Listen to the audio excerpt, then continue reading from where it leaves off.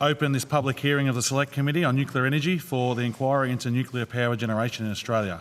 I would like to begin by acknowledging that where we meet today has been the meeting place of the Ngunnawal and Ngambri peoples for thousands of years, and I would like to pay my respects to elders past and present, and also acknowledge the cultures of any Aboriginal and Torres Strait Islander people present with us today.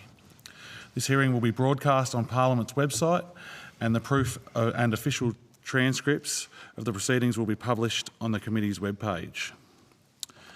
I now welcome Department of Climate Change, Energy, Environment and Water to give evidence today. For the Hansard record, would you please state your names and capacity in which you appear before the committee? Thank you, Chair. Simon Duggan, Deputy Secretary, Energy Group, Department of Climate Change, Energy, the Environment and Water. Claire McLaughlin, Head of Division, Energy Performance and Security. Adam McKissick, Chief Energy Economist in DQ. Lachlan Bickley, Acting Branch Head, Energy Security, Emergency Response and GEMS Branch. Thank you. This hearing is a legal proceeding of the Parliament. The giving of false or misleading evidence is a serious matter and may be regarded as a contempt of Parliament. The evidence given today will be recorded by Hansard and attracts parliamentary privilege. I now invite you to make a brief opening statement before we proceed to discussion. Thank you, Chair, and thank you for the opportunity to provide evidence. We weren't planning to give an opening statement, but looking forward to receiving questions. No worries, thank you very much. I'll get straight into questioning then. I'll say who we got here. Sorry, we've got Deputy Chair Ted O'Brien. We've also got Matt Burnell. We've got Simon Kennedy. We have online, we have Darren Chesters and we have Zanita Mascarenas online also. If I could please ask about nuclear timelines. If Australia decides to go down the nuclear route, if you consider the legislation required at a state and territory level, safety and environmental framework required, community engagement and construction period, what are the expected timelines required to receive first power from a nuclear power station? Yeah, thank you, Chair. Just to state at the outset, so the Department, of course, draws on the best expert advice when we think about what the preconditions would be to establish a nuclear power sector in Australia. We don't have a dedicated departmental focus on this at the moment in the presence of the moratorium and legislative prohibition on nuclear power, but because of the interest, obviously public interest in this topic, and in order to be able to provide evidence to committees such as this one, of course we do make sure that we are across the latest in terms of the expert advice in that regard. So, I mean, our assessment based on that expert advice is, were the Federal Parliament to lift the moratorium on nuclear power and were there to be complementary state changes in laws, then there would be a number of prerequisites that would take some time to put into place. And so, in a sense, those regulatory structures and the experts that we look to in that regard include bodies such as the International Atomic Energy Agency, and they point to a number of factors. So I'll give a high-level assessment, then I'll hand to my colleague Claire McLaughlin, who will give you a bit more detail. So first they go to the requirement to set up the capability around assessment and management frameworks for health, safety, social, security and environmental impacts of any proposed nuclear power plants or related facilities. They then go to the equivalent frameworks, of course, around transport, processing, storage of nuclear fuel and radioactive waste. And they also talk about the adequate workforce capability to build, operate, maintain and regulate civil nuclear power plants and other related facilities. So based on that work, the assessments that you've seen from bodies such as CSIRO, bodies such as the International Energy Agency, you're looking at around a 10 to 15 year time frame to put all those prerequisites in place to be able to have a nuclear power capability within Australia. But I'll hand to my colleague Claire to give a bit more detail. Thanks, Simon. So as Simon says, we draw on advice and international experience, including particularly from the International Atomic Energy Agency's work, and their estimation is that if there were to be a removal of the moratorium, it would, the soonest that Australia could conceivably be producing nuclear power would be in the late 2030s, and the additional aspects that would be required would be consultation with communities to establish social licence, the establishment of governance, legal and other frameworks to ensure that the safety and security of any plants, as well as any environmental impacts, and considerable work to set up the regulatory structures that would be required to operate a civil nuclear industry. To set up those regulatory structures right now, how long would that take to do? International practice indicates it's in the vicinity of 1 to 2 years from the point that you have a clear decision to proceed, but it depends on how quickly government moves and how easy it is to consult with communities and gain social licence to implement these sorts of structures. But to establish the kind of institutional frameworks and structures to start work on a civil nuclear industry is at least in the order of years. Years? Yep. Thank you very much. I'll now pass over to the Deputy Chair. Thank you very much, Chair, and thank you very much for appearing before us today. I've got an article here, a copy of an article which appeared in The Australian on the 20th of September, the journalists being Jeff Chambers and Rosie Lewis. It's entitled Progressive Climate of Fear as Nuclear Support Takes Hold. In that article, Minister Chris Bowen cited departmental analysis to critique the Coalition's nuclear energy proposals, suggesting massive supply-demand gaps of 49% and 18% by 2035. My first question is, can the department confirm if these figures were presented as definitive outcomes of the Coalition's policy, noting, of course, that the Coalition has not yet released its policy, or were they merely hypothetical scenarios based on incomplete data? Thank you, Deputy Chair. So those figures I would describe as being the product of an assumptions-based set of calculations that we did. To step you through the process that we went through to do them, we, through instruction from Minister Bowen's office, effectively went through an exercise of projecting, what would be the shortfall in electricity supply to 2035 on the assumption that there was no further investment in renewable energy beyond what's already classified as committed or anticipated by the Australian energy market operator. So I describe the result as an assumption-driven outcome, not a projection by the department of any party's policy position. And if I heard you correctly, those assumptions came on the instruction of the Minister, is that right? Yeah, so the assumptions that were put to us to provide calculations on the basis of were, as I said, an assumption that there would be a pause in renewable energy investment through the period 2025 to 2035, as I said, except for what's already effectively committed or anticipated. And then we effectively took the coal closure schedule that comes out of AEMO's 2024 Integrated System Plan, and then on that basis, the sum of those two things then led to the estimate of an 860 terawatt hour cumulative projected shortfall from 2025 to 2035. So when it comes to then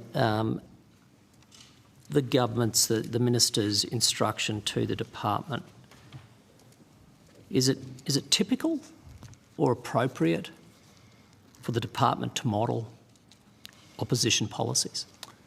So I won't, with respect, I won't go to the question of is it appropriate. That would be asking me for an opinion.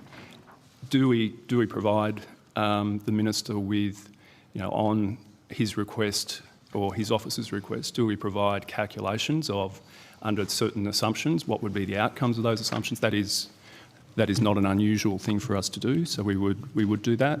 One of the things I'd always emphasise when we do that is we're very clear on whether the instruction is one that's put to us in terms of the assumption by him or his office, or whether the assumption's one that we make in providing the analysis. We're always very clear on what the assumptions are, because that's very important for understanding the result and communicating the result. So will the department be open to further independent or bipartisan verification of the analysis, especially considering the impact this is going to have potentially on our nation's energy policy?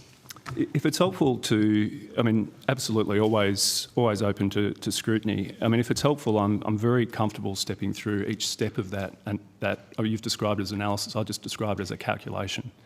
If that's helpful. Rather than that, Mr. Duggan, would you table the full analysis and the outcomes?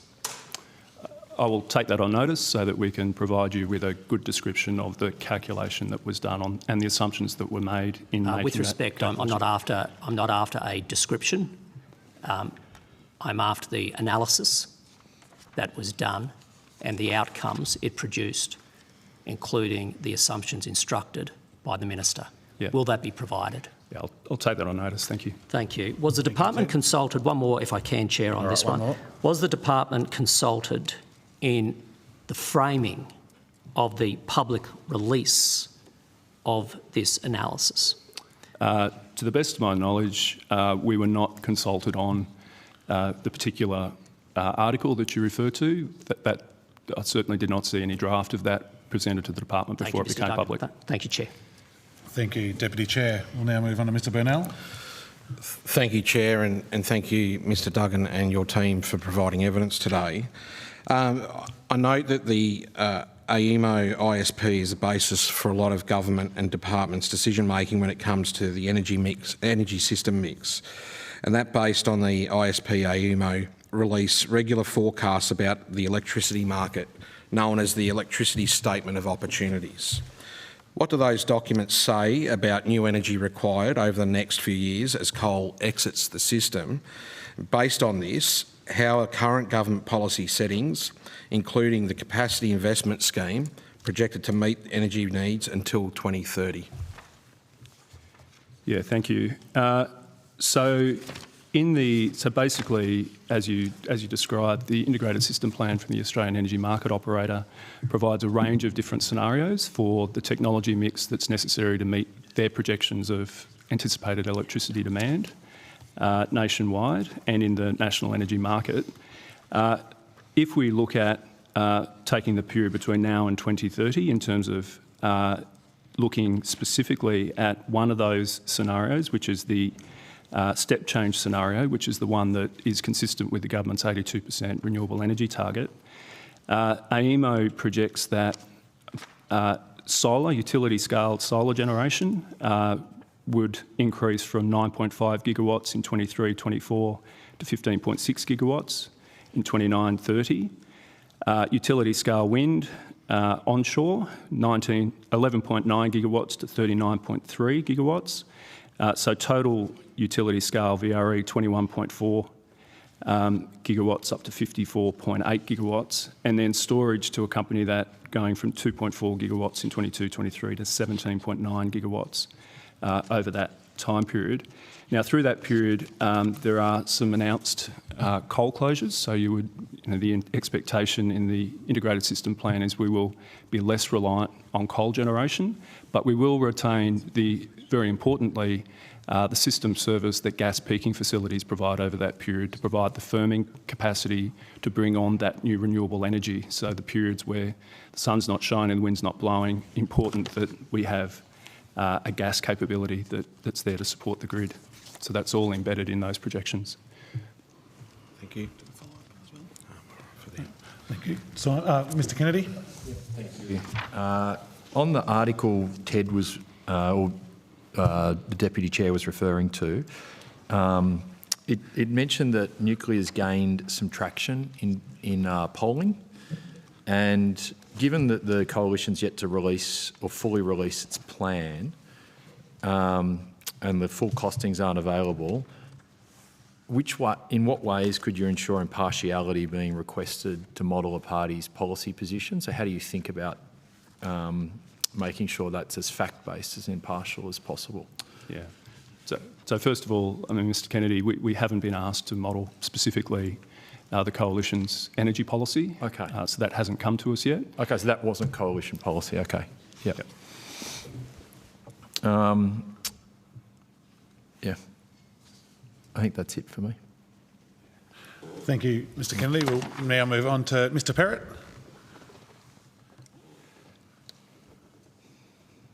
Thanks, Chair. My question is, what impact would the introduction of nuclear energy have on our ability to meet our 2030 emissions reduction target and our 2035 emissions reduction target? Yeah. Thank you, Mr Perrott. Due to the reasons that Ms McLaughlin went through in terms of the timeframes to establish a nuclear power sector, even if the moratorium were removed tomorrow and the relevant state legislation were changed to enable a nuclear power sector in Australia, the best advice that we have seen from the experts on this topic suggests that you would not have nuclear power operating in Australia on that timeframe. So the answer to your question is I wouldn't anticipate it having any impact on our emissions projections. So what year, like say, election next year, change of government, full-scale nuclear, Mr O'Brien's the Minister for Nuclear Energy, all systems go, Manhattan Project type resources, focus on it.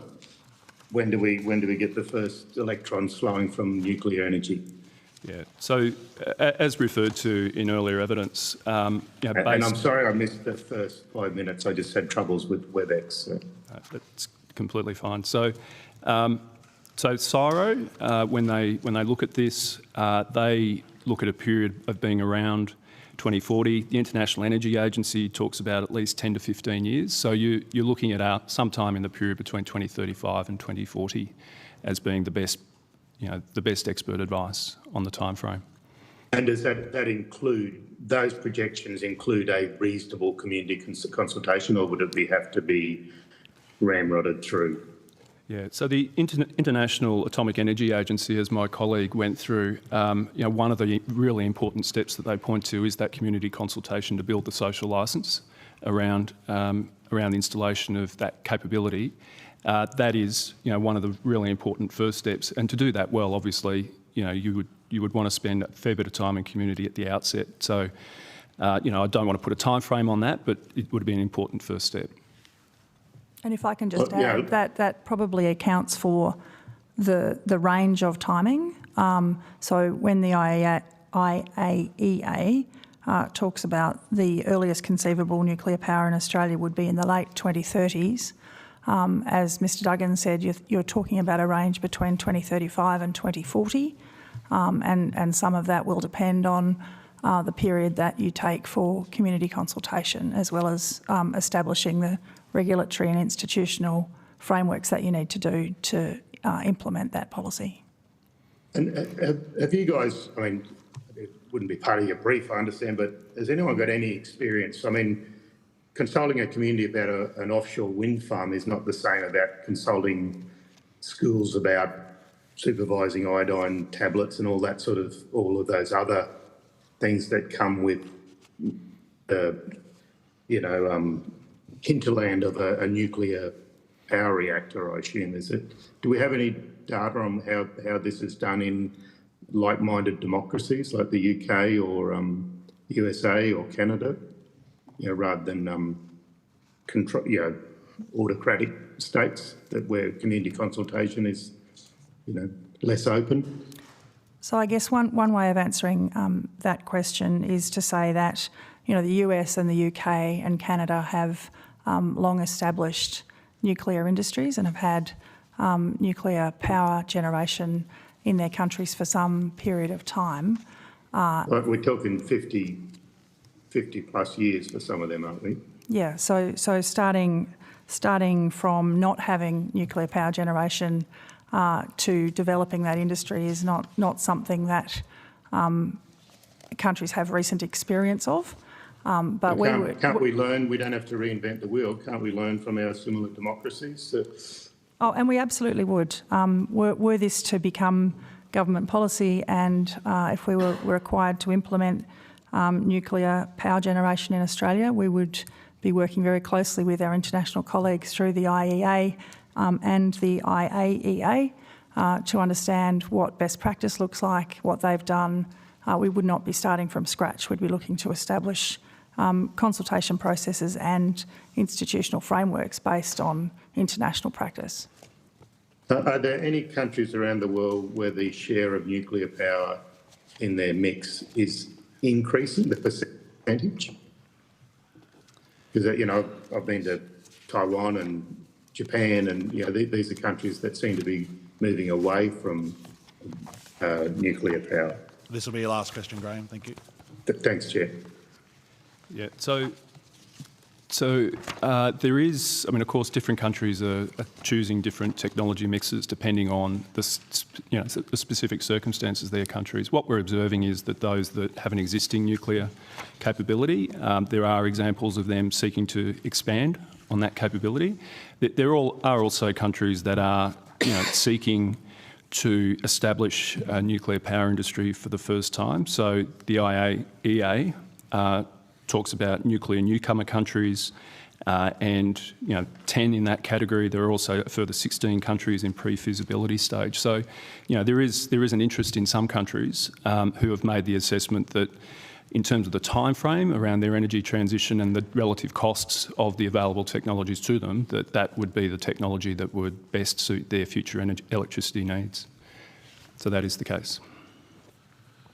Not a lot of continents with a lot of sunshine, I assume, in those countries. Thank you, Mr Barrett, and we'll move on to Mr Chesters now. Thanks, Chair, and thanks to the department officials. Just exploring the question of social licence a little bit further. From a departmental perspective, would you agree that a federal election fought on the issue around nuclear energy is one of the key issues, would be indicative of some level of social licence if the coalition was successful in that regard? Is that indicative of some sort of social licence? Yeah, I think Mr Chester, you're asking me for an opinion there. I mean, what I would say is that, were it to be government policy that there was to be nuclear power sector in Australia, then of course, our role would be to assist in establishing that, including in helping to assist, to strengthen the social licence aspects of that. But in terms of, what a particular election outcome means for social licence, I actually think others in this room are probably better equipped than I am to make that judgment. Yeah, thank you. But it's an important point in terms of how does the department assess social licence. For example, I look at the large-scale renewables and transmission lines in regional areas, and there'd be communities there that would suggest there's no social licence for some of those activities, yet they're proceeding at pace. So what are the sort of inputs we put into making a decision whether we in fact have social licence for these large-scale energy projects?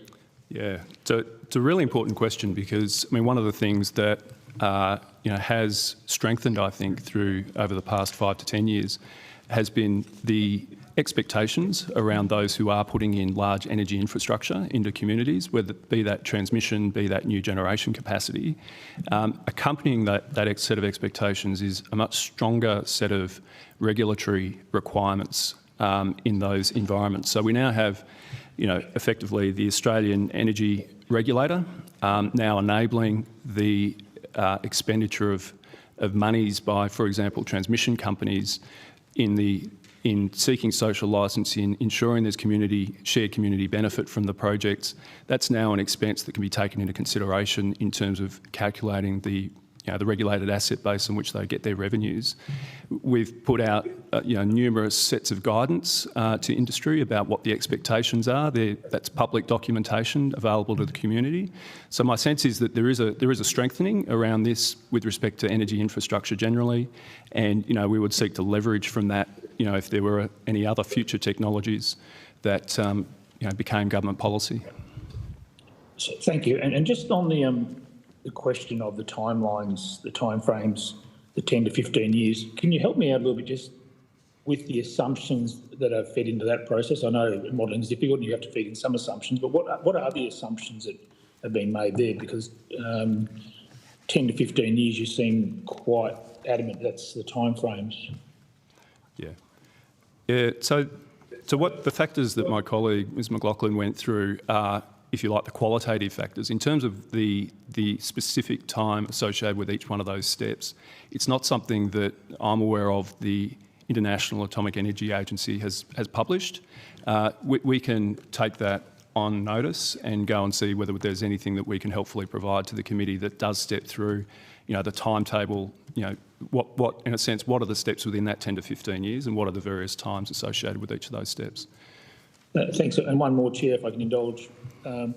Just in terms of the department's work in tracking the international experience, I've had cause to talk to an Australian expert in the area who's suggesting to me that in recent times, with international experience, the timeframes are shortening up in various countries in terms of delivery of nuclear energy facilities. And in fact, the South Koreans would be one of the countries that is perhaps delivering, and the UAE as well, delivering on quicker timeframes than previously. Is there a process for the department to keep track on what the international experience looks like at the moment, or is it sort of only as directed? Yeah, no, we do. We do pay very close attention, as we said, to the IEA, the IAEA. So CSIRO, Mr Chester, has noted in its work that countries that have in a sense, a continuous nuclear energy program, there's a learning that comes with that, which means that the timetable for establishing, each new nuclear power plant is much shorter than it is for the previous one. So there is a learning that comes. The timeframes that we've referred to here are starting from the position that Australia is today and the need to stand up all the institutional capability and, starting from scratch in terms of the new build. That's a 10 to 15 year proposition. The second and the third, I think based on the evidence, you would anticipate that those increments would take a much shorter period of time than the 10 to 15 years that we've referred to, based on the international experience. Thanks, Chair. Thank you. Ms Mascarenhas. Thank you, Mr Rethicoli. Zanita here from WA. If we consider a scenario where renewable investment is slowed down in anticipation for nuclear generation after 2035, can you describe the implications for system reliability, the supply-demand balance, and possibly consumer price implications? Yeah, thank you for the question. I think it goes to the question that the Deputy Chair asked. We did provide some assumptions-driven estimates of the implications of the scenario that you've stepped through. So, were there to be in a sense, a pause in renewable energy investment beyond what's already committed or anticipated, and so that's an assumption. It's not a projection. It's not a prediction. It's simply an assumption. Taking that assumption, we then looked at effectively when we take the coal closure schedule as it currently is publicly anticipated. Then what you're able to estimate is what's the unmet electricity need. And so that unmet electricity need in the period between 2025 to 2035, under that set of assumptions, is in the order of 860 terawatt hours cumulatively over that whole period. So that was the estimate that the Deputy Chair was referring to in that op-ed from Minister Bowen. Could you just 860 terawatt hours cumulatively over the period 2025 to 2035. In terms of, you also asked about the cost. So the next step in that analysis was, again, to make an assumption about how that shortfall in electricity supply would be corrected. And so the assumption that was made was that would be provided through gas-fired power generation. So there we used CSIRO's 2023-24 Gen Cost report, and that has estimates for things like, combined cycle gas turbine capacity factors, natural gas fuel costs and efficiency. And so when we applied those assumptions, we came up with an estimate that there would be $14.4 billion worth of capital costs to build the related gas plants, $2.3 billion in operations and maintenance costs, and $53 billion in terms of gas fuel costs. Hence the Minister Bowen's reference publicly to a $70 billion cost to 2035. again, I can't stress enough. I mean, those are assumptions-driven estimates. They're not a projection. Thank you for that. And do you have a sense of? Can you also talk about the grid stability and reliability as well? Yeah, so that's what I was referring to. Again, if you make, an assumption that there would be no replacement technology for that loss of, renewable investment in the period to 2035. So again, that assumption that there is nothing else that's built beyond what's already committed or anticipated. That's the reference to the 860 terawatt hour cumulative projected shortfall. So were there to be no other, were there to not be that response from, in particular, gas peaking investment that I referred to, or even baseload generation through gas, that's the, in a sense, the reliability risk that would arise under that set of assumptions.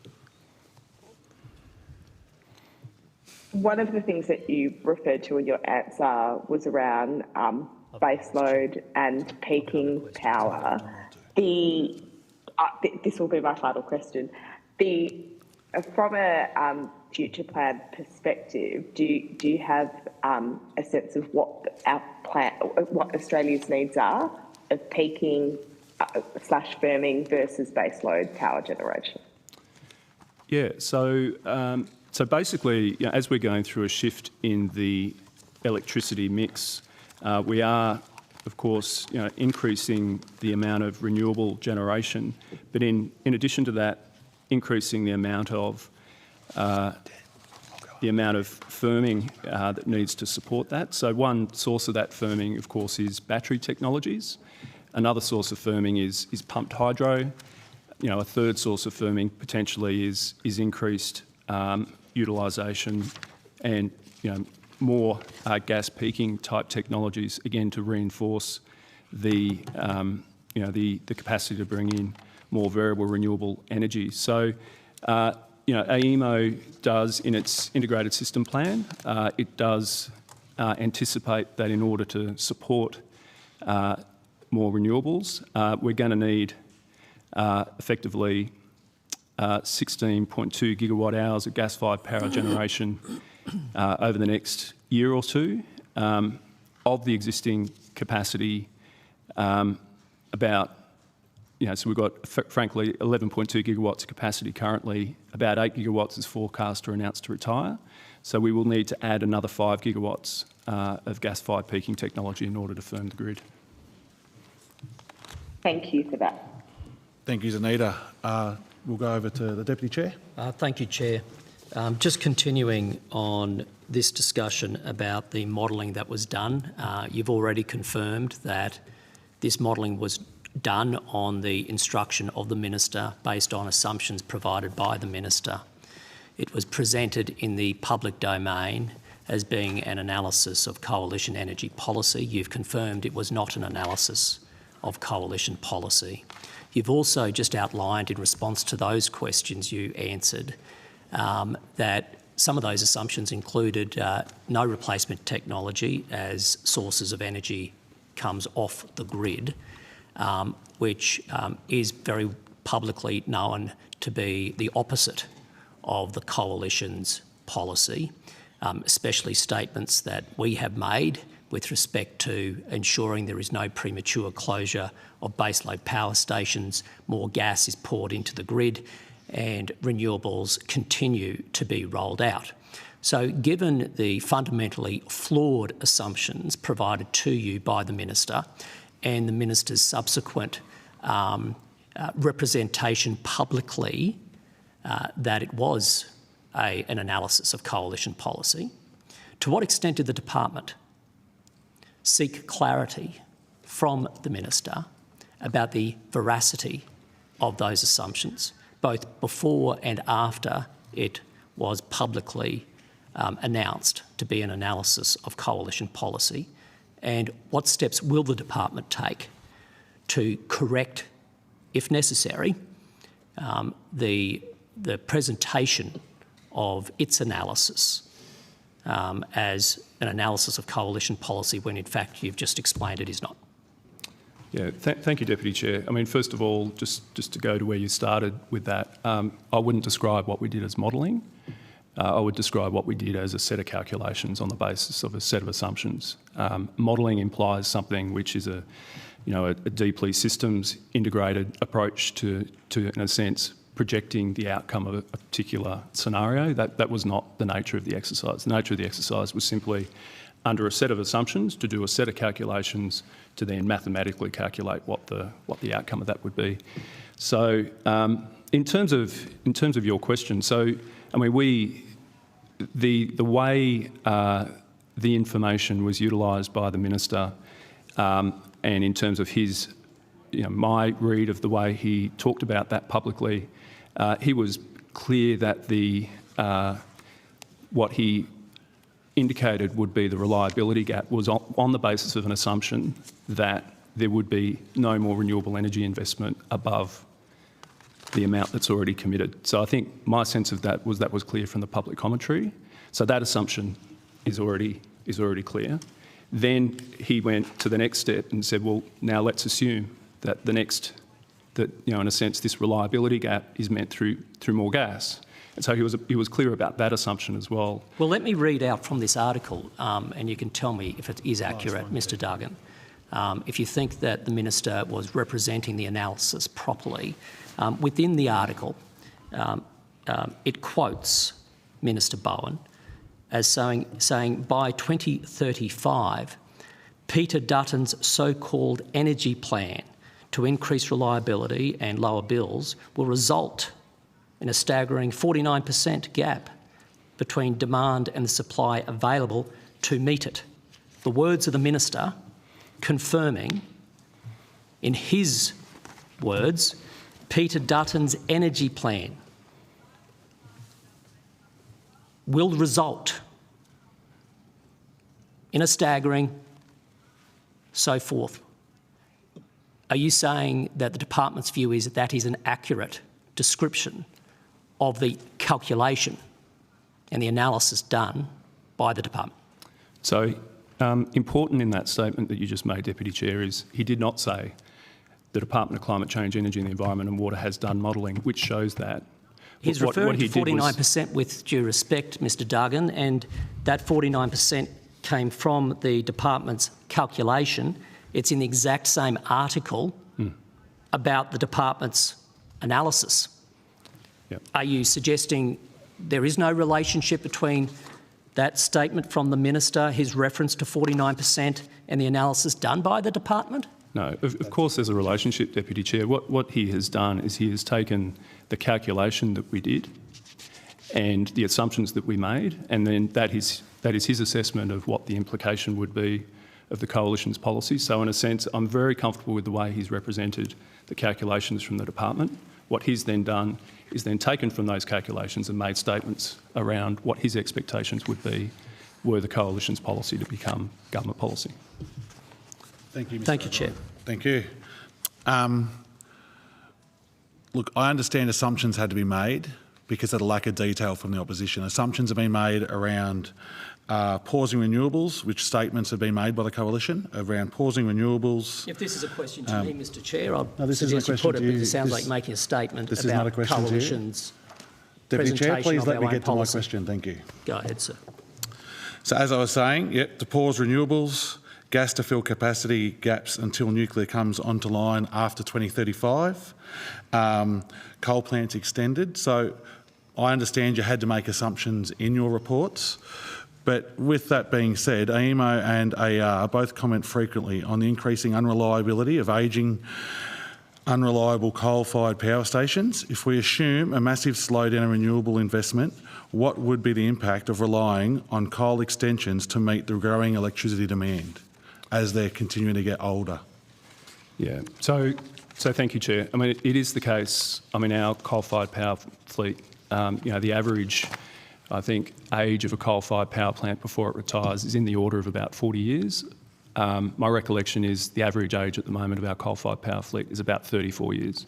So many of them are reaching the end of their productive life, that is true, in the absence of very significant investment in order to rejuvenate those assets.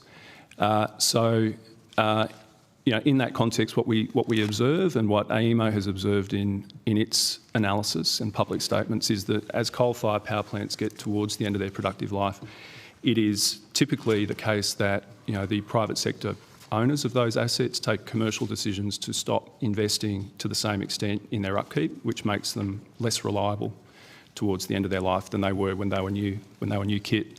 So one of the important reasons for getting that replacement generation capacity in as soon as possible is to ensure that we do reinforce the reliability of the system before we reach the point where that coal-fired power generation becomes more unreliable over time.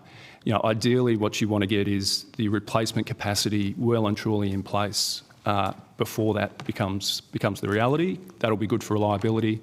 It'll be good for electricity supply, which is ultimately good for electricity prices. So that's a big part of the government's policy around supporting through things like capacity investment scheme, supporting more investment, accelerating investment in renewable energy as quickly as possible. And is that investment being taken up, and where are we up to currently? Yeah, so we have been, the pipeline of investment that we're now seeing come through, we would assess as being very strong. And in fact, through the capacity investment scheme, we are getting bids that are well in excess of the size of the tenders and good quality bids. So we're actually seeing coverage ratios at stage A and stage B of our assessment. So that's after you've gone through and satisfied all the merit criteria. So these are high quality projects that are coming through. They're in the order of 4, 5, 6 times what we're actually able to tender on the basis of the existing scheme. So we are seeing good, strong, positive signs of that investment pipeline coming through. Chair, I've got And, one more and what question. will pause that investment pipeline, do you think? One of the reasons why the government took the decision to go down the route of an revenue underwriting approach like the capacity investment scheme is that we are going through a transition that has some uncertainty associated with it. One of those uncertainties is the time frame, for example, around closure of coal-fired power stations. So not knowing when, in a sense, the competing technology will exit the system means that you have a high degree of uncertainty about what your revenue outlook is. And so hence providing, in a sense, a baseline revenue that the government is effectively guaranteeing for this new generation capacity provides, the commercial incentive to make that investment. It just means the investment decision is, more easily taken by those boards. Thank you, Mr. Duggan and your team for appearing today. If you've been, unfortunately, we've run out of time, so if you've been asked to provide any additional information, including questions on notice, please forward it to the Secretariat by Friday the 22nd of November 2024. Please note that the response to questions on notice will be published on the website as submissions to the inquiry. And Chair, we might have other questions for the department, if that's okay, that we'll provide in writing, since we didn't get to. That's no worries at all. Thank you. You'll be sent a copy of the transcripts of your evidence to assist you with answering questions taken on notice today, and you will have an opportunity to request the correction of the transcript errors. Thank you. Thank you, Chair. Thank you. Thank you very much. Thank you. Thank you.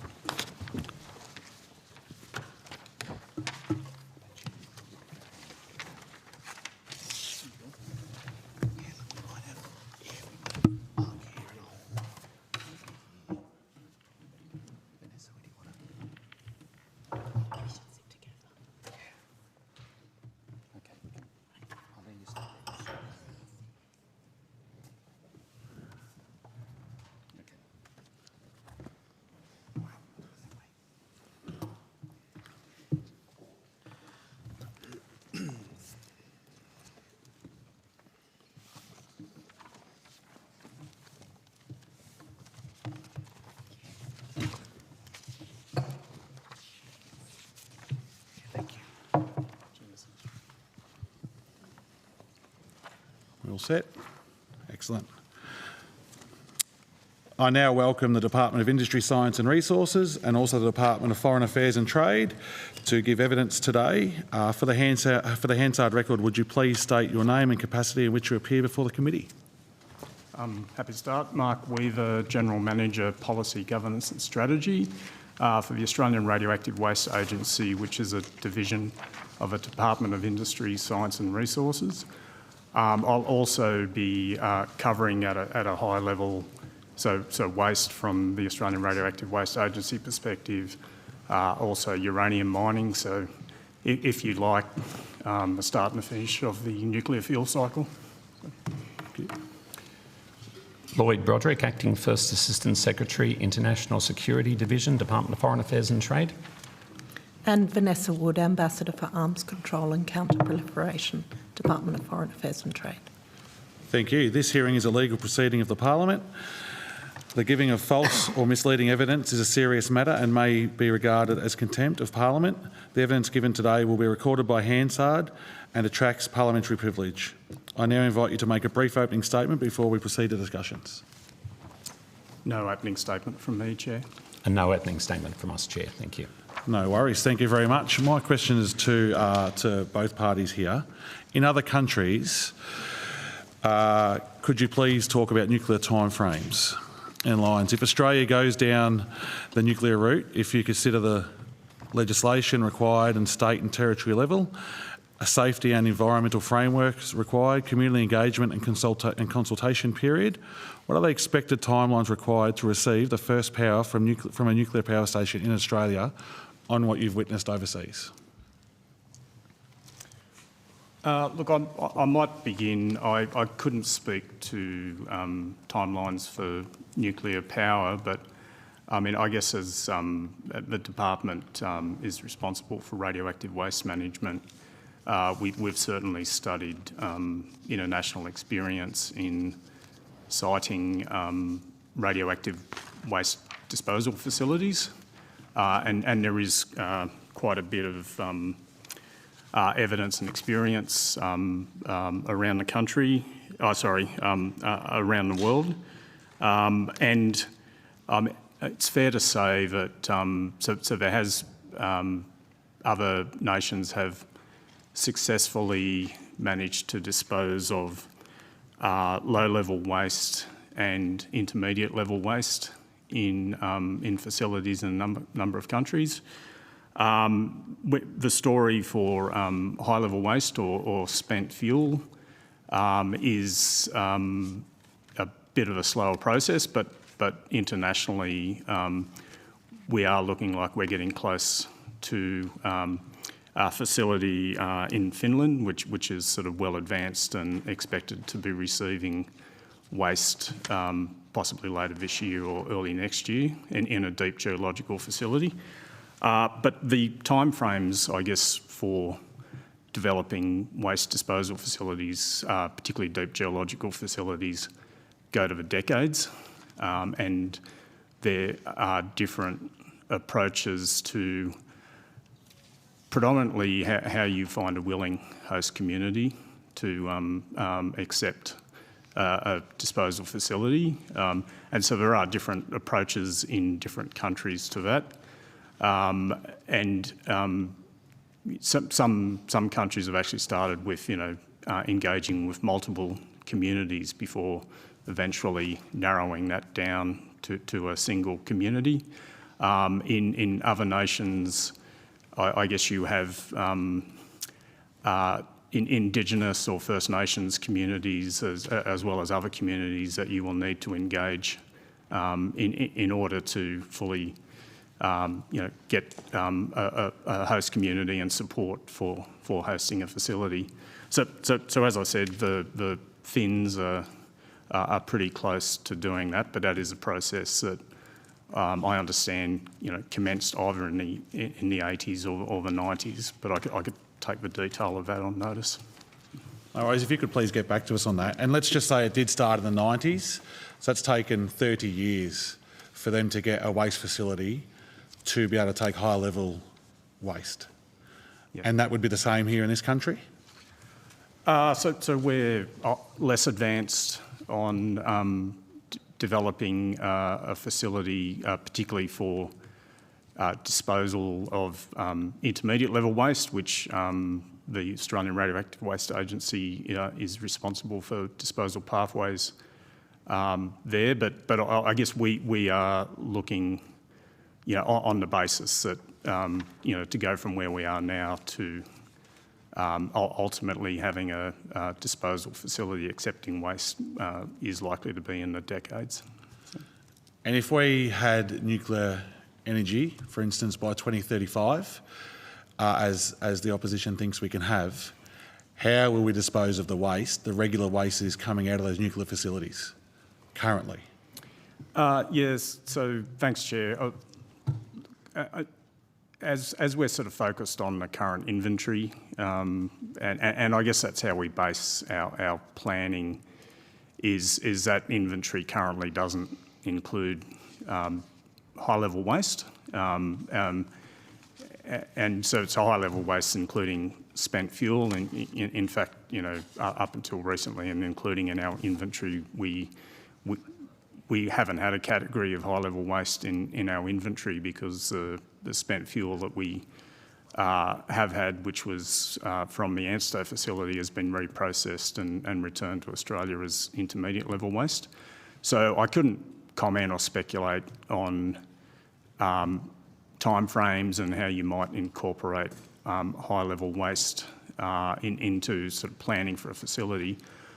Probably what I would note is, the similarities if you were looking at progressing a facility for an intermediate level waste would relate to, both would require deep geological disposal, but you would need to take account of the different waste types, as to whether you would do all that together, and that would sort of relate to volume, chemistry, characteristics, longevity, in terms of the decay of the radionuclides, conditioning and packaging. So there'd be a whole range of factors that you would need to take into account, as well as siting and what we would be able to do if, say, we were siting it under the current Act, which is the National Radioactive Waste Management Act.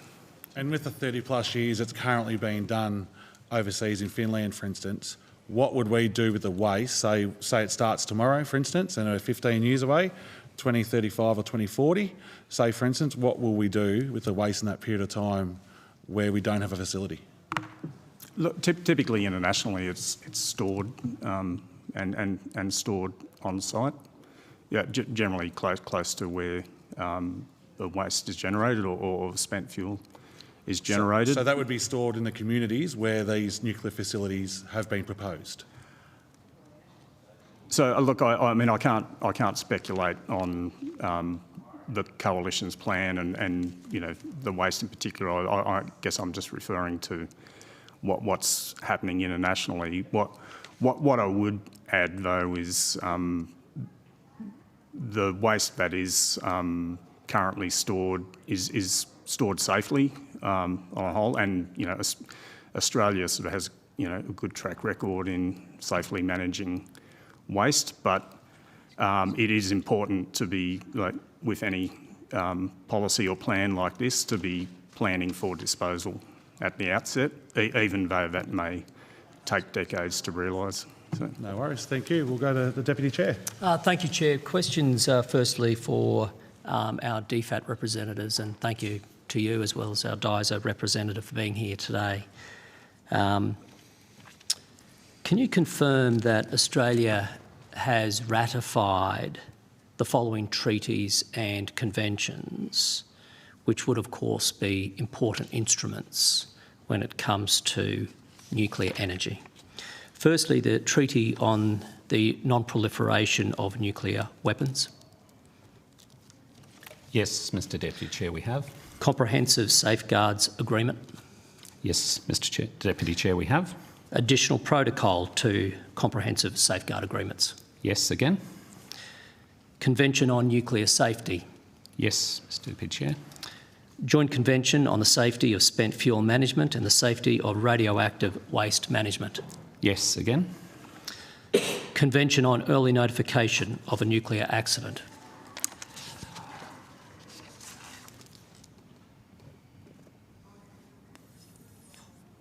That one, I'm not sure on that one.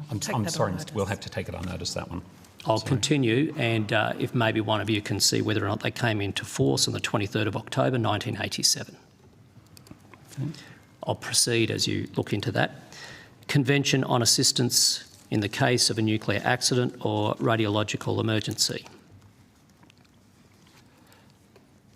Again, Mr Deputy Chair, we don't have a list of all. I think there's approximately 30 multilateral treaties and various other instruments that regulate nuclear So with that energy. one, if you can see in particular, draw your attention to the date of the 23rd of October 1987. Okay. Convention on the Physical Protection of Nuclear Material. I believe so, yes. The CPPNM Amendment. No, I can't answer that one. We'll have to get it on notice. I draw your attention to the date of the 8th of May 2016. The Vienna Convention on Civil Liability for Nuclear Damage. My understanding is that actually is not needed. So let me, since some of these are actually you're needing to take on notice, do you know of treaties and conventions that are a prerequisite for a civil nuclear energy program that we have not signed and ratified? Can you just clarify those for us? Thank you, Mr Deputy Chair. Look, I'm not aware of any that we haven't ratified, but we have not analysed the requirements for us what requirements would need to meet if we had a civil nuclear power program, because that's not government policy, of course. Understood. I mean, once you add in the Convention on Supplementary Compensation for Nuclear Damage and so forth, yep. I've probably listed about 10 there, all of which are conventions required for us to commence a civilian nuclear power program, which are all signed and ratified by the Australian government, which probably goes to the issue of readiness. And can I just refer now to DISA and your comments regarding the management of waste? And I note you answered questions the Chair put with respect to coalition policy. Coalition policy is, as per the last aspect of your response, which is similar to what seemingly works successfully overseas, which is the management of waste on site. Is it your understanding that that practice has been managed successfully internationally? My understanding is waste is stored and managed safely internationally. And so where the Chair was referencing the start of a nuclear program in Australia as early as 2035 and referring to your point that it could take 30 years before a deep repository might be established. In fact, assuming those plants do last for 60 years, maybe 80 years, for which some of them are now being approved as design, then in fact it would be quite some decades before a deep repository might be required on that basis, would it not? Mr Deputy Chair, I think it's fair to say we're planning at the moment for disposal of the current inventory. So I couldn't sort of offer an opinion on how many decades may be required for waste arising from the coalition plan. Maybe then, in fairness to you, I can go to our existing arrangements under the government. Yep. Our international obligations, as well as our obligations under AUKUS, require us to find a permanent storage solution for military, high-level radioactive waste, such as the sealed reactors from the nuclear submarines. Is that right? Yes, that's my understanding, but I mean, I could not go into detail. I think that would be questions for Defence and the Australian Submarine Agency that are along. But I do understand that Australia's given a commitment to be a responsible nuclear steward. Yes, and that's my understanding too. And the Albanese government has signed up to take responsibility for also finding a location to store high-level nuclear waste. Yep. That's your understanding? That's. Are you aware of the UK's approach in dealing with civilian and military high-level radioactive waste? The UK Nuclear Waste Services are charged with developing a geological disposal facility which will be used for the permanent disposal of energy, defence, industrial, medical and research sectors. Are you aware of that? I'm aware of the UK's approach at a high level, Deputy Chair. So, in fact, if Australia were to go down the same path as the UK and basically look at a one location for both the waste from a civil nuclear power plant program and from our nuclear-propelled submarines. In fact, it has to be done anyway, regardless of whether a civil nuclear program ever gets stood up in Australia. Isn't that right? I think you're asking me for an opinion, Deputy Chair. I'm not after an opinion. I'm asking, let me rephrase it so I'm not seeking an opinion.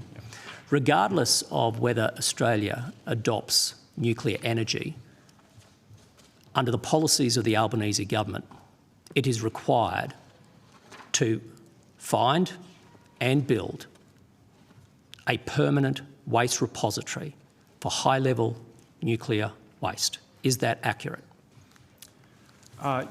Yes, that's accurate. I mean, as Australia's, as per the previous question, we have undertaken to be a responsible nuclear steward, and we are also, we are also charged with disposal pathways for our existing intermediate level waste, which would require a deep geological disposal solution. And that last requirement has nothing to do with nuclear energy, it's a requirement. It's a requirement for our existing waste inventory. Thank you for confirming that. That's all from me for now. Thanks, Chair. Thank you, Deputy Chair. I'd like to now move on to Mr Perrott. Thanks, Chair. I just want to understand this process of international treaties and then what actually happens in the ground when it comes to the nuclear waste and preparedness to respond to nuclear accidents. So my basic understanding of treaties is that it'll be done at the nation-to-nation level. The nation signs up, but then it's in terms of practical results on the ground, it is how the government of the day would respond. So my understanding, we might have nuclear treaties. The Deputy Chair went through some of those. You seem to have a long list of 30 odd. But in terms of whether or not,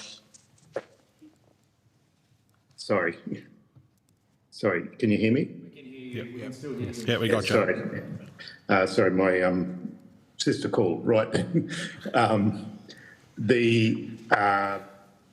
Obviously, in terms of dealing with our nuclear waste at the moment, from nuclear medicine and the like, that's all done at the state level. Is that right? That the nuclear medicine and the like is all dealt with by our hospitals and the people that do nuclear medicine. So the governments, nation states sign the treaty, but it's up to the states to actually work out the policies on the ground in terms of who deals with the gloves and the gowns used for nuclear medicine. Yeah, Is that right? Can I just answer initially, and then we can perhaps go to Mr Weaver, Mr Perrott. So the government, the Commonwealth will ratify a treaty, and the Commonwealth will, on behalf of Australia, undertake a series of obligations that are set out in the treaty that are then required to be implemented. and domestic implementation will vary depending on the subject matter of the treaty. Yeah. It will be sometimes Commonwealth obligations, or state and territory governments will have an obligation to implement those provisions. So I see it through the human rights lens, when it comes to the rights of a child. Commonwealth, the nation state signs the treaty, but then, state governments will put children in jail, despite what the international treaty says. So, the ratification and implementation of the international treaty can get a bit fuzzy on occasion because we're a federation with states having control. Is that right?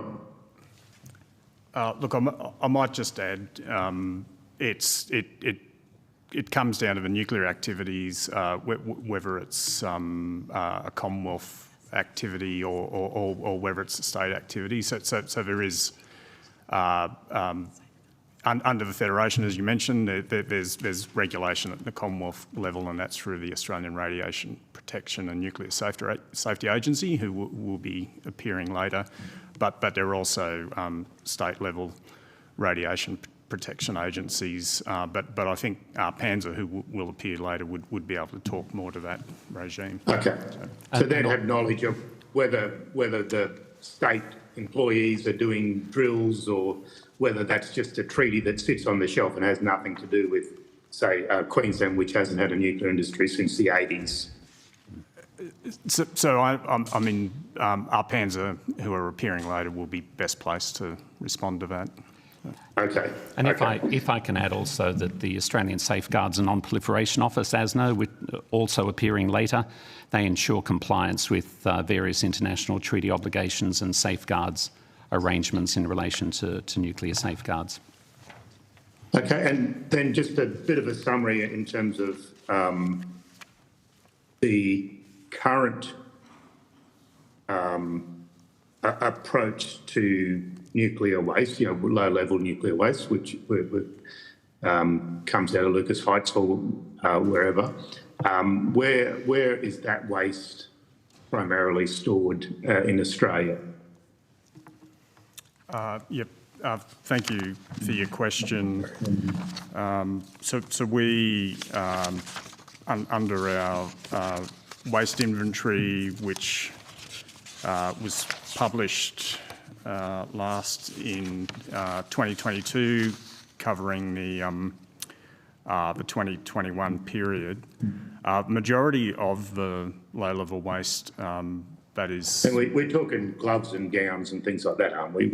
Yeah, exactly. I mean, there are other types of low-level waste, but I guess the waste that's commonly referred to is some of that waste that's associated with the production of nuclear medicines at Ansto's Lucas Heights campus. So majority of the waste is currently stored in Sydney, although there are other holdings of low-level waste in other locations around the country, either by Commonwealth agencies or state and industry and hospitals, etc.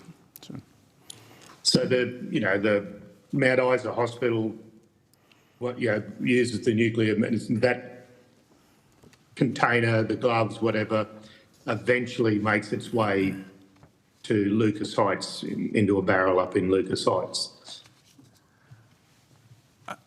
Look, I couldn't sort of comment on specifically on how waste that is used or generated from activities in a specific hospital or facility would be managed. I mean, some of that might be managed on site, but it would really just depend on the longevity of the waste. It may no longer be low-level waste and harmful after a certain period. But I think the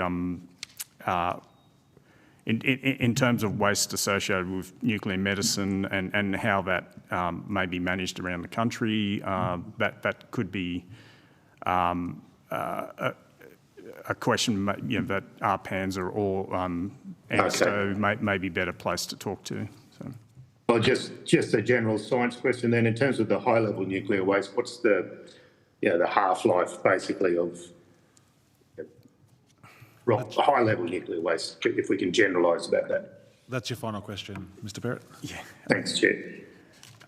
So I couldn't put an accurate half-life on that, but in terms of moving to disposal and how long that would be need to be in disposal until it reaches a point that it's safe. I mean, you were talking thousands of years.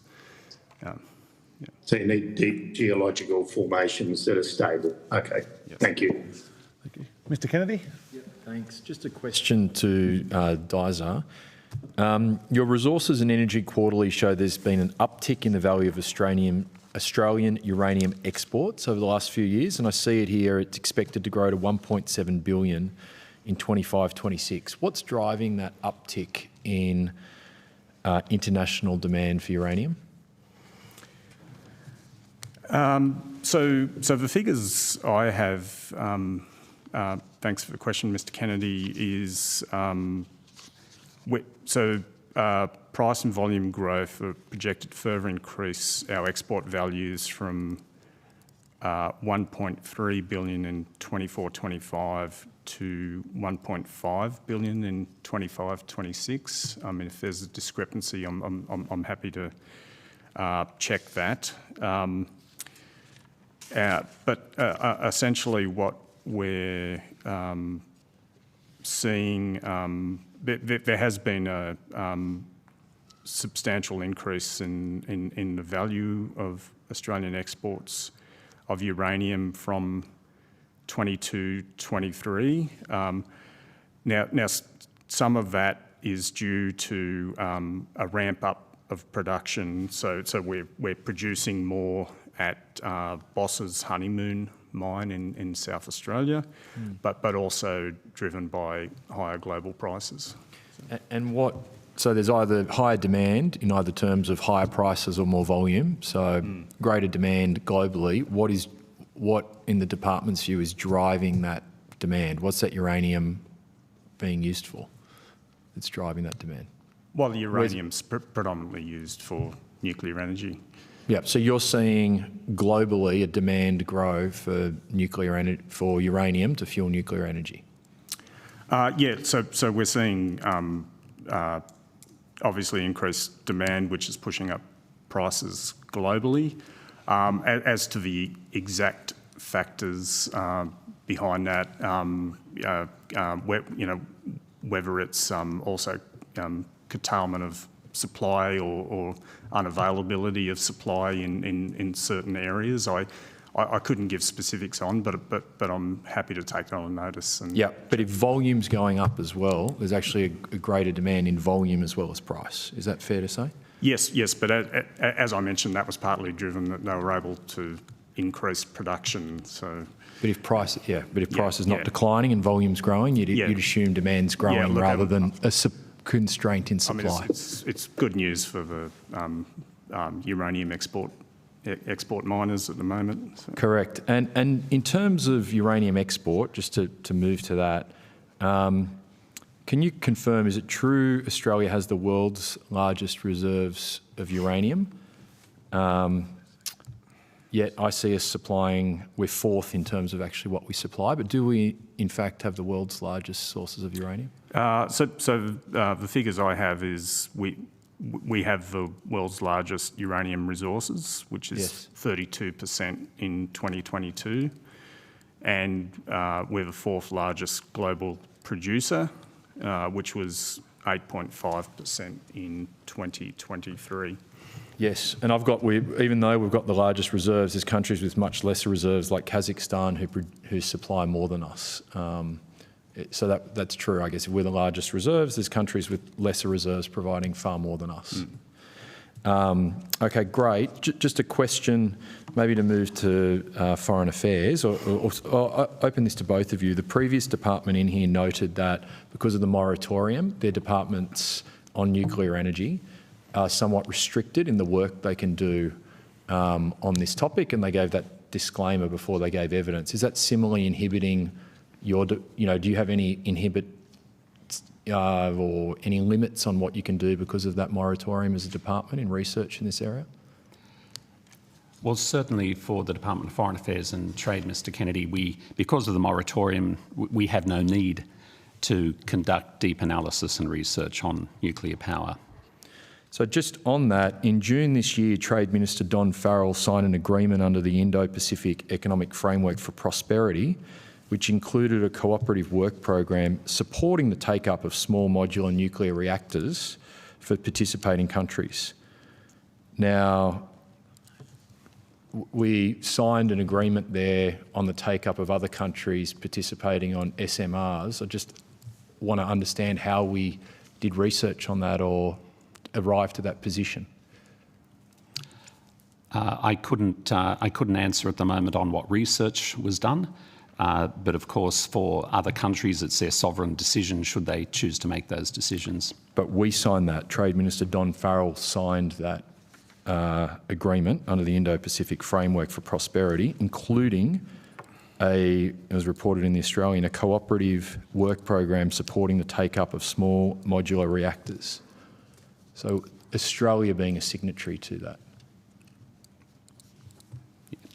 I'm sorry, Mr Kennedy, I'd need to take that on notice and get back to you. And then, are there any benefits of Australia not having the ability to explore technology such as SMRs? Are there any benefits for this moratorium in prohibiting you from doing that you're aware of? I'm not aware of any benefits, no. And then if Australia were to remove the moratorium on nuclear that the current government is holding in place, would your department join our allies in exploring and doing research when we're signing these moratoriums? Is this something you would explore? It's a bit speculative, and I've got to say that's more for the technical agencies to answer, Sure. I think, Mr Kennedy. Yep. The only reason I'm asking is just we signed something in the trade portfolio on small modular reactors, an agreement. So I'm just trying to understand, given the moratorium, and I've got empathy for you here, if we're being asked to sign up to things that we're prohibiting departments from looking into because we have a moratorium, it feels like we're putting ourselves in a tough political and policy position and putting our bureaucrats in tough policy positions to do. So I'm just trying to work out, how does that work in practice? Are we just doing it on ministerial advice, or it's...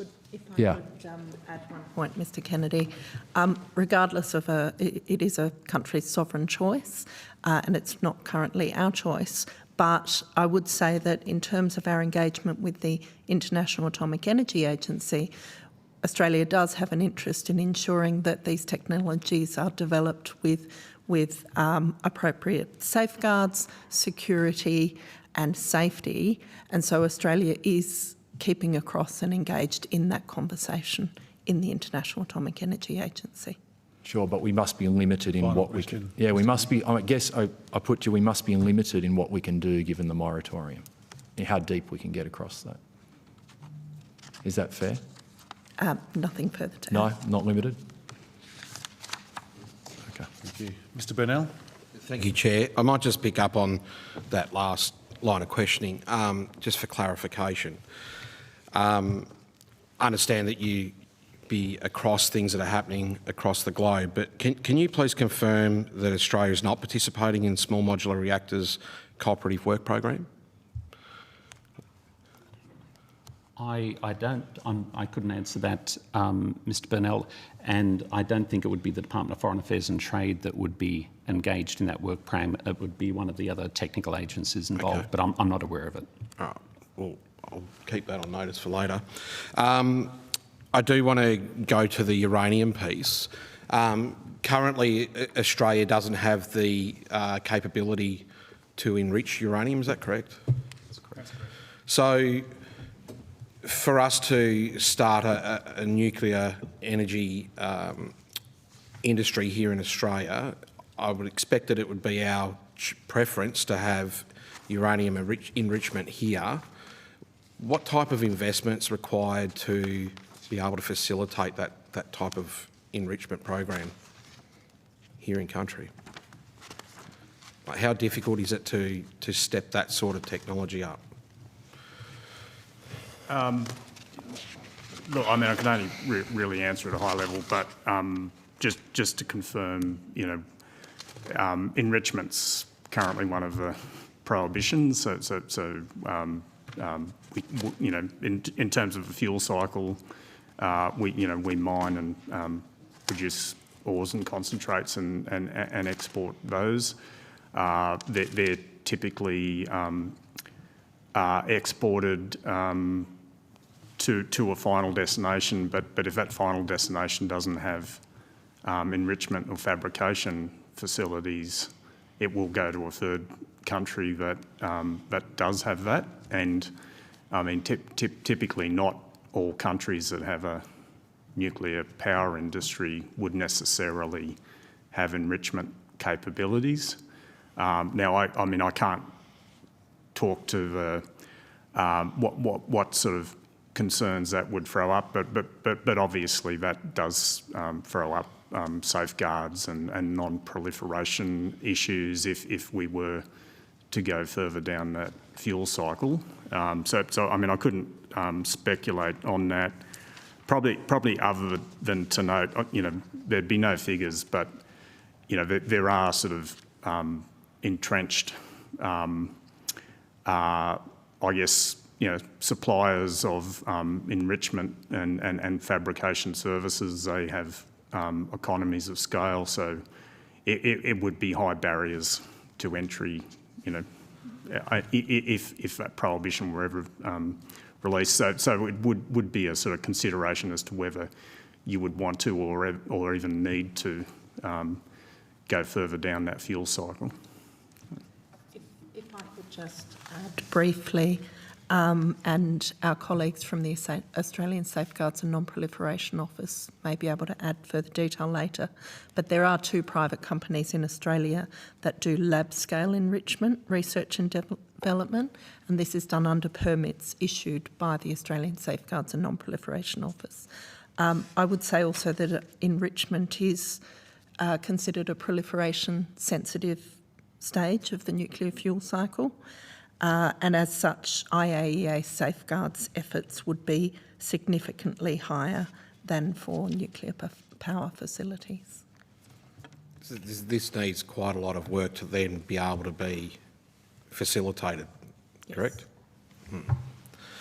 I just want to, on the Chair's indulgence, to DFAT, in your dealings with international forums like the International Atomic Energy Agency, what is Australia's position on nuclear energy for power, and how is this communicated on the global stage?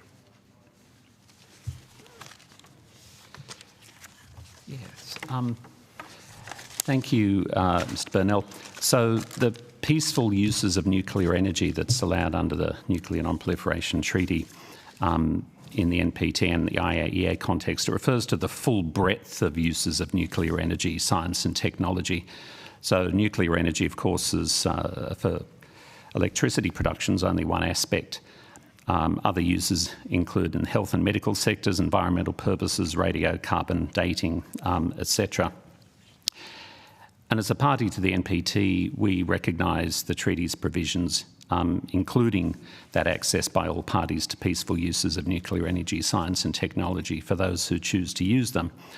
So we engage in discussions, particularly as Ambassador Wood was mentioning, to ensure that nuclear safety and security standards are set and upheld. Okay, thank you. Thank you. Mr. Chesters? Yeah, thanks, Chair. Thanks to the officials. I just want to go to Australia's reputation in this field, given we've just heard evidence that there's growth in demand for Australian products. Are we regarded as a trusted source of uranium globally? Mr. Chester, yes, that's my understanding. And could you help us out, and you might need to take on notice, which countries are actually buying Australian uranium, and what sort of quantities and growth we're seeing in demand?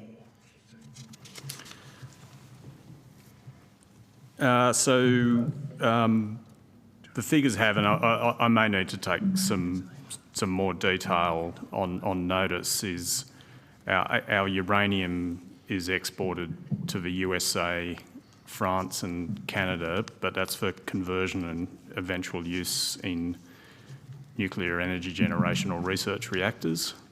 But that's not necessarily taking account of the final destination. So we'll generally do that under cooperation agreements with those countries that ultimately receive the fuel. Again,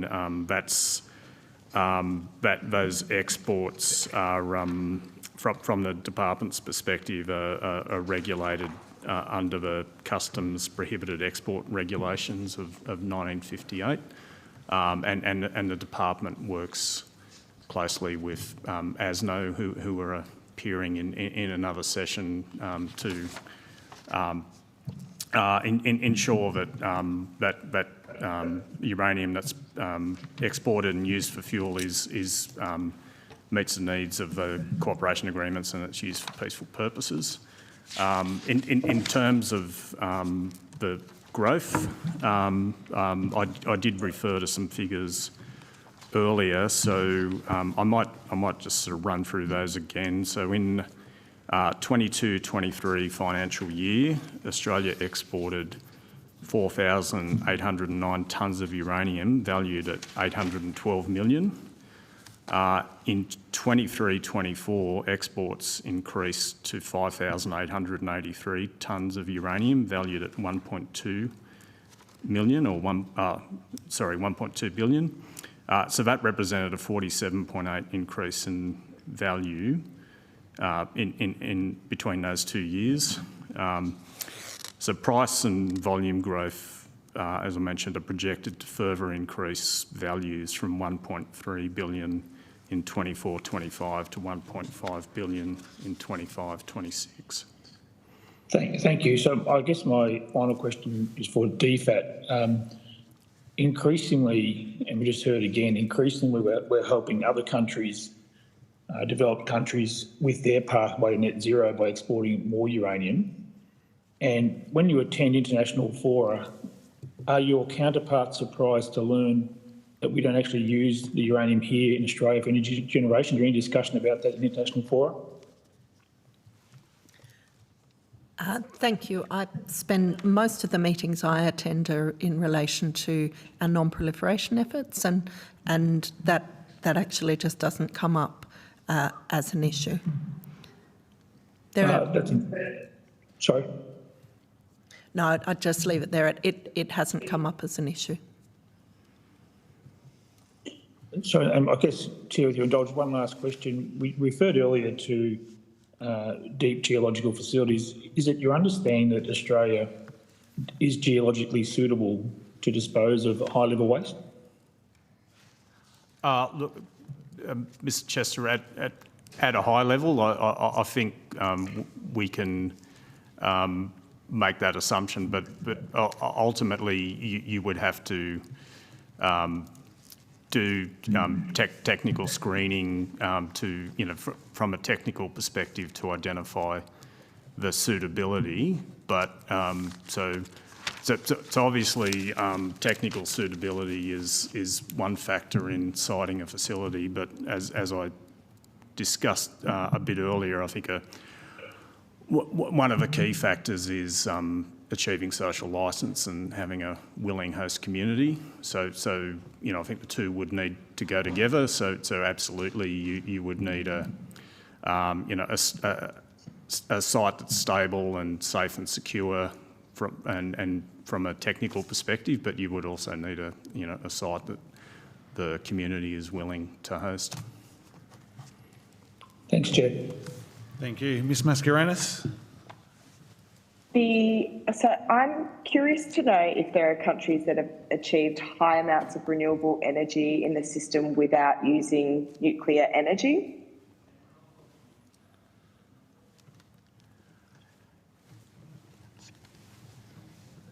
Sorry, I don't think that's one I could answer. I think that probably might be one for the previous witnesses, the Department of Climate Change. I'm sorry, it's not one we can answer either. Yeah. A question on nuclear waste then. Are you able to give us a sense of scale between, let's say, nuclear medical waste and, let's say, specifically the Lucas Heights nuclear reactor versus the, I guess, the proposed coalition policy and the nuclear reactors that have been proposed for the nuclear power stations? And I'm curious, a sense of scale in terms of, let's say, volume, weight, but also, I guess, the radioactivity as well. And maybe it's like the comparison of a generic nuclear power station versus a nuclear medical reactor.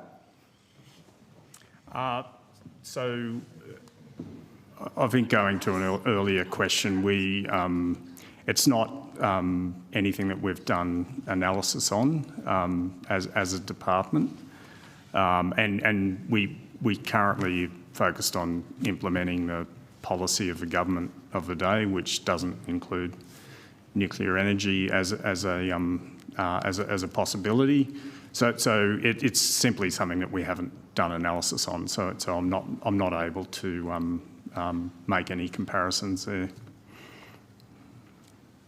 Is it information that you'd be able to provide on notice? Look, I don't think it's as I mentioned, it's the department's priorities on implementing the current government's policy and radioactive waste disposal pathways for the current inventory that we have. We wouldn't at this time sort of undertake an analysis of what waste may be arising from an alternative policy or plan.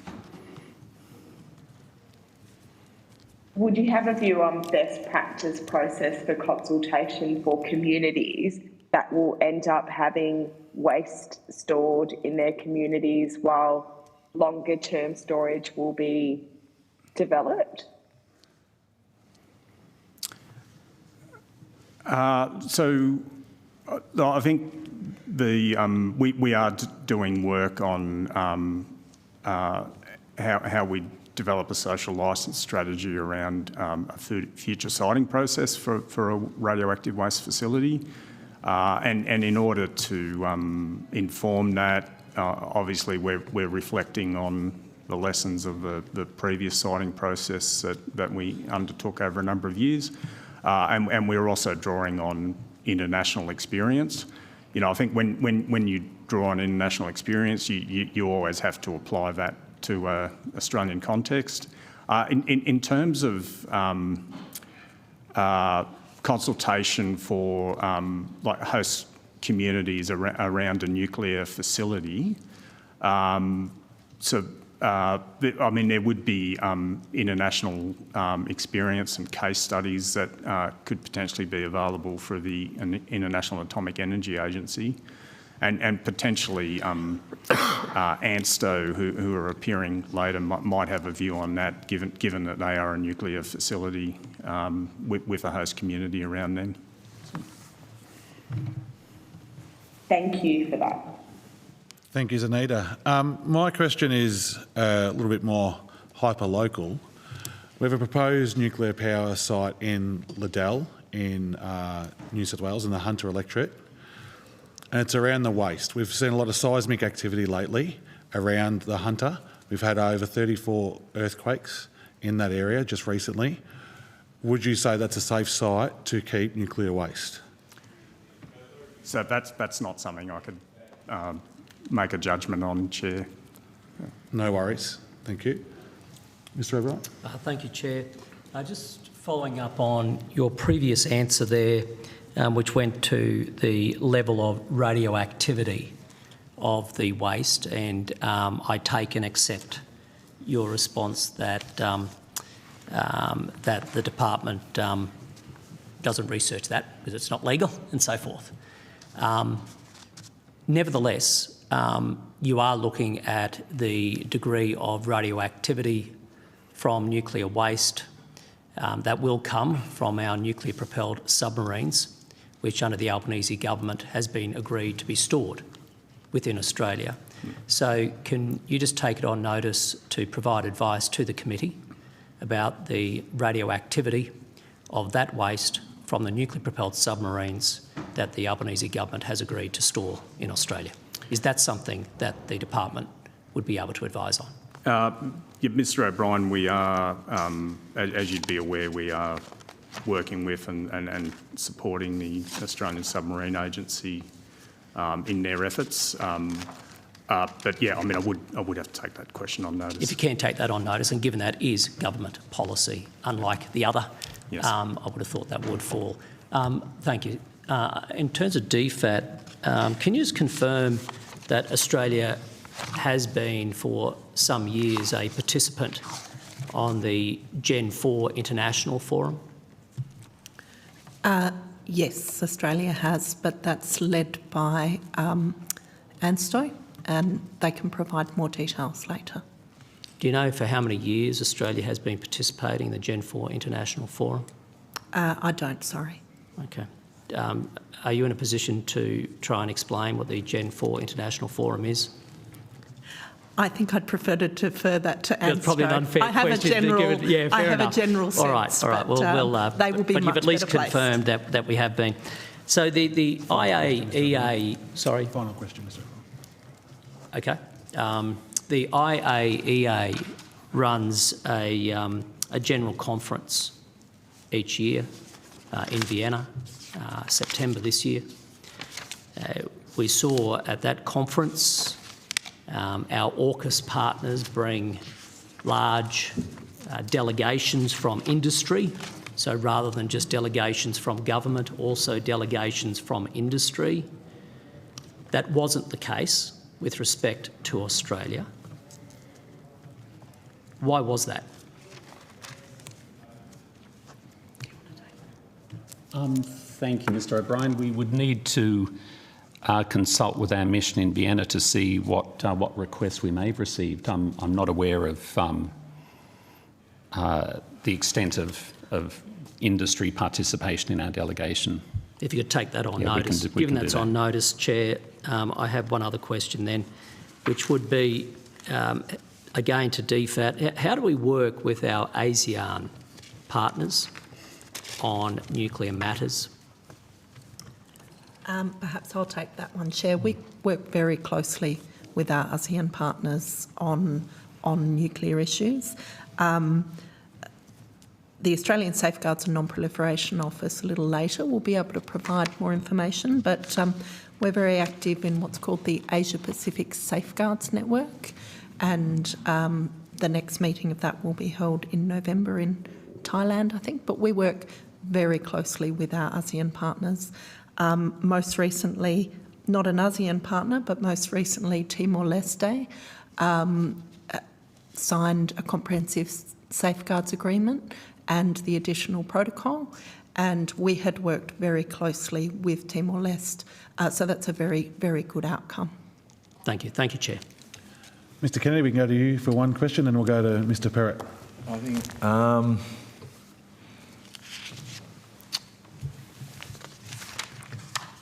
just maybe for a trade question, being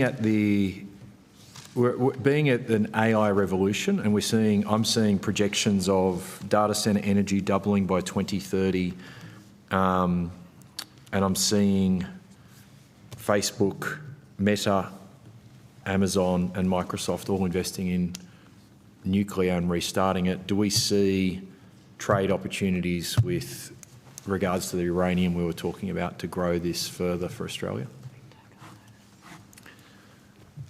Look, I think the specific question and what might drive demand and trade, I'll happily take that on notice. Okay, sure. Thank you. Okay, no problem. Thank you, Mr. Kennedy. We'll go to Mr. Perrott. You're on mute there, Graham. It's the best question I've ever heard you ask, Graham. You're on mute, Graham. You're on mute, mate. Beg your pardon. How long would it take to establish a facility where we enrich our own uranium? Look, I think that's probably one we'd have to take on notice. Okay, we'll go for a slightly, the interplay between Commonwealth and state. Could a state prevent a nuclear industry from occurring within its borders, even if the Commonwealth decided to overrule it?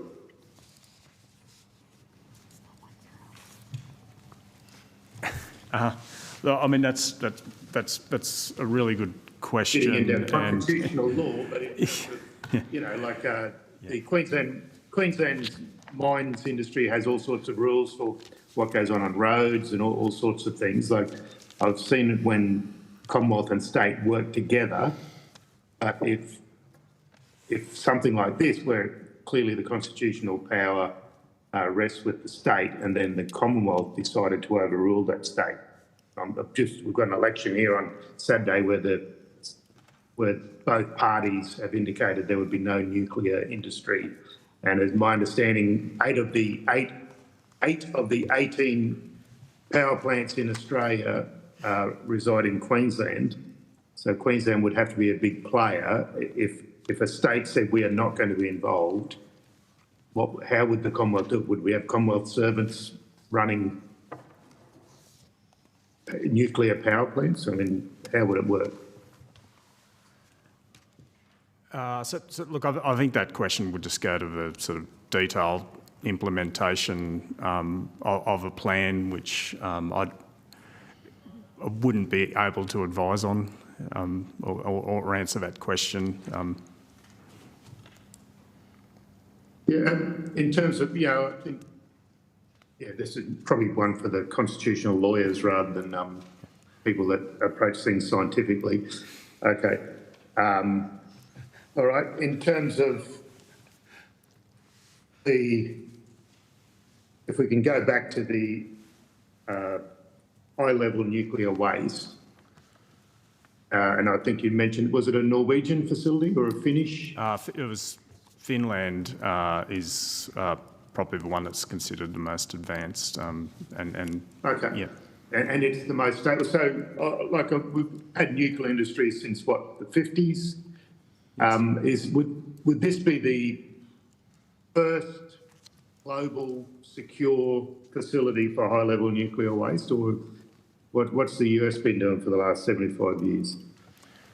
So our understanding is that, I mean, there are a number of programs that are well advanced in terms of developing permanent disposal facilities for high-level waste and spent fuel. Finland is one of them, but I think my understanding is if they achieve that later this year or early next year, it will be the first permanent disposal facility for high-level waste and spent fuel. In the world? In the world. After 75 plus years of nuclear waste, this would be the first. And that's assuming that concrete lasts thousands of years. I assume they haven't done a lot of studies on that go for thousands of years in terms of how concrete containers and the like respond to nuclear waste.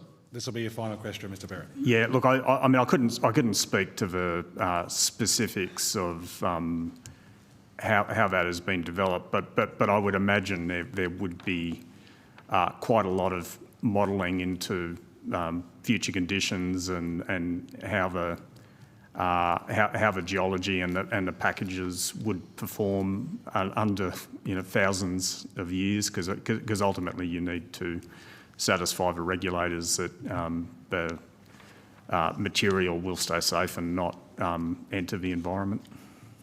Okay. Thanks, Chair. Thank you. Unfortunately, we've run out of time. Thank you for your time today. If you've been asked to provide any additional information, including questions on notice, please forward it to the Secretariat by Friday the 22nd of November 2024. Please note that responses to questions on notice will be published on the website as submissions to the inquiry.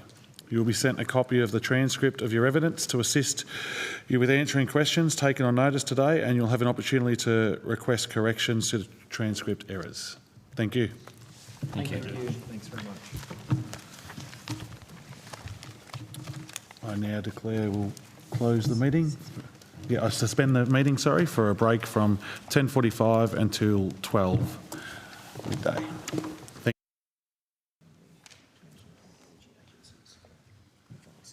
you. With it now being 1 o'clock, the Select Committee on Nuclear Energy for the inquiry into nuclear power generation in Australia will resume. I now welcome Australian Safeguard and Non-Proliferation Office, Australian Radiation Protection and Nuclear Safety Agency. For the Hansard record, would you please state your name and capacity in which you appear before the committee? Thank you, Chair. Jeff Shaw, Director General of the Australian Safeguards and Non-Proliferation Office. Thank you. Craig Everton, Assistant Secretary in the Australian Safeguards and Non-Proliferation Office. Thank you. And those online?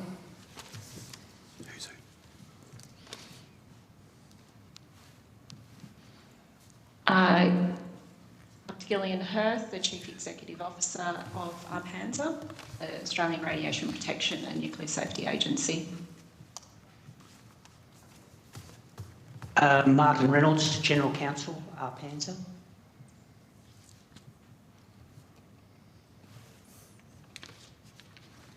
And do we have Jim Scott as well? We should have Jim there.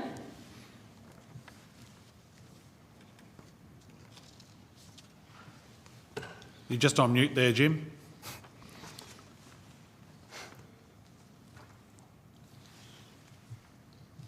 We just couldn't hear you there, Jim. You were just on mute. Jim, you're still on mute.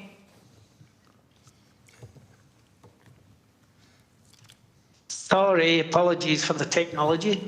Jim Scott, Chief Regulatory Officer at ARPANSA. Thank you very much. This hearing is a legal proceeding of the Parliament. The giving of false or misleading evidence is a serious matter and may be regarded as a contempt of Parliament.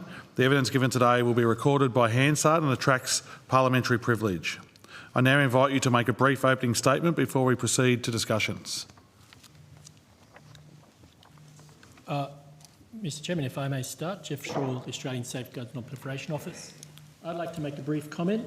Firstly, of course, to thank the committee for the invitation to be able to participate in these discussions, and I'll provide some general remarks about our regulatory role in relation to the international treaty commitments that Australia has. As a general comment, I would note that nuclear regulation has really three disciplines. There's, of course, nuclear safety, nuclear security, and nuclear safeguards, and ASNO's regulating two of those. We have a statutory responsibility to uphold Australia's international treaty obligations in relation to, as I say, nuclear safeguards and the physical protection of nuclear material, and we do that through robust regulation. As you are aware, Chair, the non-proliferation mandate resides with the Foreign Minister, and so the Australian Safeguards and Non-Proliferation Office sits within the DFAT portfolio, primarily due to the extensive amount of international engagement that is required, including with the International Atomic Energy Agency, the IAEA, and it's required in terms of implementing Australia's uranium export policy across some 25 nuclear cooperation agreements, which are treaty level and designed to ensure that Australian uranium remains exclusively in peaceful use.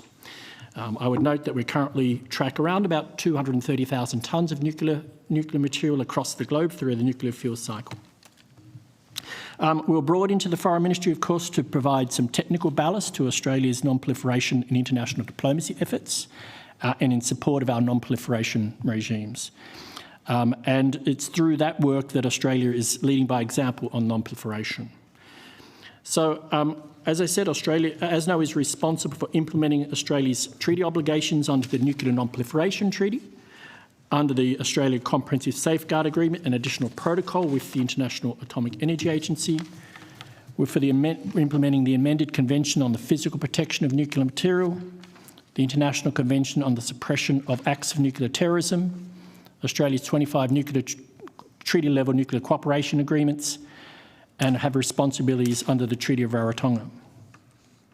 But just for the benefit of the committee, just to clarify, when we're talking about nuclear security, we're talking about the protection of nuclear material, so to prevent unauthorised access or sabotage against a facility. And when we're talking about nuclear safeguards, this is about trying to prevent the proliferation of a nuclear weapon. So one of the really interesting things about international safeguards, IAEA safeguards, is the international dimension. Unlike domestic regulation, this safeguards has an intrusive international inspection and reporting obligations that we manage. And just to give some context, in the 23-24 financial year, the IAEA conducted 22 inspection activities in Australia. And the number has increased, including since the announcement of AUKUS. I've got further details in my annual report, which was tabled earlier this week in Parliament, and I think there's some copies available. Australia also has, as I say, international obligations when it comes to nuclear security under the Convention on the Physical Protection of Nuclear Material.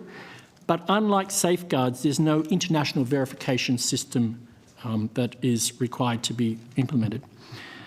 So when we talk about the international obligations, the physical protection applies to the physical protection measures that are required for the international transport of fresh fuel, so uranium exports, and for spent fuel. So these obligations, the safeguards and the nuclear security obligations, are given effect through the Safeguards Act, which, as I mentioned, is administered by ASNO. And the Safeguard Act applies to all jurisdictions in Australia. It's not just limited to federal.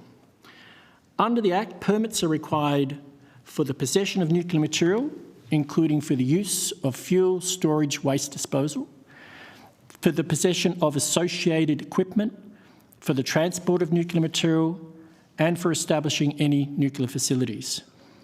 Permits cover things like nuclear material accountancy, physical protection, the reporting to the IAEA on nuclear material inventories, and facility design information, and also ensures that IAEA and ASNO inspectors have access. So ASNO does its own inspections under the Act, in addition to facilitating IAEA inspections to ensure all permit conditions are being complied with. While there are prohibitions under other legislation, there's nothing in the Safeguard Act itself that prohibits the construction of nuclear facilities in Australia. However, I would note before commencing any construction, a permit to establish a facility would be required and would be issued by the Foreign Minister. And although safeguards and security apply to the initial decision point, they're not determined in establishing timeframes. Australia has an excellent international credentials and standing in the nuclear safeguards and nuclear security. Australia was the first country in 2001 to receive the IAEA's high safeguards conclusion, and we've maintained that ever since. I think that's all I need to say at this stage. Thank you very much. Thank you, Dr. Shaw. Dr. Hirth, do you have anything? Do you have an opening statement you'd like to make? No, we didn't prepare an opening statement. No worries, thank you. We might move on to questions then. Thank you.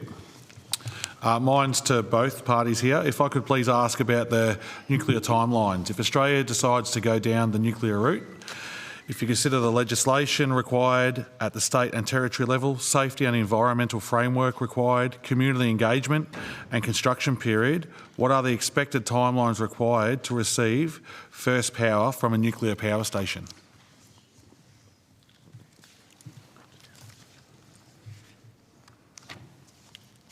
Sorry, Dr. Shaw. Yes, okay. Look, I would note that the safeguards and security requirements under legislation have limited bearing on site selection decisions. So our legislation is able to manage inspections. We already manage inspections. We have been doing inspections in Australia since 1957, when the first Lucas Heights Research Reactor commenced. So the timelines are not really affected by the nuclear safeguards and nuclear security dimensions, but I might pass over to my colleagues who may have better comment. Okay, thank you, Minister. In regards to timelines, I think It's important to note that the International Atomic Energy Agency does produce a guidance document, the IAEA Nuclear Energy Series NG G 3.1, which was most recently revised and published in June 2024, and it outlines a number of milestones in the development of a national infrastructure for nuclear power. This document guides the establishment of what is called a national position, and these are the considerations before a decision to launch a nuclear power program is taken, and it outlines the phases, but in particular it outlines 19 infrastructure issues that require specific actions to be taken during each of those phases. Certainly it's a very useful document, and if you don't already have a copy, would be more than happy to provide one to the committee as far as outlining all of the key steps that would need to be taken. In relation to how long that may take, within Australia, if you look at international, international case studies of recent rollout of nuclear power programs, the United Arab Emirates, I think they reached their national position statement in about 2008. They switched on their first of 4 nuclear power plants in 2020, and they switched on the 4th in 2024. So a 15, 16-year timeframe in which that program was rolled out from there being a firm national position to do so. So that, I guess, gives you an indication of the lead time that would be required. Within Australia, whilst we do have a regulatory framework already in place, and we do have many of the other requirements in relation to international conventions and treaties.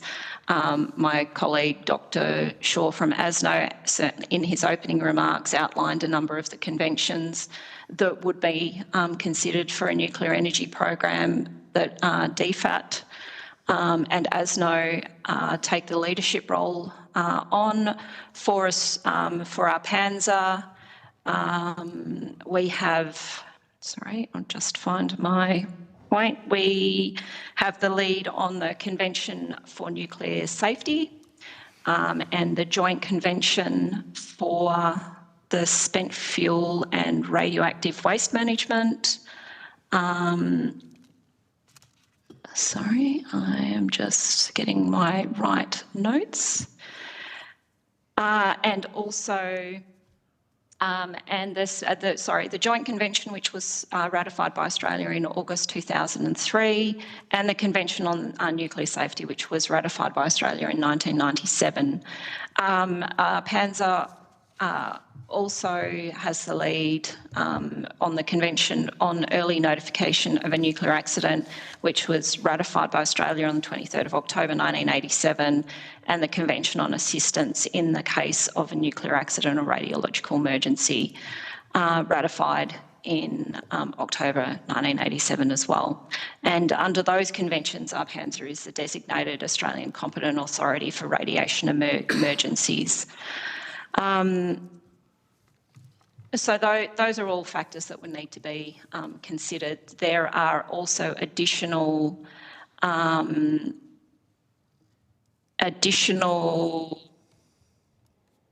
conventions that would need to be considered that Australia hasn't at this point in time ratified. So in a roundabout way, I would say you'll be looking at at least a 15-year period. Thank you, Dr. Hirth. And 15 years, that's if we started today, and obviously that's not going to happen. So could I just ask, around the safety side of things, can we safely build a nuclear power station in Australia with our current workforce, considering we don't have the expertise of nuclear power stations? Look, Australia present certainly some challenges you would need, but given the time frame for dealing with all of the other factors that may need to be considered with national position, establishing regulatory frameworks, there is workforce, there's lead time as long as you have a fixed plan, but certainly the workforce would present challenges for Australia on the current landscape, yes. We do have the technical competence that is present, but with the AUKUS program running concurrently, workforce would certainly present some challenges. So has workforce been issues in other countries? Because we know other countries that have got nuclear power plants are going over time as well with their plants. Look, I think the United Arab Emirates is an example where workforce ultimately, I think they could have switched on their first nuclear reactor. It was constructed by 2018. There was about an 18-month delay, I think, in actually switching on, and that was associated with workforce demands. They were also able to access a number of international people to come and work. Certainly from the regulatory body perspective, there was a large proportion of international employees as they developed their regulatory framework, noting that is progressively transitioning to, their workforce plan has been to enable sovereign employees to be looking after their capabilities.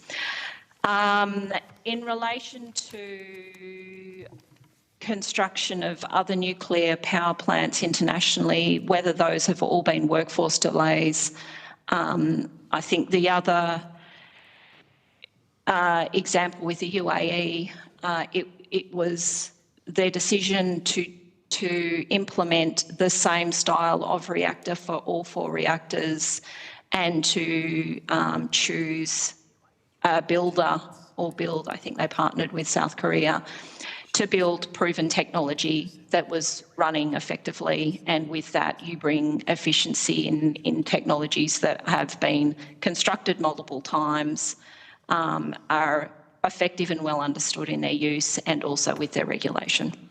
So in regards to the UAE, we have very different workplace health and safety standards than they do, so obviously that would add a little bit of time, but what I'm hearing you say, this is a question, yeah, thank you. Please let me finish, Deputy Chair. And what I am asking there is, would most of this workforce be international workforce to build a nuclear power station in Australia and run by an international workforce? I think that would have to be an issue that is explored once you have your clear national position, what the plan is and what workforce you need. I don't feel I can comment on where that workforce would come from without that fixed plan and when things would begin. Thank you, Dr Hirth, and on to you, Deputy Chair. Thank you, Chair. Thank you very much for appearing. I'll just follow up on that question. The Chair mentioned that the UAE and Australia have different health and safety standards. Is there any question mark over the health and safety of the UAE's nuclear program?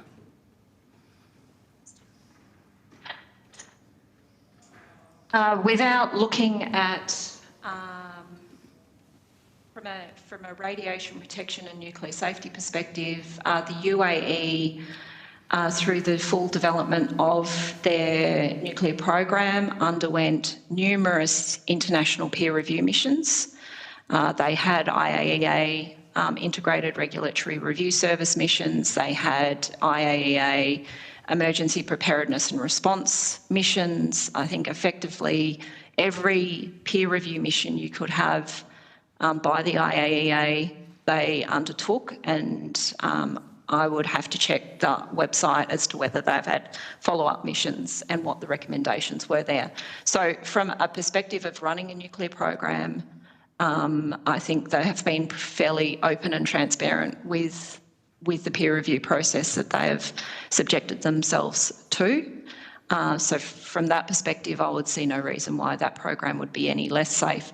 I can't comment on the work health and safety requirements from a national perspective for employees in the country. No, thank you very much. And both you and also Dr Shaw from Ansto have emphasised the importance of the IAEA and the need to comply.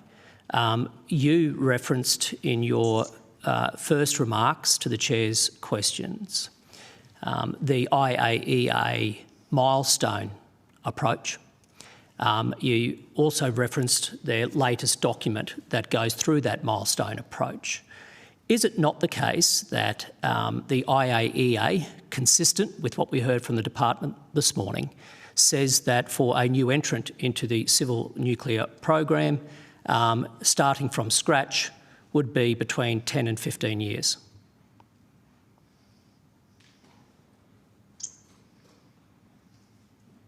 The IAEA may give that indication of 10 to 15 years. I think 10 years... I'm sorry, can you speak up? I'm missing a little bit of this.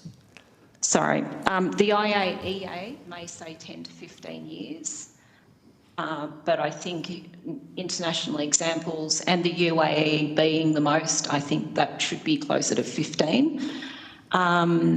And I think it also depends on the scale of the program that you are rolling out and the technologies that you choose.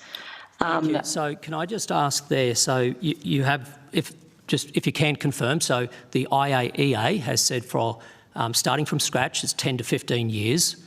Firstly, is that correct? I'm referring to the document you yourself referenced. Right. If not, you can take that on notice if you like, Doctor. So the reason, though, you have suggested that Australia would be towards 15 years rather than 10 years is using the UAE as a reference case. Is that correct? Yes, that's the most recent example of a program that has been developed and rolled out. Okay. So Doctor, unlike Australia, when the UAE sought to start its program, it had no nuclear regulator like Australia did. The UAE had no nuclear law like Australia does. It did not have the minimum adherence to international treaties, which Australia does. It did not have the strength of workforce and expertise in nuclear technology, including engineering, anything like Australia does. Do you really think, given the UAE's lack of existing foundation in nuclear compared to Australia's strong and well-recognised foundation in nuclear, it is a fair and reasonable reference point as opposed to accepting the IAEA's recommended 10 to 15 window?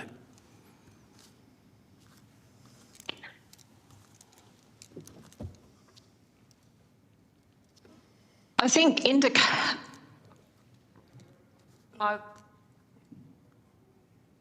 Australia does have many things in place, but we would still require significant review of our regulatory framework and the development of a clear national position, as outlined.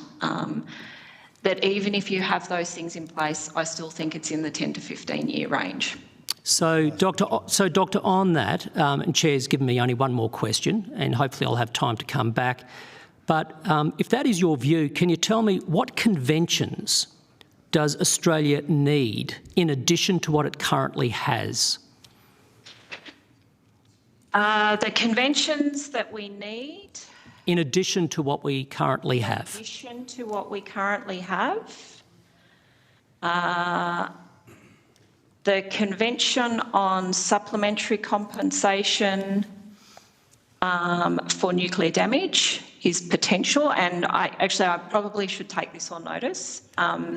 There are two conventions, the Vienna Convention on Civil Liability for Nuclear Damage and the Convention on Supplementary Compensation for Nuclear Damage. But isn't it true that we've actually signed the Convention on Supplementary Compensation? Indeed, it might need to be ratified, but haven't we already signed that? Are you suggesting that's going to push the timeline back by years? I don't think the conventions will necessarily push the time frame back. Then what is it, the Dr. signing and the establishment of the, whilst we do have a well-established regulatory framework, and construction of nuclear reactors still takes a significant time in order to achieve. Longer than what Ansto has advised the government? Are they wrong, Doctor? I'm sorry, I would have to see what Ansto. If you can take that on notice. Thank you very much, Chair. Take that on notice. Thank you. Mr Burnell. Thank you, Chair. I just want to go back to the workforce question. So the AUKUS program has estimated a workforce of approximately 20,000 over the next 25 odd years for the program to be rolled out, specifically around 5,500 on the actual build phase of the submarine program. What's the estimated size of workforce that would be required to undertake a program of the size that's been proposed currently by those opposite, and what effect that has on our existing workforce base here in Australia? So the estimated size of workforce for... Sorry, we just lost you there, Dr. Hirth.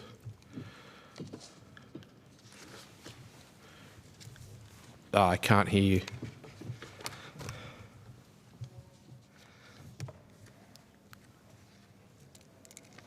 No, we're just having some trouble with your audio.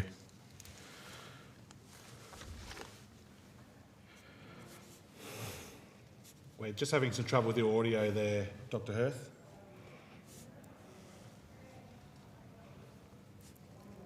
Oh, I might move. Can you hear me now? Yes, we can. Yep. No. I just clarify. Estimated size. I can't hear you. I've lost you again, Dr. Hirth. Something to do with your microphone, I think. I might ask my colleague, Jim Scott, to see if he can answer that question. Could one of the other people online please comment on this?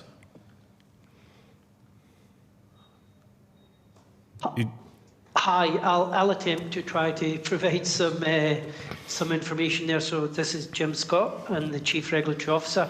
I guess the size of the workforce that would be required to establish a nuclear power programme would be dimensioned by the extent of the power programme itself, whether it's 1 reactor, 2 reactor, 3 reactors, etc. I have come from the nuclear industry in the UK and basically worked at our nuclear power stations in the UK. And I guess the question would be what the size of the programme and where your starting point is.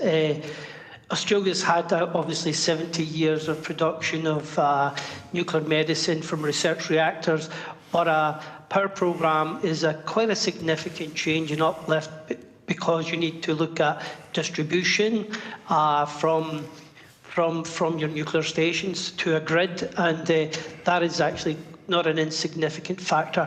So I guess that the answer to that is depends on the size of the programme that you are planning to install, the number of reactors, the types of reactors, and the vendor itself, whether it's, as Gillian pointed out, Dr. Hirth pointed out, the UEA opted for the Korean pressurised heavy water reactor because it had a history of successful implementation.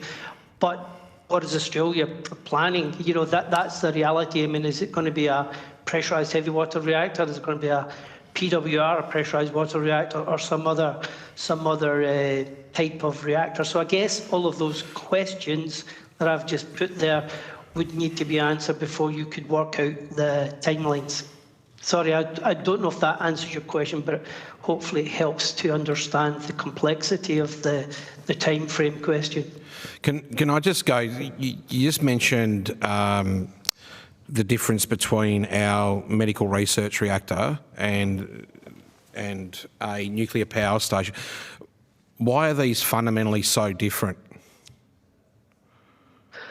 Okay, well, so the Opal reactor and prior to that the Haifa reactor are swimming pool type reactors which do not have pressurised circuits, unlike say pressurised water reactors or pressurised heavy water reactors. Now that is a very important difference because the complexity of the engineering is much more stringent requirements for pressurised circuits because of course a typical reactor might be working at 140 atmospheres, right? Whereas the Opal reactor will be operating at normal atmospheric pressure. So that is quite a significant difference between the research reactor and a nuclear power reactor operating at pressures and the complexities of the engineering that would be involved.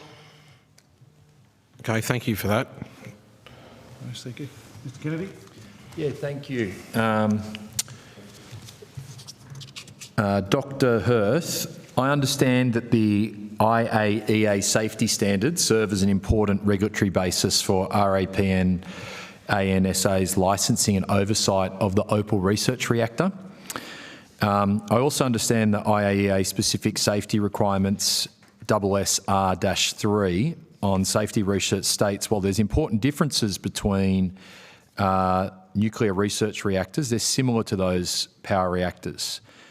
And the last fact I'd get you to confirm is that I understand that 76 of the 82 requirements, when you compare IAEA requirements for the safety of nuclear power plants to the other regulations, I understand 76 of the 82 requirements for a power reactor, or 92%, are already being used by RAPA NASA to regulate the light water reactor in Lucas Heights. So the question is, are these statistics correct? And does the significant overlap between IAEA safety requirements for the light water power research reactors overlap with the nuclear reactors? And would that be relatively easy for us to adopt? I think I would prefer to take a question on notice, given the detail that is required. Okay, no problems. Accepting that the RAPA NSA, excuse my, I'm struggling with that mouthful, RAPA NSA, ARPANSA, thank you. Accepting ARPANSA would need to grow its human resource capacity and expand its existing regulatory basis to cover some of these additional IAEA safety requirements. Do you think that ARPANSA would be well placed as a newcomer regulatory body, if not better placed than most other countries, to prepare to license nuclear power reactors? I think ARPANSA would be well based to grow. We have existing regulatory guidance, some of which would be applicable. We certainly have other regulatory guidance that would be required. And I think the work that we've been doing over the last 2 to 3 years with the implementation of the AUKUS program in our, I guess, transitionary role to a future defence regulator, we have been looking at capacity building and what workforce requirements would look like. And so, yes, I think that ARPANSA would be well placed within our framework. Obviously, there would be, modifications, but I think the other thing about whether ARPANSA would be able to regulate a nuclear power program depends on the nature of who would be the operator. Our remit is to regulate Commonwealth entities. and currently the state and territory regulators, if it was to be a privately operated nuclear power program within a state or territory, none of the state or territory regulators would have the competency or framework to support a nuclear program. We're the only civilian nuclear safety regulator in Australia, along with ASNO, where we share responsibilities around security regulation. Okay, thank you. And just, has APUNSA ever cooperated with relevant foreign regulatory bodies before? And would you expect to be able to do so if you're directed to licensed nuclear power plants for Australia? Absolutely. We already have bilateral agreements in place with the US Nuclear Regulatory Commission, the UK Office of Nuclear Regulation, with other, and we've had agreements with other regulatory bodies within the European community, and also the Canadian Nuclear Safety Commission and Health Canada. Whilst we don't have a current memorandum of understanding, we certainly meet with them on an annual basis and share information in relation to activities they've undertaken in capacity building, enhancing gender equality in nuclear regulatory agencies and with Indigenous engagement. Great. No, well, it sounds like you're very well prepared. So given that, I was just reading as you were giving your evidence, something the Parliamentary Library prepared for all of us here, just onto the timeline question. Given you're so well prepared, and I just note the 2024 IEA nuclear power reactors of the world, according to this report, the median construction time for 158 nuclear reactors connected to the grid between 1991 and 2023 was 84 months or 7 years. Given how well APUNSA is placed, given all the other things, and given the median of all these countries according to the 2024 IAEA is 7 years, and again, if conscious you wanted to take some of those others on notice, that's okay. Do we feel like it's going to be at the lower end of that time frame given the UAE experience and given that data? That would suggest to me, why would we be worse than the median? Or would we expect... For 7 years? So yeah. 7 years, if that's for construction of a licence, you've got siting and just understanding exactly what that 7 years encompasses. Yeah. Whether that's from licensing, it's construction. That's construction, but I guess, so you're saying does it take longer for the licensing? It's the lead time and the licensing. I think, Jim, if I could pass to you, from when we received the licence application for the Opal reactor and the regulatory approvals process, I think that was some 18 months to 3 years, was just before the construction commenced. But I would actually ask Jim to clarify that. Yes, absolutely, and thank you. And the construction actually is not actually the most time-consuming aspect. The time-consuming aspect, in fact, is siting, getting the approval, the social licence to site a plant. I would refer to the former National Radioactive Waste Management Facility. Trying to establish that has taken over 3 decades, and we've still not got there as a nation, Australia. So the siting part, it could be very time-consuming to obtain the necessarily social licence, and also the actual assessment of the reactor design from the siting stage onwards is actually very time-consuming. It's done in stage. We have a staged approach, which is international best practice. We have siting, construction and operation, and eventually decommissioning.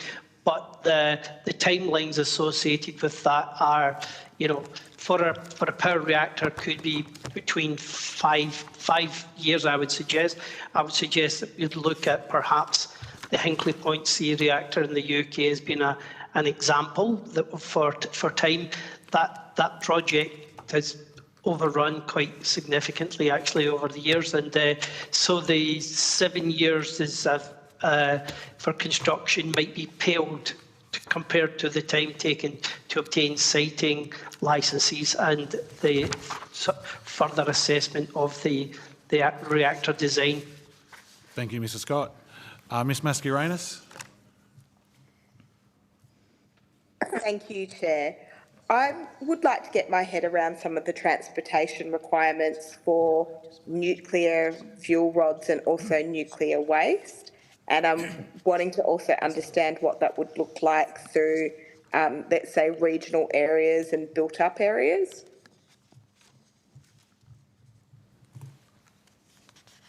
I might start, but I might also pass to Jim at some point.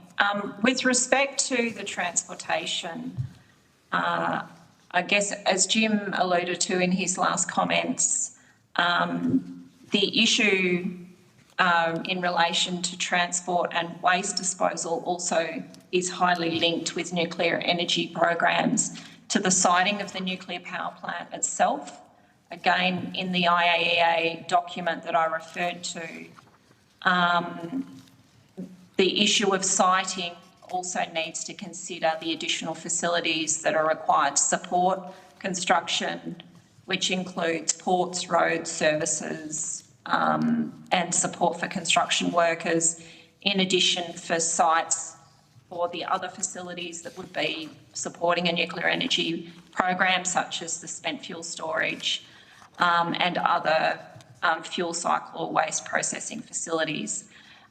So they're all things that need to be considered in the national position and it's also noted in the IAEA guidance document that you should look at factors like transport and that where possible minimise transport if you can and the distances between that. Obviously, again, it comes back to it depends what type of reactor, where you're proposing to build, and they're all factors that would need to be resolved in a national position and inform those discussions going forward.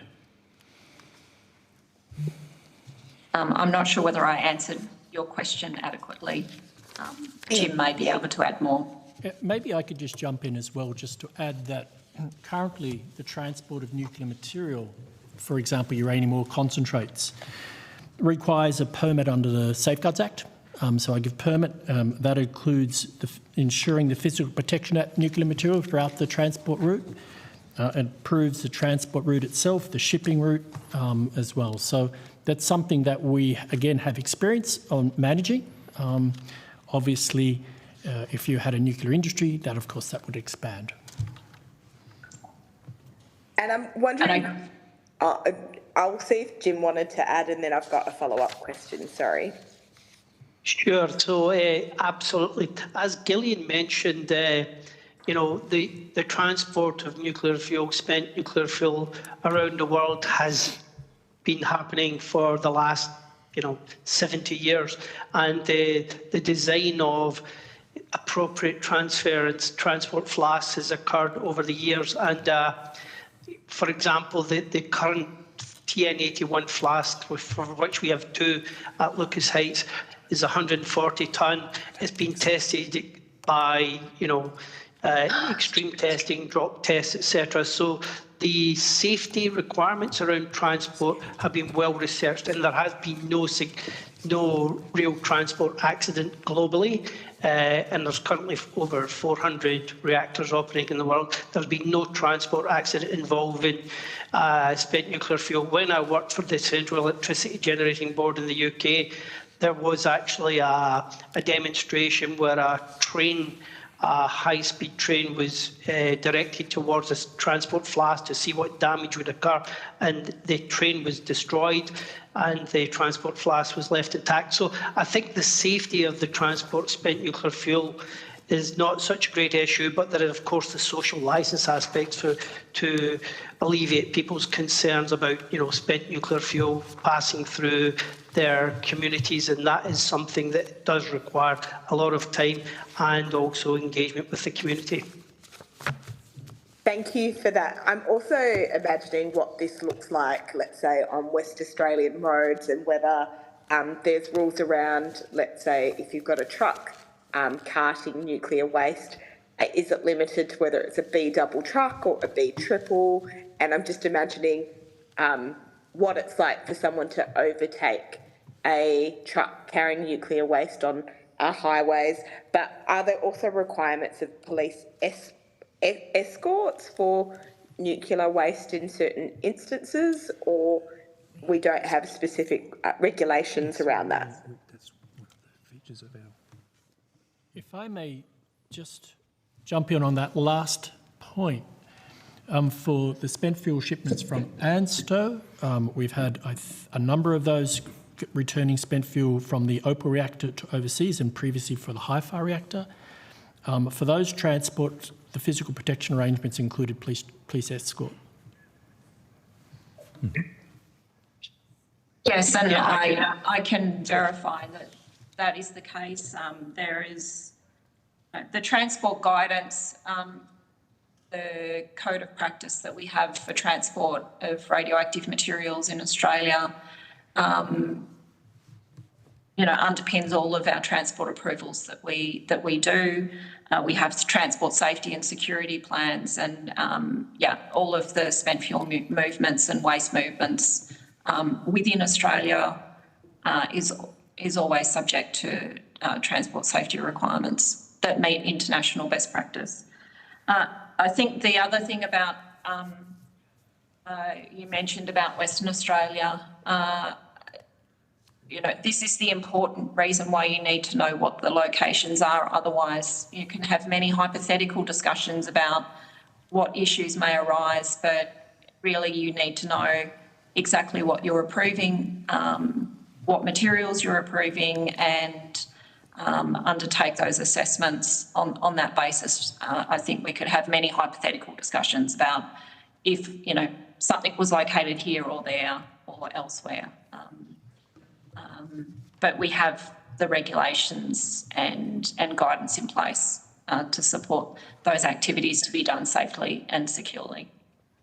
So maybe not using a hypothetical case, but we had the case last year in Western Australia where we had lost a nuclear component, and there were significant resources that were taken to recover that component. Can you talk about the regulations around that and maybe also costs associated with being able to recover the nuclear component? That's your final question, Ms Mascarenhas.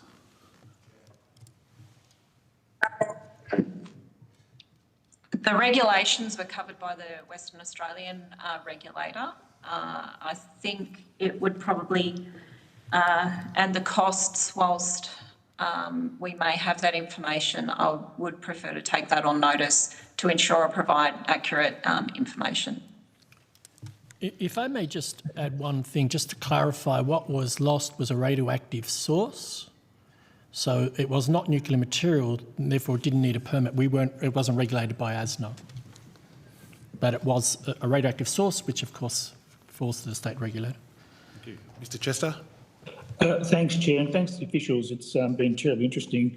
From a local member perspective, I've got the seat of Gippsland, which includes the Latrobe Valley, and if I was to stand up at a town meeting in my electorate and to say something along the lines of, we already have technical expertise and significant corporate knowledge already existing in Australia around nuclear safety and waste management through your organisations, would that be a fair thing for me to say? Is that an accurate representation of where we sit in Australia today? Yes, it certainly is. Across, safety, security, safeguards, we do have excellent expertise for the nuclear industry that we have in place. It's the scale that would be required, and it's the expansion of that expertise. Certainly, myself and staff from my organisation have representatives on international standards committees across all aspects of nuclear safety, radiation safety, waste safety, transport safety, emergency preparedness and response safety standards. And those are the standards that are applied to the nuclear industry as well as other nuclear installations. It's just that the scale that would be required for a nuclear program and these experts and the lead time to develop that capacity within the system. But we certainly have the knowledge. Thanks, Dr. Hurd. I think, Dr. Shaw, you said that Australia has excellent international credentials and we're leading by example, and we've had a safety inspection since 1957. So in many ways, it's quite a mature industry in Australia. What is our international reputation, though? I mean, you touched on that, I think, Dr. Hurd as well. Are we well regarded internationally as being, significant contributors around the whole supply chain, from mining to use to waste treatment, security, monitoring of material? Are we well regarded as a nation? Thank you for the question. I've got to jump in. Just to clarify, we've had IAEA safeguard inspections in Australia since we've started the nuclear program back in the 50s. That's designed, the international inspectors, and my reporting is just to provide assurances to the international community that we're not developing a nuclear weapon program. So our activities remain exclusively peaceful use. And in response to that, we have the highest level of safeguard reporting. We were the leads in improving safeguards in the 90s after the clandestine programs discovered in Iraq. We looked the lead in strengthening safeguards, and we continue to do that, and we are seen as one of the most credible safeguard officers in the world. And Australia continues to achieve the highest level of safeguards conclusions by the IAEA when it comes to safeguards. Similarly, on the nuclear security side and the physical protection side, the Nuclear Threat Initiative, which is a US think tank, continually ranks Australia as the #1 when it comes to nuclear security aspects. The expertise, we have some of the world's leading experts, at least on the safeguards and security. I'll leave Gillian to talk about her patch. But on the safeguard side, I think what we are seeing is that we have extraordinary expertise in this country. But what we are doing is we're stepping up that capability now because of the transition with the Naval Nuclear Propulsion Program. So we are trying to build up that capability. We're working on that. It does take time. For example, to develop expertise when it comes to nuclear safeguards, you're looking at a 4 to 5 year investment in training and capability. But we need to do that because we do the domestic inspections to provide assurances to the community that on the safeguard side and on our physical protection side, that Australia meets the high standards. So I thank you for that. And further to your commentary, there's a lot of speculation around the issue of social licence, and you've just touched on a little bit there as well. What's the feedback that you receive about community confidence in how the industry is regulated at the moment? Do you do any benchmarking or any research to indicate whether the community is confident that we are well regulated with the industry we have at the moment? Again, I won't touch on the safety side. In terms of our engagement under the Safeguards Act, we regulate around 150, I have around 150 permit holders across the country. And we engage with those permit holders on a regular basis, including how we can improve our regulatory processes. So that's an ongoing process. I don't know, Craig, is there anything you want? No, I think nothing to add on that point yet. So yeah, I think that's the consultation process that we engage in, as well as engaging with academic communities, think tanks, and civil society. But the safety I'll leave to Dr. Hurst.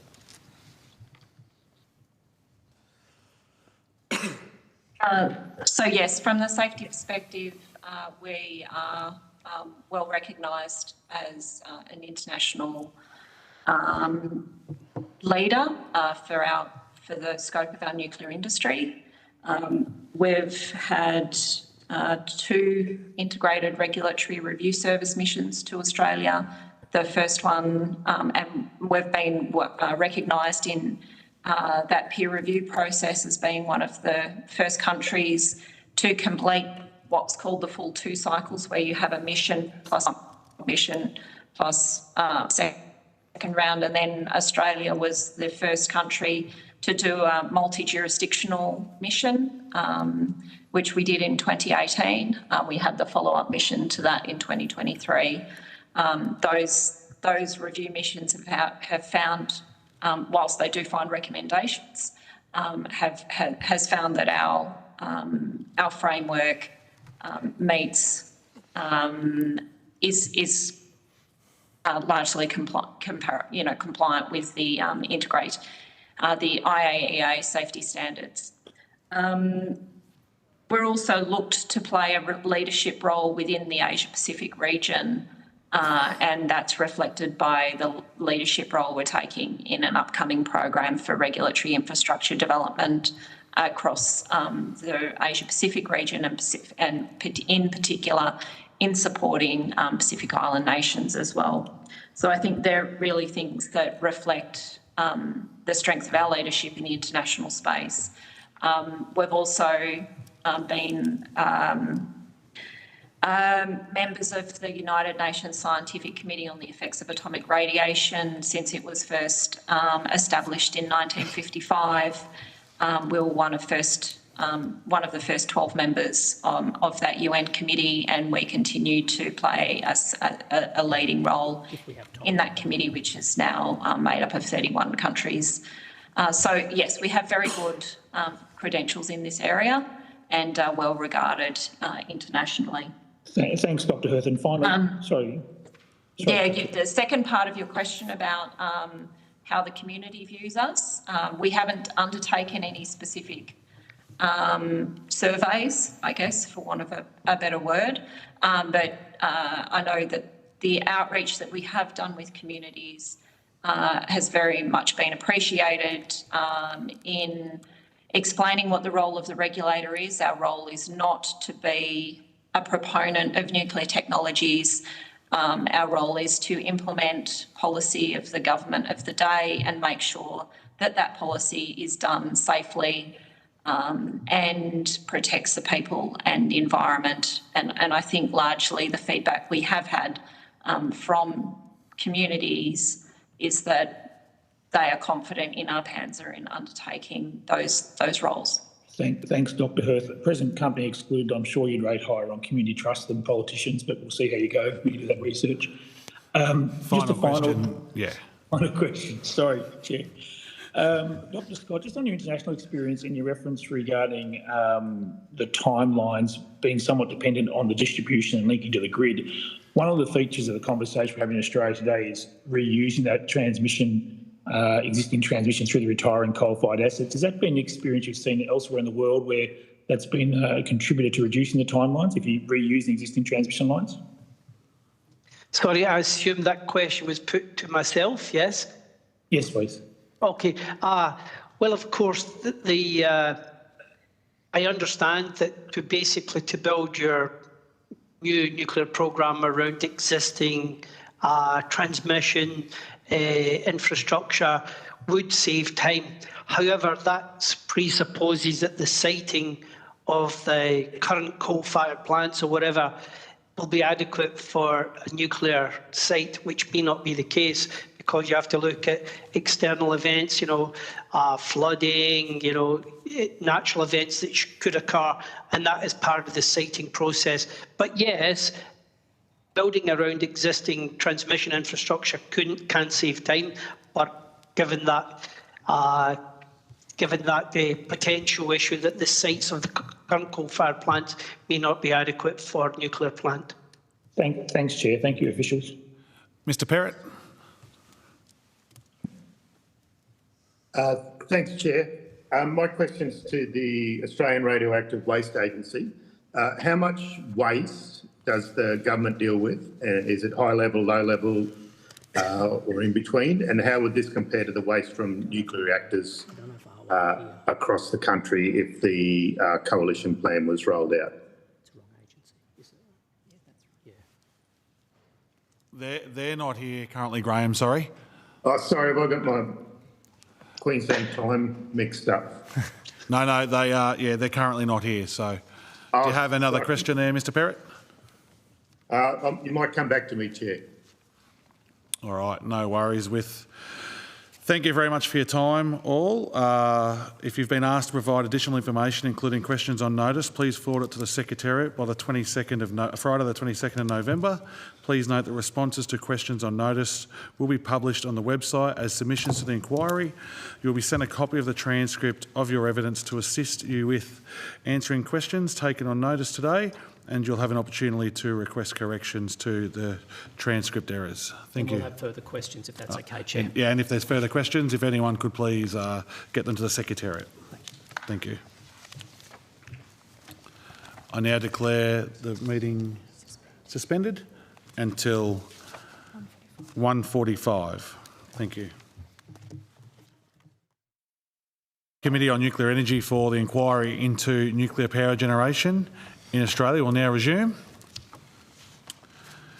I now welcome Australian Nuclear Science and Technology Organisation to give evidence today. For the Hansard record, would you please state your name and the capacity in which you appear before the committee? Thank you, Chair. If I can just check you can hear me okay. Yep, we got you fine. Okay. My name is Sean Jenkinson. I'm the Chief Executive Officer of Ansto, my colleague.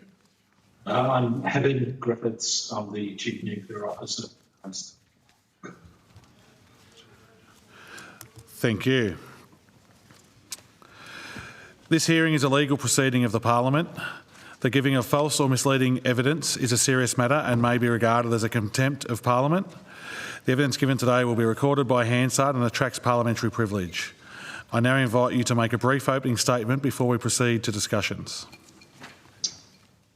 Thank you, Chair. I'll read a brief opening statement. So, as the Chief Executive Officer of Ansto, it's a privilege to be here today with my colleague Heather Griffiths to assist the committee in its consideration of nuclear power generation in Australia. I'd like to take this opportunity to relay that Ansto has overseen the design, construction, commissioning and safe operation of nuclear research reactors and associated waste management for more than 70 years. Our Opal research reactor is not designed to generate power and cannot be modified to do so. It is one of the world's most advanced and reliable multi-purpose reactors. Its primary purpose is the generation of neutrons, which are utilised for the production of radiopharmaceuticals, scientific research, and to support industrial applications. We have a highly skilled nuclear workforce within Ansto, and our infrastructure is crucial to the work of thousands of researchers who are investigating complex challenges of our time. Ansto's own mission-based research utilises nuclear science and technology to investigate and improve human health, the environment, understand climate change, and the path to net zero.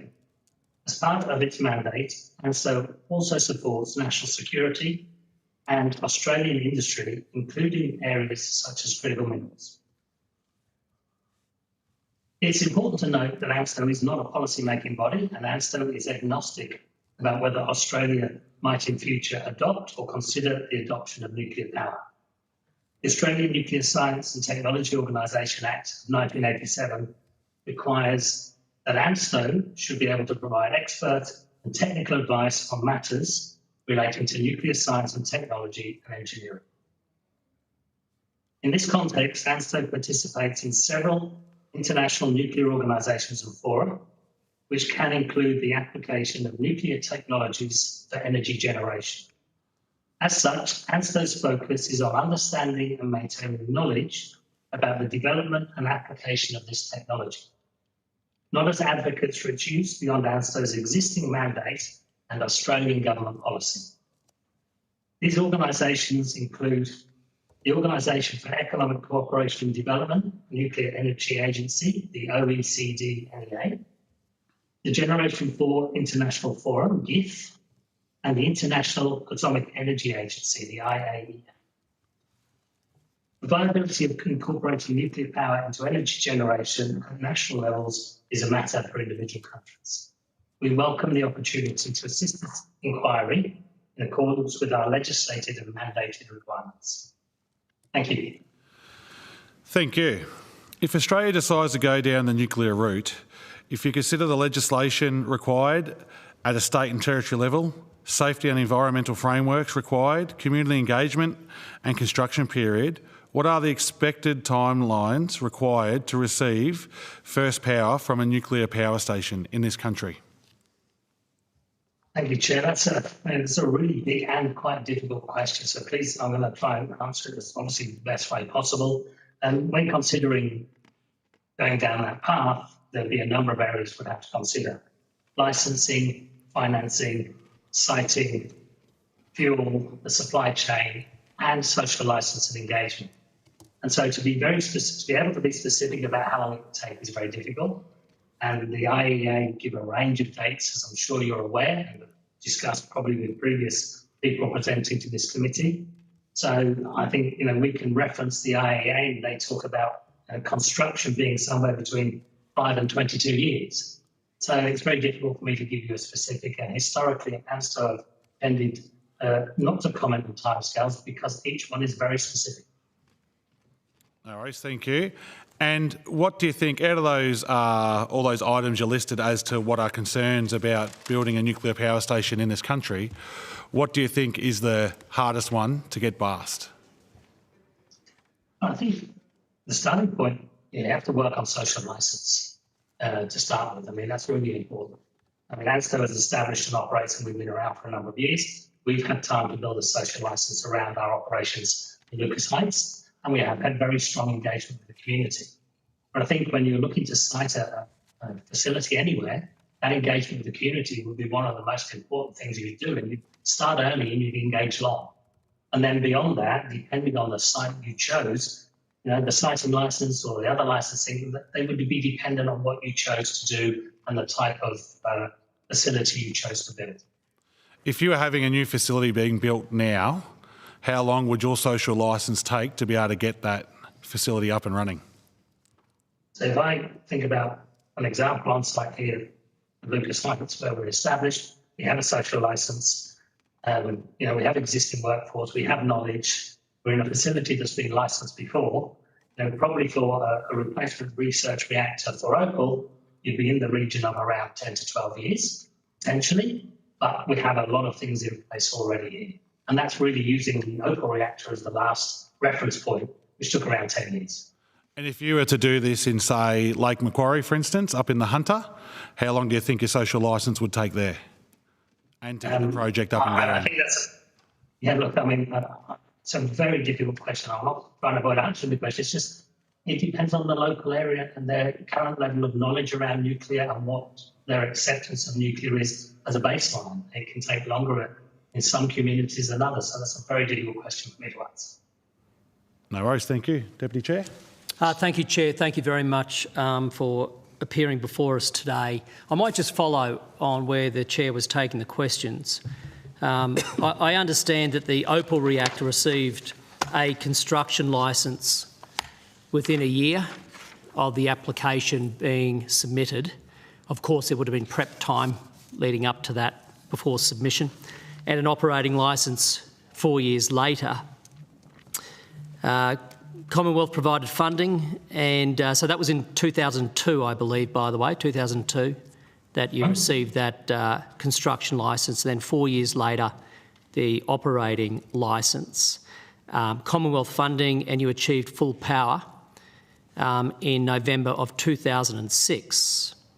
So my understanding, from what I've been told, on time and on budget. So here in Australia, the only reactor we do have, am I right in saying that well under 10 years it took to select, design, licence, build and commission a light water reactor? That's the first question. Yeah, those timescales that you mentioned, Opal, they are correct. I'm going to check them, but they sound correct. I think we started the original concept around 96, and then obviously through some of that pre-work, as was discussed, but correctly went to power in 2006. And then really back to operation in 2007. And as you know, the Coalition has announced a policy where we are only considering next of a kind reactors. So reactors that have worked elsewhere, gone through the regulatory process elsewhere. The Opal reactor, my understanding, was actually a first of a kind reactor. Is that right? Yeah, I mean, the Opal reactor is a multi-purpose research reactor and is bespoke for the design we wanted based on our requirements. So yes, it's different to one that you might be basing on a previous design that's already approved. That's impressive stuff. Congratulations. Can I just then ask, in terms of the efficiency of the reactor, I understand that it's one of, if not the hardest working, most reliable light water research reactors in the world. Is that the case, and can you please speak to that? Sure. So Opal, as we said, is a multi-purpose reactor, and therefore produces nuclear medicines, and we need it to be available for research. And it operates typically at around 300 days of power a year, and that would put it in really the top performing 2 or 3 reactors in the world. And we manage that very carefully.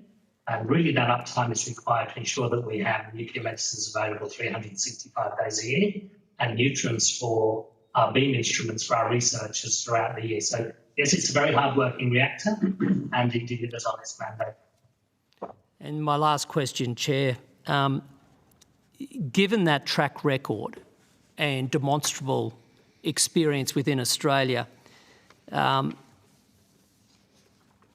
do you feel confident that Australia as a nation would be capable of developing world-class ability to operate a number of light water power reactors that don't need all the clever stuff of the Opal reactor, but whose job is to basically make electricity? I think I'm always impressed by the capability of Australia and what it can deliver, and I'm sure if it was required to do so, it could meet the challenge. I think you have to make sure that there is an available workforce to do so, and you have to make sure that you go through all the appropriate assessments of various sites. But we have a small but sophisticated nuclear workforce. What would be important is making sure you could scale that workforce to meet the needs. Thank you. I will have other questions, Chair, but I'll pass on for now. Thank you. Mr Burnell. Thank you, Chair. Thank you for coming and giving evidence today, Mr Jenkins and Mr Griffiths. Unlike the Deputy Chair, I haven't had the luxury of sitting in a portfolio yet, and was only elected recently to Parliament. So for myself and people that might be listening to the broadcast today, can you just explain or elaborate on the differences between the Lucas Heights research reactor and a nuclear power station for domestic energy production in terms of size, waste production, including whether the waste is high or low level? Like, just tease that out in layman's terms for us, please. I'll ask our Chief Nuclear Officer, Mr Griffiths. He's got extensive experience both working here and in the UK nuclear industry. He'll be able to answer that question for you. Thank you. Thanks. I think the starting point is the essential difference of what the reactors are designed to do. So ours is a neutron factory. So we utilise those neutrons to create nuclear medicines that are delivered to over 250 hospitals and clinics within Australia, and as Sean said, to deliver a world-class science capability. So our reactor has a very small core of uranium to generate those neutrons. We have about 40 kilos of uranium in our reactor. Because we're just generating neutrons, we operate at around ambient pressure, and the temperature of the water in our pool is about 40 degrees. If you're looking at a nuclear power reactor, the purpose there is similar to most conventional power stations, is to generate heat and use that heat to generate steam in a secondary circuit, turn the turbine and generate electricity.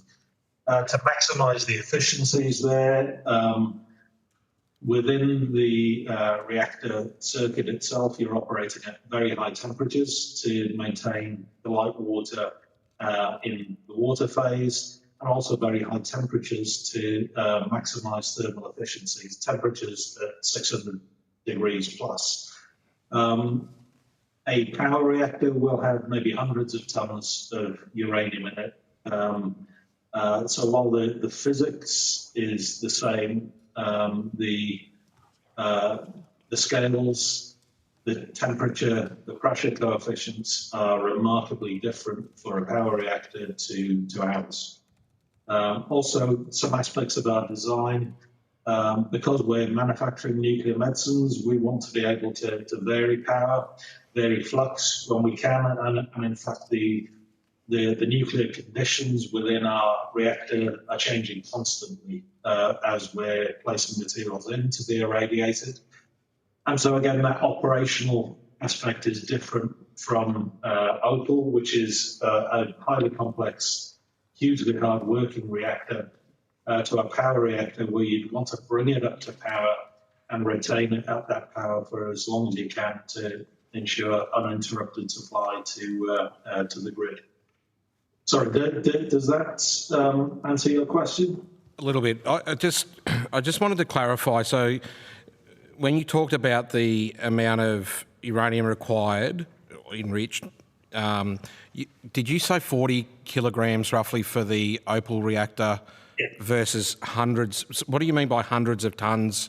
It's just significantly larger quantity of uranium required to drive a power reactor. Right. I can certainly take on notice to get you the details of what would likely to be in a power reactor. So there's significantly different levels of waste generated between the research reactor that you work with, the light water reactor, and a nuclear power generation unit. Yeah. Just my last question, I just wanted to clarify. So what's the megawatt size of the Opal reactor versus what we'd be talking about around a nuclear power station? Like, what's the difference there? In terms of the thermal power, we're 20 megawatts, and a nuclear power station can go from hundreds of megawatts up to 1,000 megawatt tends to be the standard now. That's a remarkable difference, isn't it?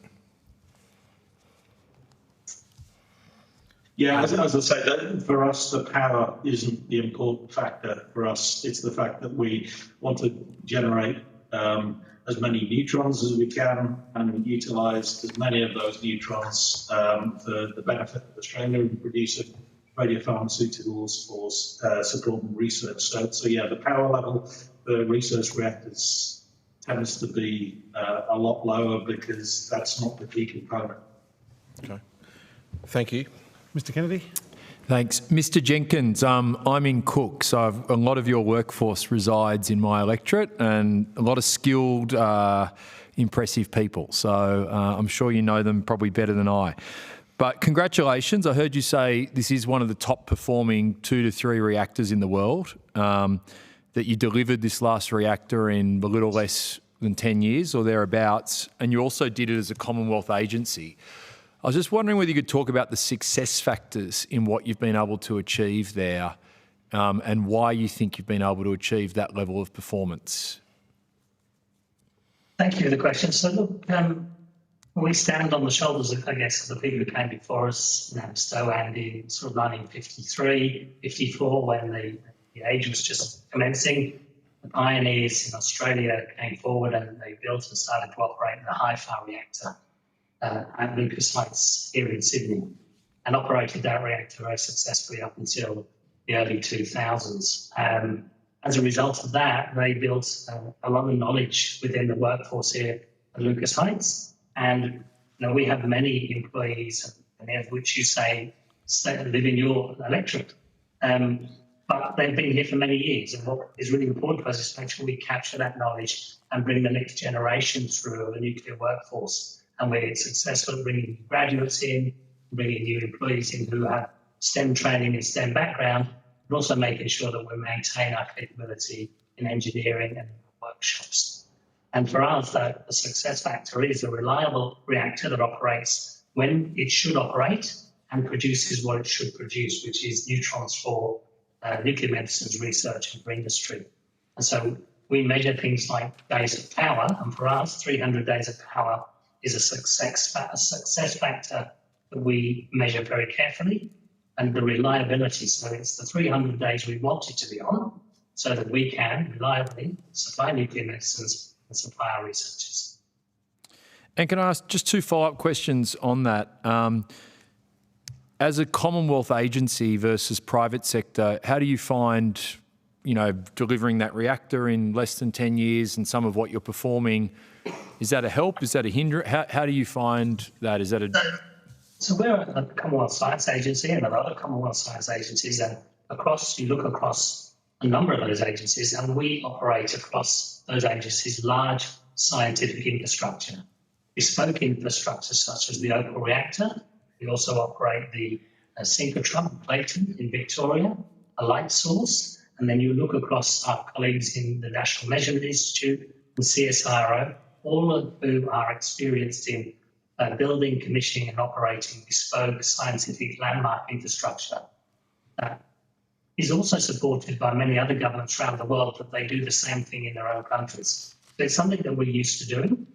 So having ourselves as what we would describe as intelligent customers when you're operating with a supplier, to be able to define very clearly what the output for your multi-purpose reactor needs to be, and then working very closely with that vendor to ensure they deliver on those requirements is something that we have developed over many years with our staff. And just one or two more quick questions. One, this may be hard for you to answer, but if a private sector consortium or group was asked to do what you've done, the uptime, the delivery in 10 years, do you think they would be as well placed as a Commonwealth agent, or the advantages you just described that you've had?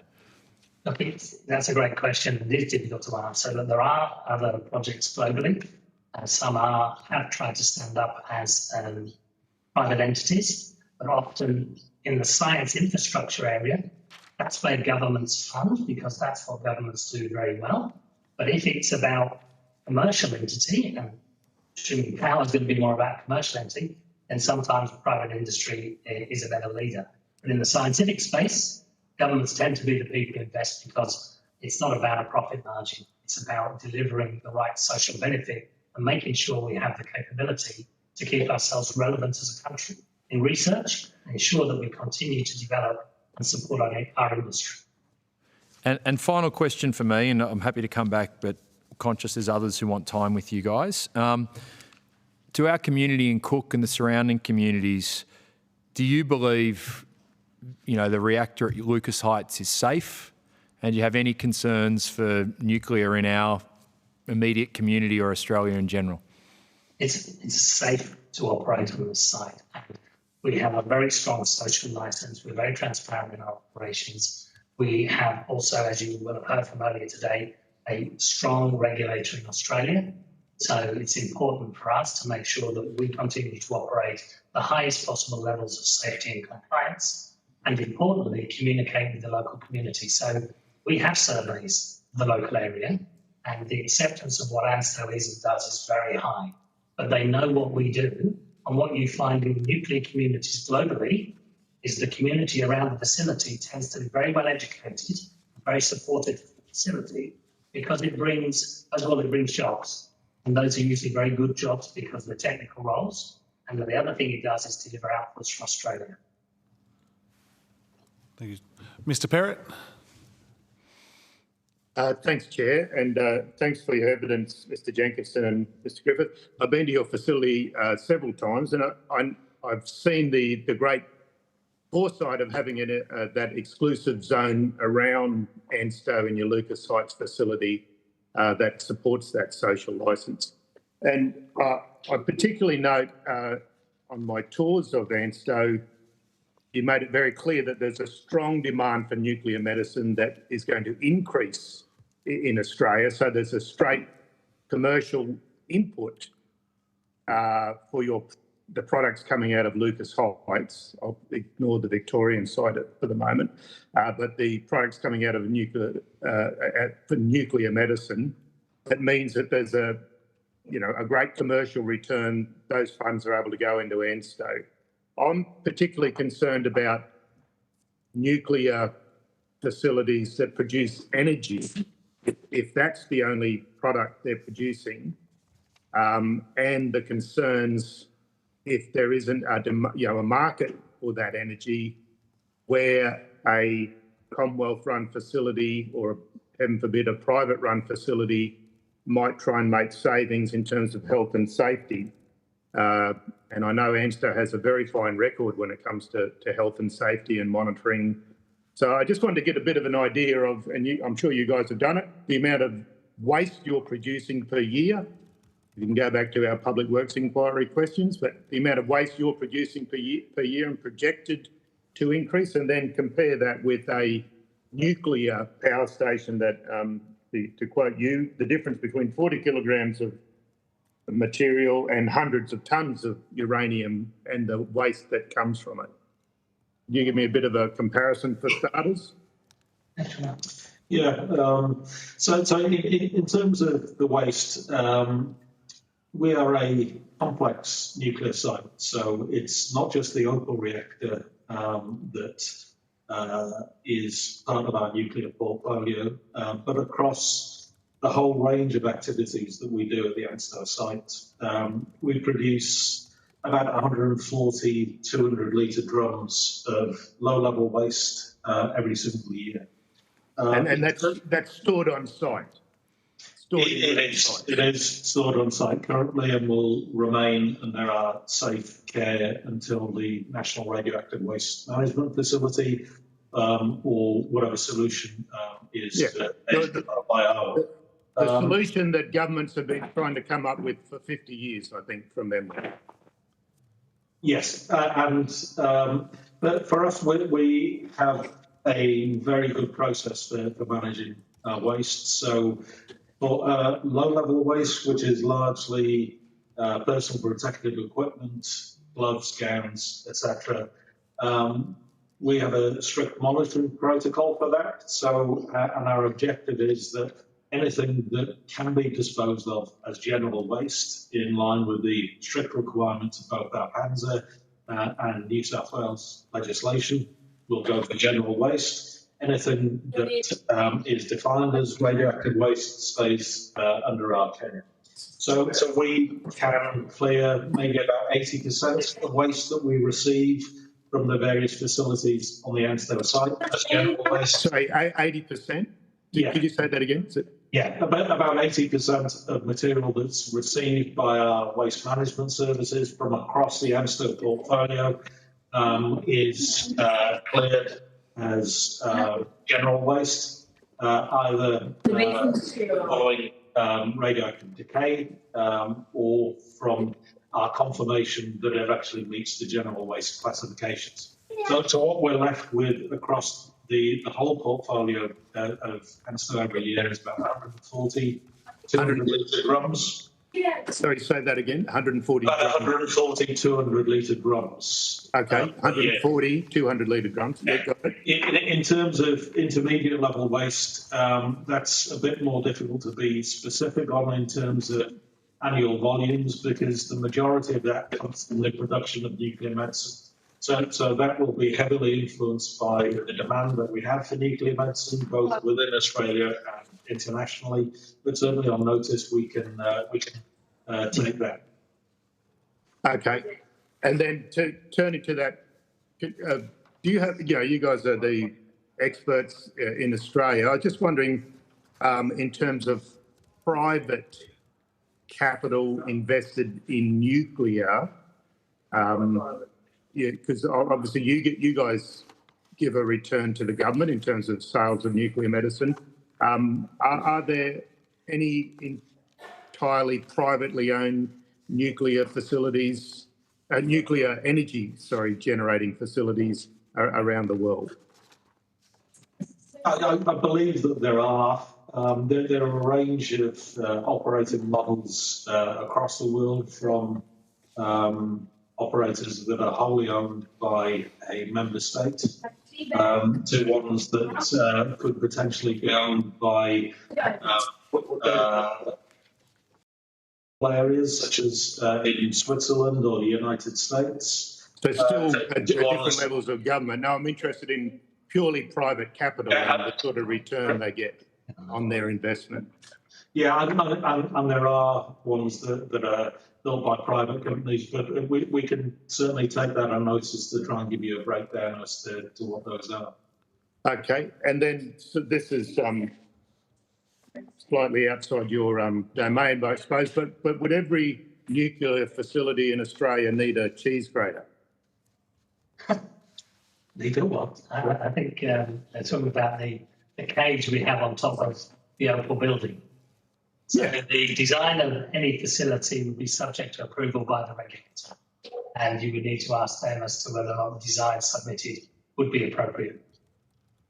But not be a bit hard to create a facility so big that it could contain a nuclear power station, surely. Sorry, can you just repeat that question? It would be a difficult engineering feat to build a cheese grater that would enclose a nuclear power station. I think the design of power stations globally have inherent safety built within them, and that they're approved on that basis. Okay. It's the difference between 40 kilograms and a couple of tonnes of uranium, I guess. All right. Thanks very much. Mr. Chester. Thanks, Chair. Thanks for your evidence today. Very interested in the issue around social licence, and I'm wondering if you can describe, for those not as familiar with your site, the geographic location of your reactor in relation to the population nearby. Sure. This is a big rough estimate, but I'll give you the best information. So we're based in sort of southwest Sydney area, and we are, I think, probably when originally built, some way out of the city and away from the population, but over time the population has moved closer to Ansto. I would say that the closest residence would be about a kilometre away from the Ansto facility. We have an exclusion zone of a radius of a circle of a kilometre, and so communities across the river from us are within about a kilometre and a half. Menai is about 4 kilometres up the road. We have golf courses, got the resources recovery centre across the road. We have a number of co-located small businesses that operate within our accelerator hub for new businesses. But we have a fenced facility that is the secure area where we do our own operations. And it's a bit of a favour. Thank you. And in terms of the broader population of the Sydney Basin, within 20 kilometres of the broader population? Look, we're about 35 to 40 k's from the city centre, and my commute every day is about 35 minutes from very much the eastern suburbs of Sydney, which is the heart of the population, and I drive through suburbs pretty much all the way to get here. And I take it the real estate prices are incredibly cheap because it's located so close to a nuclear reactor? I don't think you can find any relatively cheap prices in Sydney for real estate. That was facetious, I'm sorry. Just in terms of workforce, I'm very interested also in how hard it is to attract and retain a skilled workforce in your industry. You're competing, obviously, internationally for your workforce. Can you just describe to me how that goes for you? Is it a tough environment to be attracting and retaining workforce? You look across our workforce, we have about 1,400 employees. Of that, we've probably got about 450 sort of scientific and technical people in there, about 250 people with PhDs. We've got a very large engineering cohort across all of the engineering disciplines. And then, of course, we've got those very important support functions, legal, HR, finance that you would expect in any organisation. Our technical and STEM workforce, we attract through many different avenues, graduate programs.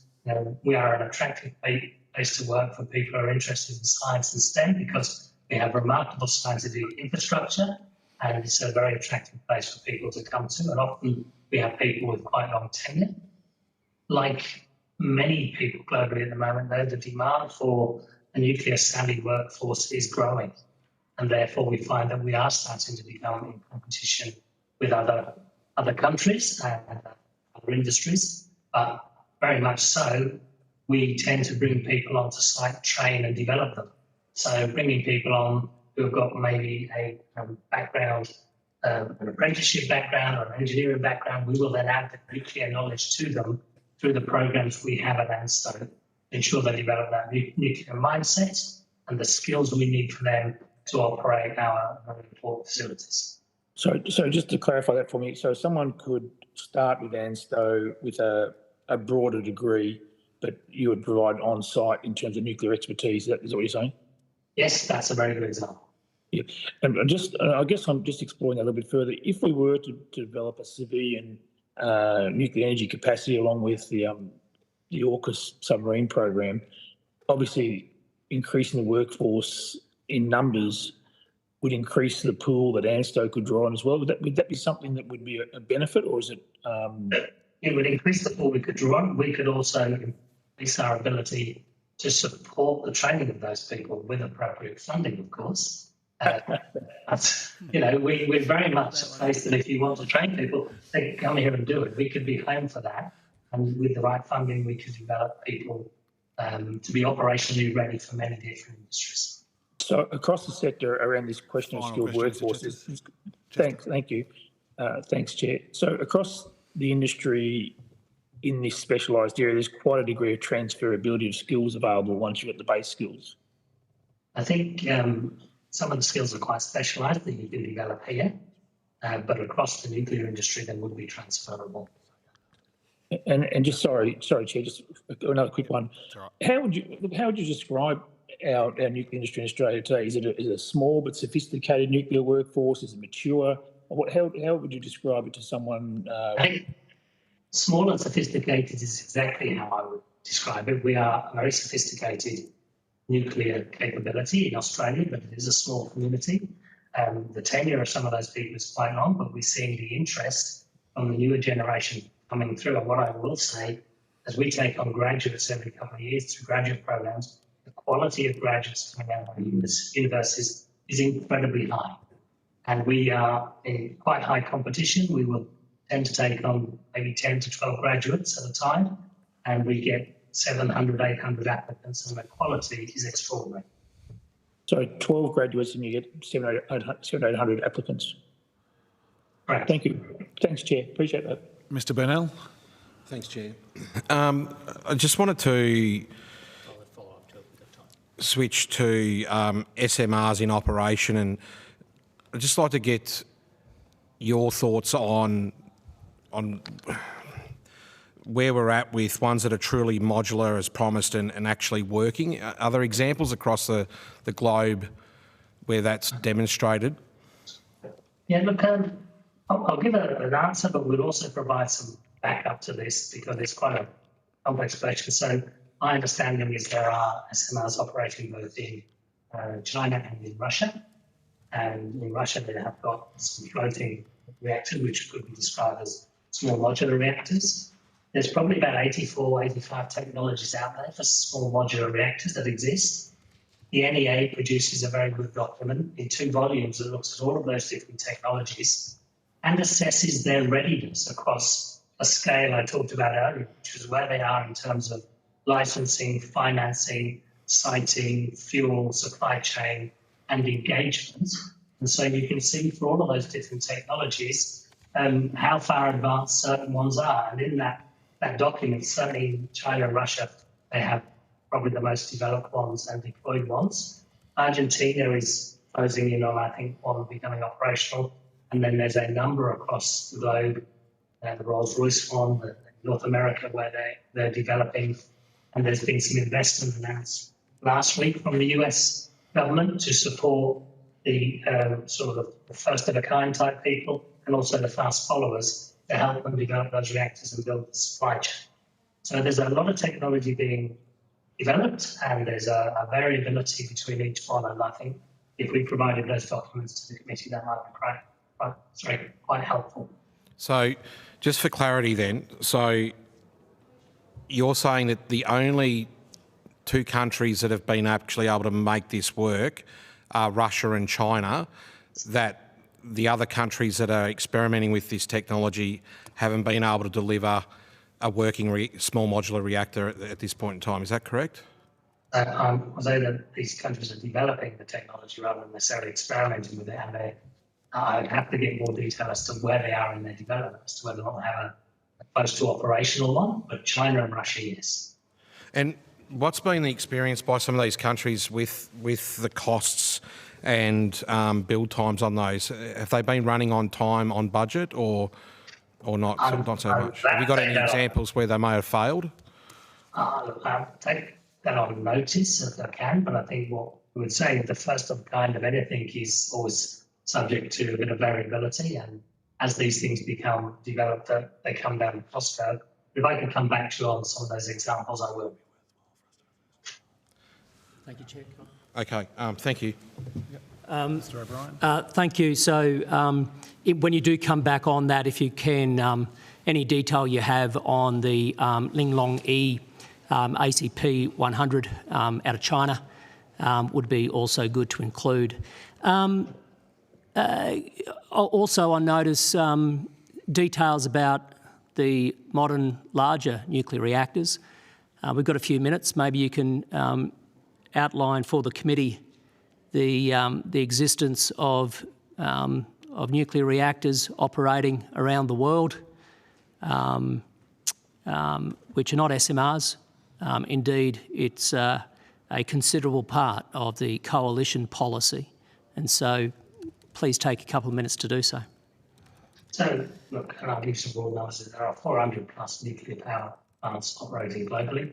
The country with the most is the US, and the country that has the highest proportion of power generated by nuclear power is France. So there's a very good summary of all of those reactors, and I will refer to that document from the IAEA to provide some in-detail information for the panel. And it generates around between 11 and 12 probably % of energy globally. That's probably quite a good summary of what's out there. Thank you. My last question starts with a point. When I was in the United States, I was amazed how quickly in the civil nuclear industry I met submariners. And when I was questioning them as to why there's so many submariners in the civil industry, they laughed and said, you clearly haven't spent many years under the water. And it then was educating to understand that of the 6 other nations that have nuclear-propelled submarines, they are all vibrant nuclear nations with civil programs. And the US explained to me that really that expands the workforce and provides that lifetime career. That sounds similar to what you're saying in terms of expanding the pool of available resources as Australia goes down the path of AUKUS. Is there any reason to believe that wouldn't also be the case if we go down the path of a civil nuclear program? I think that your point around submarines, one, you should think back that the first deployment of nuclear power for propulsion was in a submarine. And obviously those skills are transferable. And a lot of the safety standards were born out of that program, that Navy program in the US that's developed into what's been the nuclear industry. So what you can see is that that capability helps build a capability for a country. And yeah, that's an important thing to note. Thank you very much. Thank you, Chair. Thank you, Deputy Chair. My question is, I've got one final question before we finish up. The Lucas Heights facility versus what has been so-called proposed by the opposition, what is the difference between those two? And we spoke about social licence earlier and how long it would take to get to build. I know that you were avoiding the question a little bit there, but realistically, it took you guys 10 years to do that Lucas Heights facility. It's obviously going to take a lot longer to make a full-blown nuclear power station because yours is not a nuclear power station. They're very different comparisons. So to say that using the Opal case to say would be the same for a civil power reactor would be very difficult to compare. And I would like to note that we built our social licence up over 70 years, not just the 10 years of the construction of it. No worries, thank you. Thank you for your time today. If you've been asked to provide any additional information, including questions on notice, please forward it to the Secretariat by Friday the 22nd of November 2024. Please note that responses to questions on notice will be published on the website as submissions to the inquiry. If anybody up here has any questions we would like to pass on to the Secretariat, if we could please get that done in the next day or so, please, so that we can get that forward on to our witnesses. You will be sent a copy of the transcript of your evidence to assist with answering questions taken on notice today, and you'll have an opportunity to request the corrections to transcript errors. Thank you. Thank you. Thank you very much.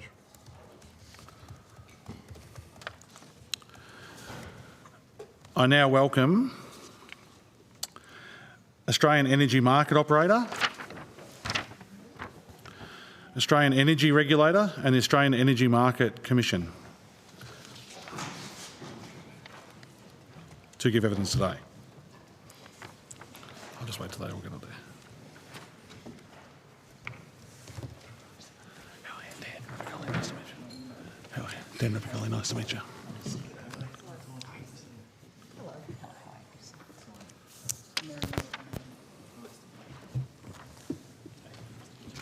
Dan Rapicoli. How are you? Dan Rapicoli, nice to meet you. Hello, Ted. Oh, yeah. How are you? Dan Rapicoli, nice to meet you, Claire. Ted O'Brien.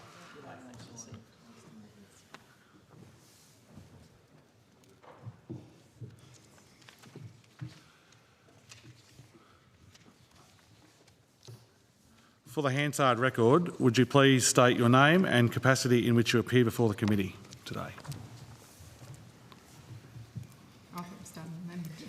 Daniel Westerman, I'm the Chief Executive and Managing Director of the Australian Energy Market Operator, or AEMO. And I'm Maren York. I'm the Executive General Manager of System Design at the Australian Energy Market Operator.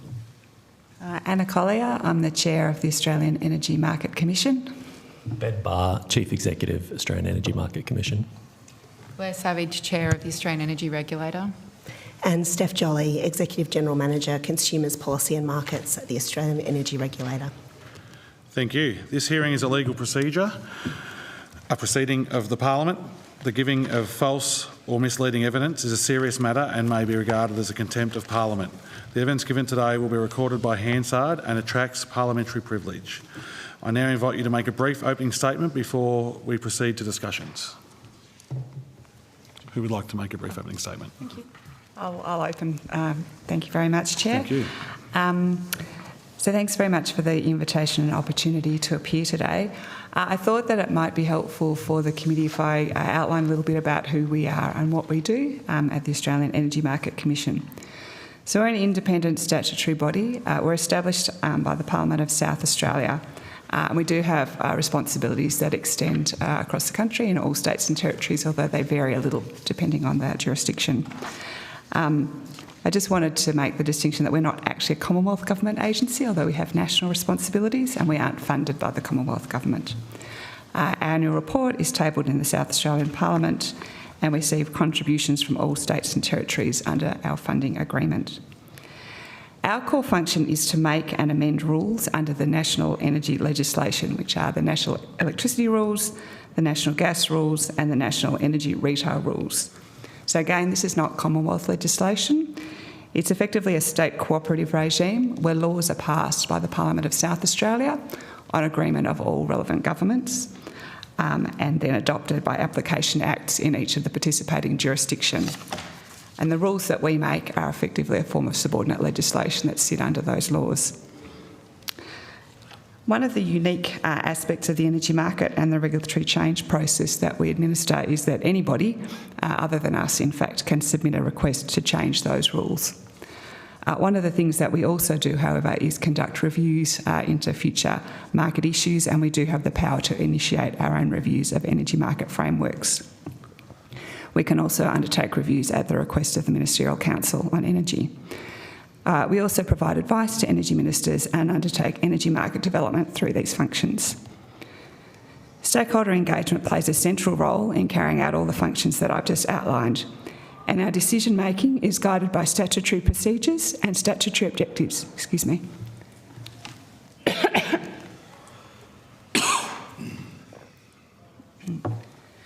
Our objectives require us to focus on the long-term interests of energy consumers in our rulemaking reviews and advice, looking to achieve the efficient investment in and use of energy market assets for the long-term interests of consumers, having regard to price, quality, safety, reliability and security of supply, and most recently added to our objectives is to also have regard to emissions reduction objectives. We work to achieve the right balance between these objectives as the energy sector transitions towards net zero. When it comes to nuclear, we haven't looked at this for some time, and I wanted to highlight that subject to our emissions reduction objectives, the AEMC is technology neutral. We make our rules to define the frameworks in which the services that go into the energy supply chain under our remit are bought and sold. So that includes a spot market for energy, the procurement of system services to ensure the grid is stable and secure, the delivery of that energy by way of monopoly infrastructure, and the inclusion of customer energy resources within those market frameworks. We aim to ensure that all of those services are delivered in a way that best balances the objectives I mentioned earlier. We also work within government policy as our overarching framework, so that when it comes to modelling that supports our work, such as the reliability panel work on market settings, we base it on the policy of the day. At this point, energy ministers have not requested our advice on the issue of including nuclear within the technology mix in the national energy market, and so we've not undertaken any work to date specifically on that issue. I'm happy to leave it there and take questions as we proceed. Thank you. Thank you very much. My question is for AEMO and AER. If Australia decides to go down the nuclear route, if you consider the legislation required at a state and territory level, safety and environmental framework required, community engagement and construction period, what are the expected timelines required to receive first power from a nuclear power station? Thank you for the question, Chair. Perhaps just by way of opening, AEMO operates the main electricity systems and markets across Australia, and we have a role in planning the development of the national electricity market. In that role, we're obviously technology agnostic, but our focus is on the operations of the systems and markets, and our planning role is quite tightly bound by the national electricity rules. The integrated system plan is a core element of our planning role, and to be clear, the integrated system plan does not consider nuclear as a component of that plan, and that is because nuclear is not currently permitted under Australia's current laws and policies. All right, so you can't talk about timeframes whatsoever? No? And what about to the AER? Well, thank you. Look, from our perspective, so just to be clear on our role as well, I wasn't planning to make an opening statement, but I was just going to give you a little bit of a sense as to what we do. So we're responsible for compliance and enforcement of the electricity laws and rules and the gas laws and rules. We monitor and report on the sector as well. So we do a lot of performance reporting of both the competitive markets, so wholesale and retail, and also networks. We're the monopoly infrastructure regulator, so we do the economic regulation of electricity poles and wires and gas pipelines, and we're the consumer protection body, so we set default prices and manage a website to help customers choose their energy deals, etc. So our functions are not specifically relevant to the terms of reference of this inquiry. I have been asked a couple of times and made comments. I can't talk to build. I don't know, about building nuclear power stations, but I do know about developing regulatory frameworks. So from my perspective, the comments I've made, and I should say too, I think, we all have a role in the energy system, and I think all of us have said it's a technology neutral role. I think we've got a big challenge in front of us in terms of meeting both net zero targets and being able to replace the existing power system, and certainly AEMO's integrated system plan suggests we have to rebuild the current system, then build a system sort of twice the size of the one we've got to accommodate electrification of industry and transport, and then potentially one that's 3 and 4 times size larger to accommodate energy exports. So nuclear may well have a role to play in delivering that full suite of demand that we'll have, from here to 2050. But in terms of the timeframes we can see just for the regulatory development, I've been involved in quite a number of different exercises of developing regulatory frameworks, and by the time you do licensing, safety, environmental, technical, commercial, and you do legislation, rules, guidelines, consultation. For us just to do a guideline takes 12 to 18 months because you have to do an issues paper, a draft decision, a final decision. There's 2 rounds of consultation that we're required to do under the rules.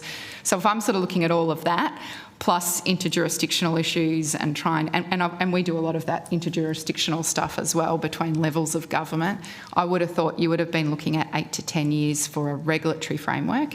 I don't know how long it would take to build post that. Yep. And so if that takes you from here, say 2025 to 2035 before you commence building, much of our coal fleet won't last well beyond that. And I think that's the comments I've made publicly, is not don't do nuclear.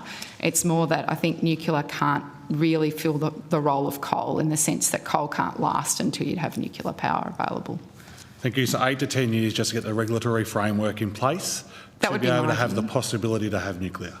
Yeah, And then plus I mean, build Ms time. Collier might have a different view, but that's certainly my view, is 8 to 10 years is probably... I mean, when we did the National Energy Customer Framework, so that was literally just developing the rules for retail regulation, in retail energy market regulation in Australia, and it involved the Commonwealth and the states and territories.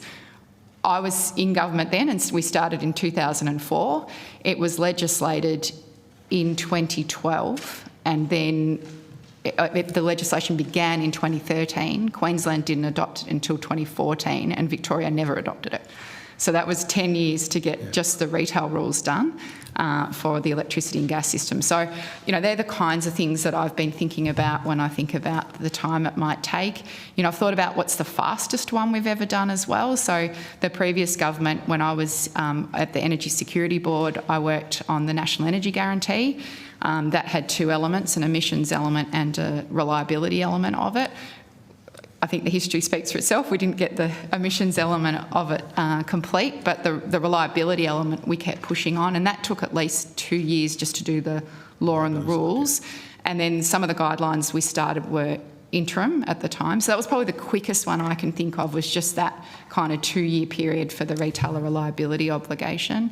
Other ones that have come to mind, so the Underwriting New Generation Investment Program, you know, that was a recommendation from the ACCC REPI inquiry, the Retail Electricity Pricing Inquiry, back in 2018. I think the former government committed to that late in 2018. The regulatory impact statement was done late 2019. I think the commercial framework, and that was really a commercial framework. It didn't have to have technical or environmental or safety or anything around that. It took 2 years. I think it was end of 2021 when that legislation came through. So these things do, I mean, it feels like it shouldn't take that long, and I get, if I was an Australian public, I would think, why does it take that long to do those things? But it really does take quite some time if you're going to consult. If you're not going to consult with people, you can do stuff really quickly, but if you're going to consult with people, it generally does take quite some time. Thank you, Ms Savage. We'll go to Mr O'Brien, the Deputy Chair. Thank you, Chair. Thank you very much for appearing today. I might start with AEMO, if that's all right. So I understand that the integrated system plan, to which Ms Savage just referred, does not include the costs of distribution or consumer energy resources connected at the distribution level, such as household solar and batteries and the like. Firstly, is that correct? That is correct. So for the remaining categories, generation, transmission, storage, can you please confirm the total system cost to 2050 of the step change scenario, please? Yes, the total system cost of the step change scenario as modelled in the integrated system plan is $122 billion in annualised cost terms. And that does include, as you say, the costs of transmission augmentation, so not existing transmission, but transmission augmentation, the generation that's required, and storage. So when you say $122 billion, are you talking that as the real cost or NPV? That is the annualised cost, and maybe I'll just ask Ms York to unpack what that means. Would that be reflected as an NPV or...? Yes, that's correct. We're quite transparent about what that is. So it is the annualised capital cost between 2025 and 2050 of all the elements that you've just mentioned, discounted back to today's dollars. Discounted back. So this is actually an NPV output. That's correct. It's not, in inverted commas, a real cost. So what is the real cost? How much money goes out the door, if you like, between now and 2050, according to the ISP step change scenario, not the NPV? Well, in terms of the capital cost, we also do report that. So I'll just have to look that up in my information, if you just give me a minute. And just to clarify, while Meredith's looking that up, do you mean in nominal terms, the total cost? Total cost, total system cost, and as you are looking that up, ideally including operational fuel cost, not just capital.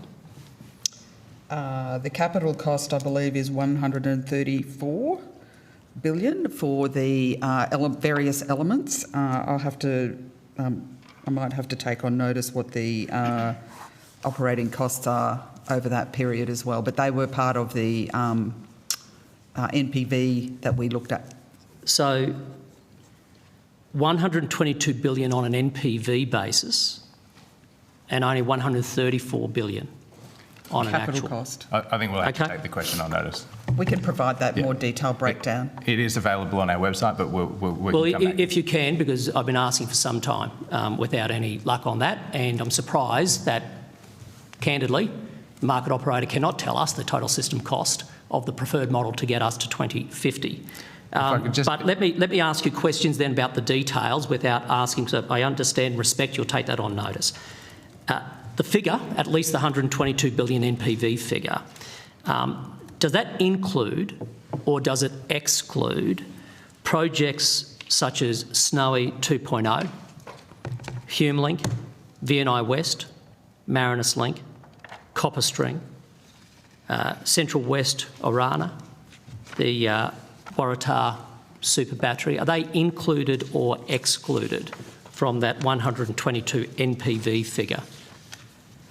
So in terms of the way in which the integrated system plan works and does its costings, and we're quite transparent about this, so this information is all set out in the integrated system plan documentation, projects which are committed and anticipated, which means they are meeting a series of criteria in the plan, which is all set out, are taken as projects that are in train.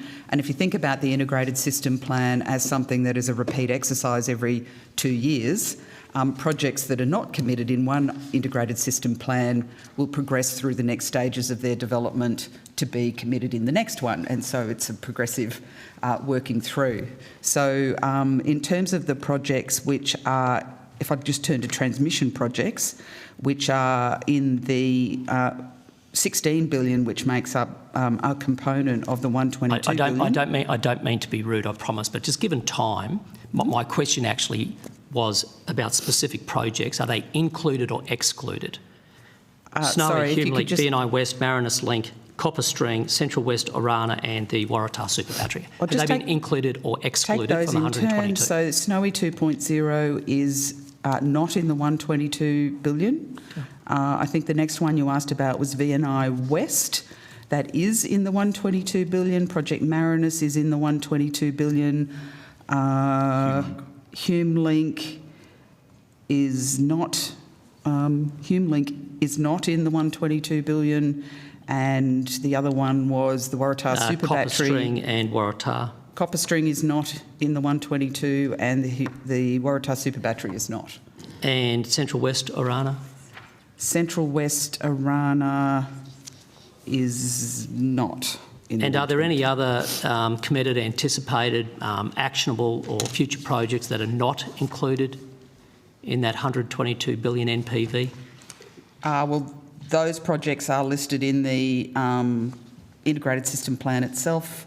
I don't have that data quite here with me, but we can reference you to the place in the integrated system plan where you could find that. So just going back to my sort of layman's expression of money out the door,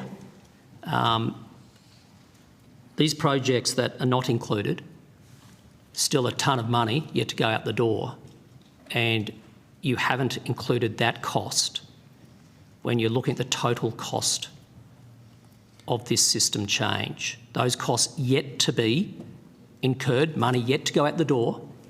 Are you saying that's actually been excluded from the market operator's cost estimate? So those projects are already in train. They are already partway through their delivery. And so in terms of the choices that are made within the integrated system plan in terms of meeting the criteria that we're required to meet in terms of inputs to the integrated system plan, that optimisation is really focused on things that we can take into account in terms of whether they're required, whether there are choices to be made. And so we are quite transparent about where that boundary is. And that obviously changes from one ISP to the next as we work through the 2-year cycles.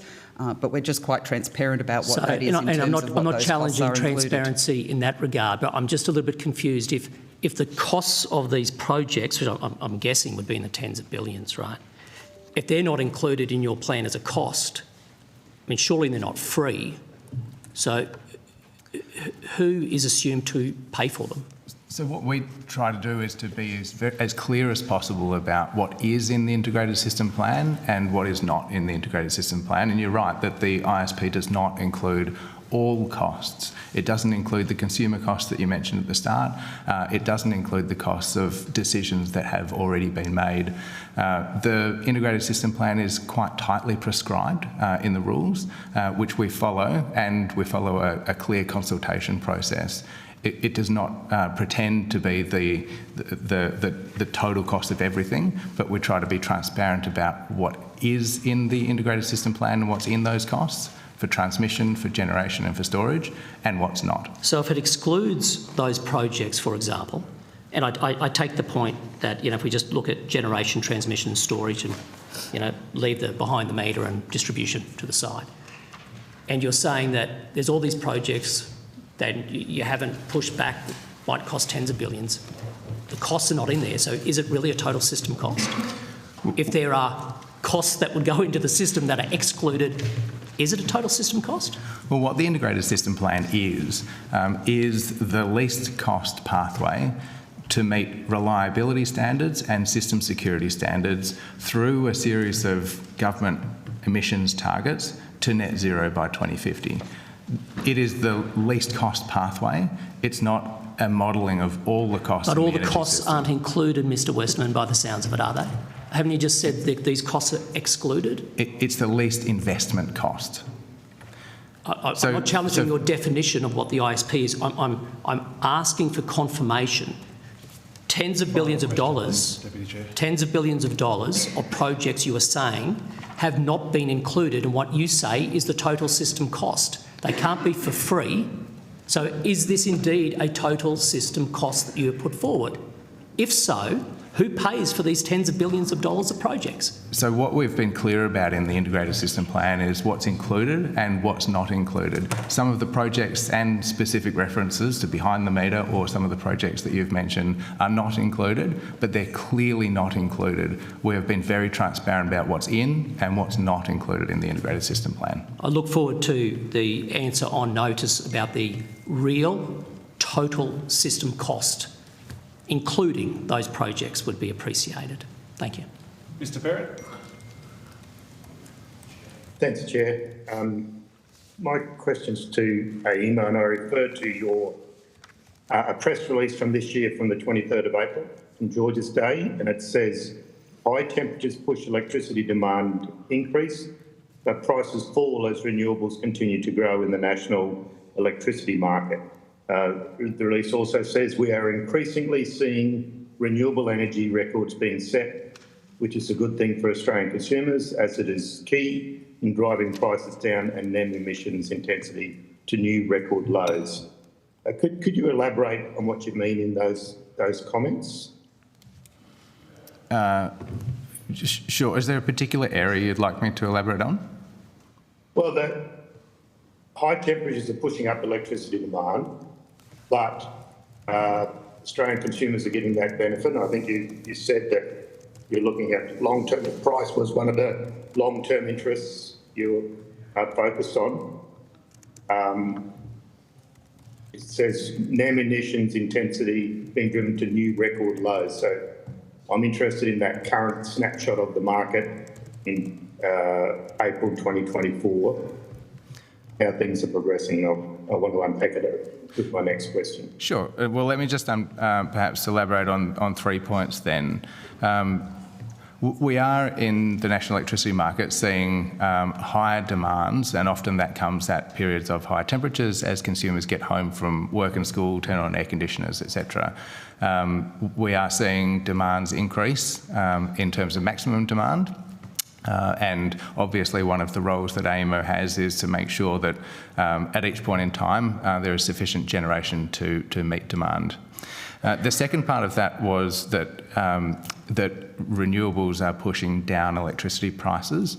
And what we're seeing during the daytime is that the flood of energy back into the grid from rooftop solar is depressing the wholesale electricity price. In fact, in the last quarter, so Q3 of this calendar year, almost 20% of all dispatch intervals, so all of the time, prices were zero or negative. And so that is happening more and more often. And emissions intensity, you mentioned there, has continued to fall as renewables continue to increase their penetration into the grid. From a system operator perspective, we care about that from an instantaneous perspective because at each point in time, managing the grid is a second-by-second balance. So, I mean, I think we can go online and see the national electricity market operating in real time. It's not a secret, is it? It's so our behaviour has the fact on what I think electric vehicles are 1% of the market or something. So has electricity consumption started to change because of that change to electric vehicles in terms of people charging overnight or charging at work during the day when there's a surplus of power from what you said? Well, what we're actually seeing on the grid is a fundamental change in the way the grid operates. Peak demands are getting higher as consumers electrify their homes and businesses, and so minimum... Is that in the peak? And are there two peaks in the day, one at the evening, one in the morning, or the evening's the one you need to focus on, is it? Indeed. Generally, there's a small peak in the morning, a trough in the middle of the day, and then a big peak in the evening. It's the evening peak that is usually the highest peak. And what we're seeing are those evening peaks are getting higher as consumers electrify and businesses electrify, and the troughs in the middle of the day are getting lower and lower as more and more rooftop solar floods back into the system. So, in terms of, can I use the term baseload? Is that, that's an acceptable, something that's going to give the flat line on which peakers and batteries and the like can supplement? Is that changing at all as with electric vehicles and people turning from... you've got gas in that NEM as well, haven't you? Or, you've got... We do. Around, sorry to cut you off. I'll try and answer the question. Around 5% of the national electricity market over the past year has been supplied by gas, around 55% by coal and 40% by renewable energy. You asked about what's historically known as baseload generation, which is coal-fired power stations throughout the national electricity market.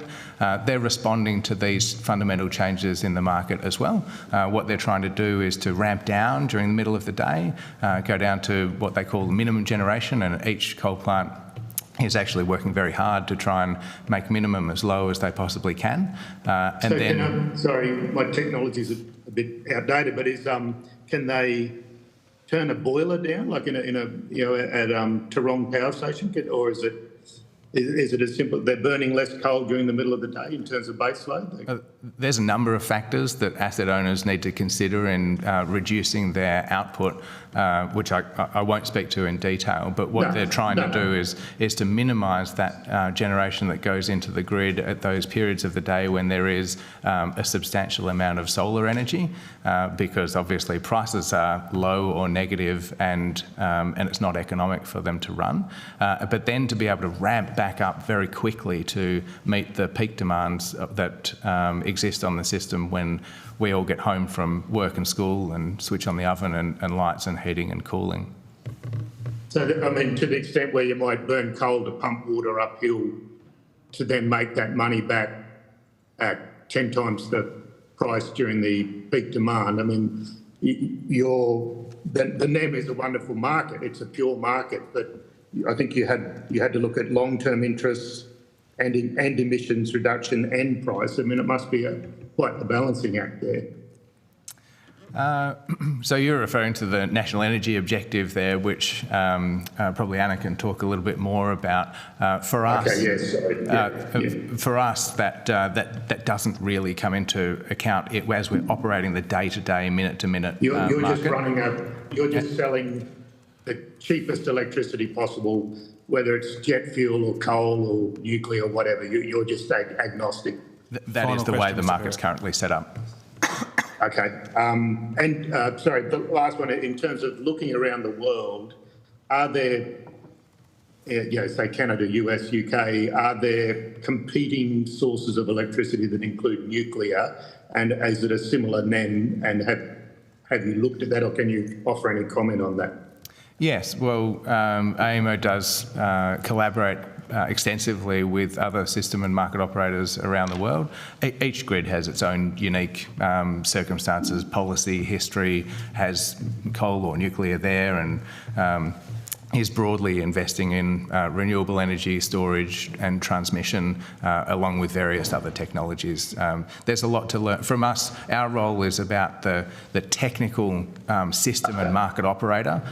We collaborate extensively on the sort of the very technical elements, which I'd be very happy to talk about, but probably less appropriate here.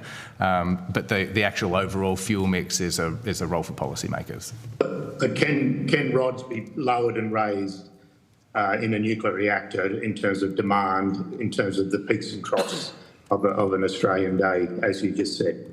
Oh, that'd be a question for an asset owner. I couldn't talk to that. Okay, no, thanks, Chair.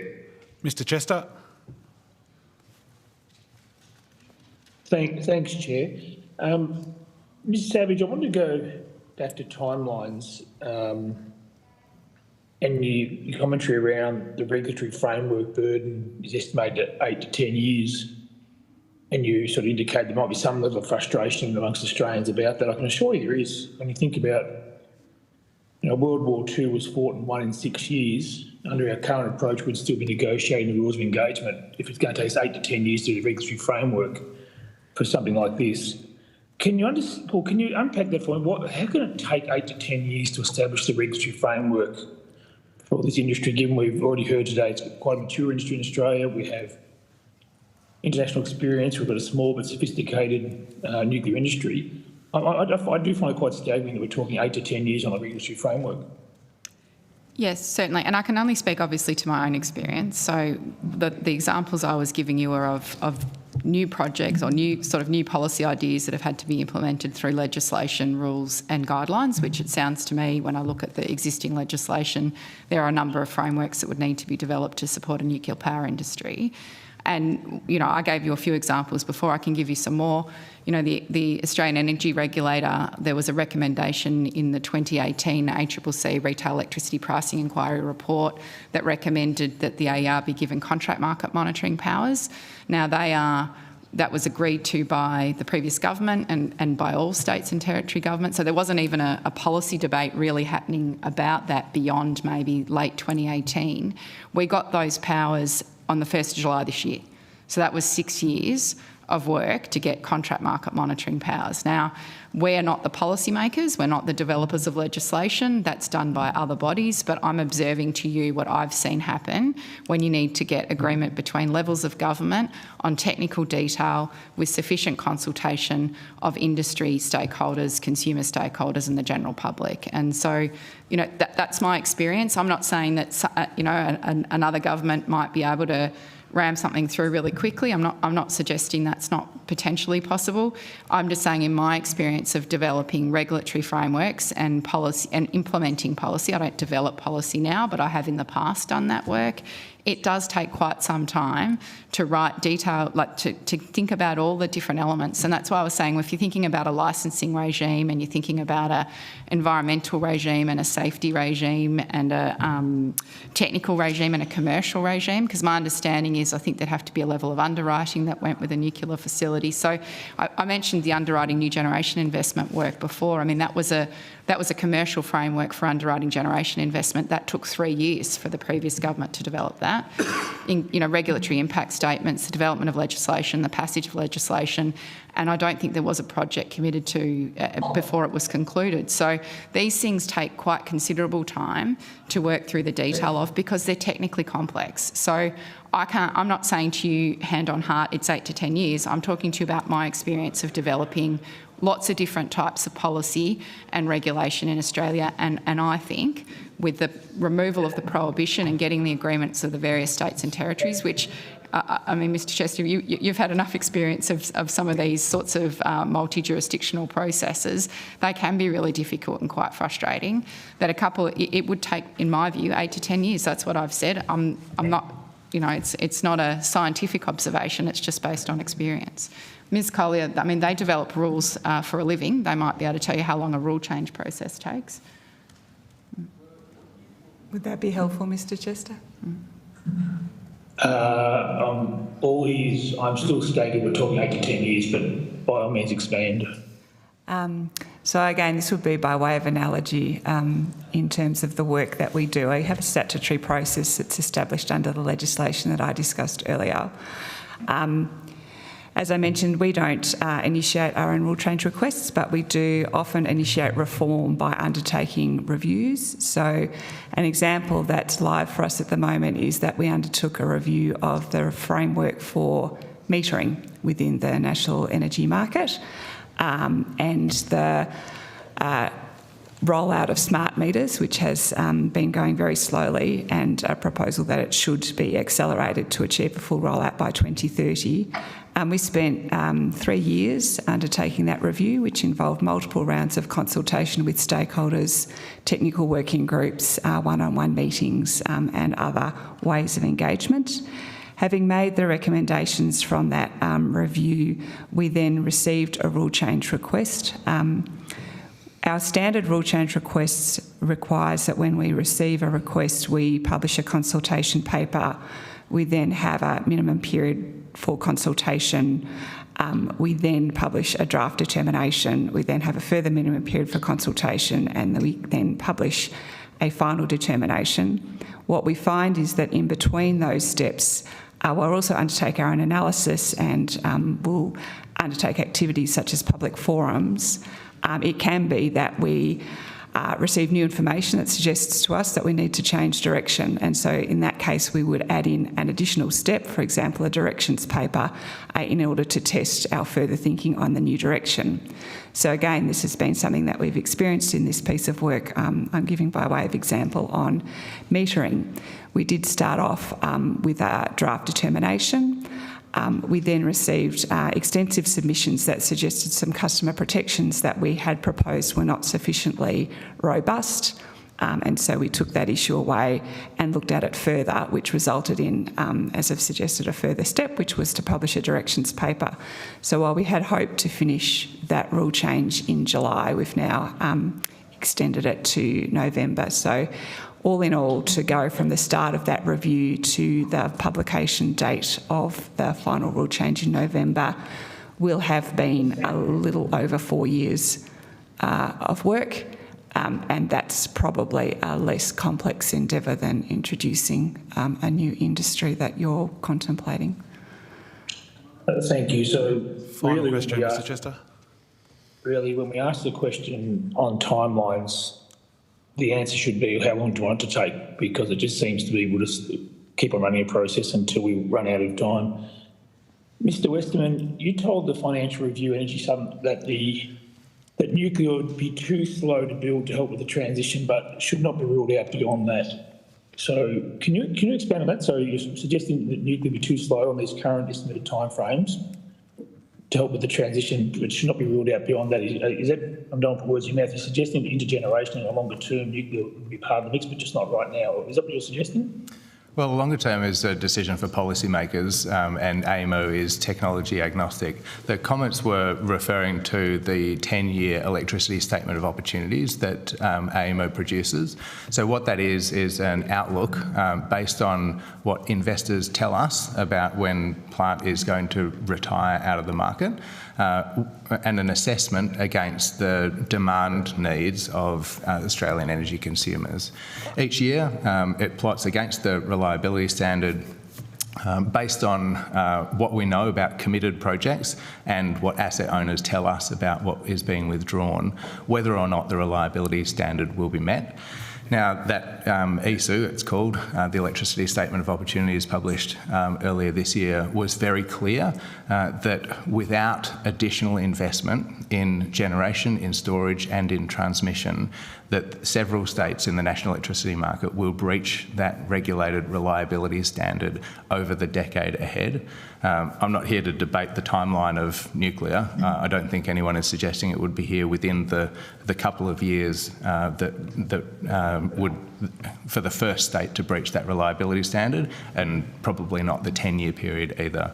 So what's critical from our perspective, from a reliability point of view, is that over the next decade, that expected investment in generation, in storage and in transmission continues to flow through so that consumers continue to have access to reliable and secure electricity when they need it. So just expanding on that point, for example, Loy Yang A and Loy Yang B had original shelf life of mid-2040s. Now, intended closure has been brought forward based on policy. Would it be your expectation that there may be a requirement for some of these qualified assets to extend their operating life? Well, the Electricity Statement of Opportunities models what asset owners tell us. So what the owners of Loy Yang tell us about their closure date, we put into the analysis and run and calculate whether there is sufficient generation to meet demand at each particular point in time. We don't question when they're going to close those assets. That's a decision for asset owners. But what I do know is that without the required investment, the expected investment in generation, in storage and in transmission, that reliability standard is not met for several years into the future. And so that's why AEMO's strong message has been around the urgency of that investment and the need for it to continue. Thanks, Chair. Thank you, Mr. Mr. Bennell. Thank you, Chair. So coal currently acts as baseload in Australia's electricity system. The AEMO's ISP forecasts show that 90% of coal will have retired from our grid by 2035.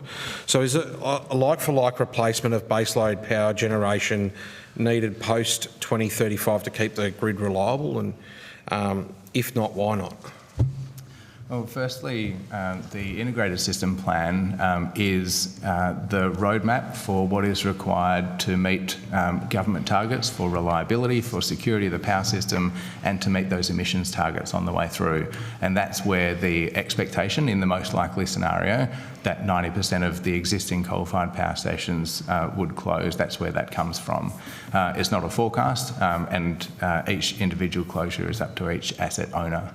What's required to replace that is energy and flexibility.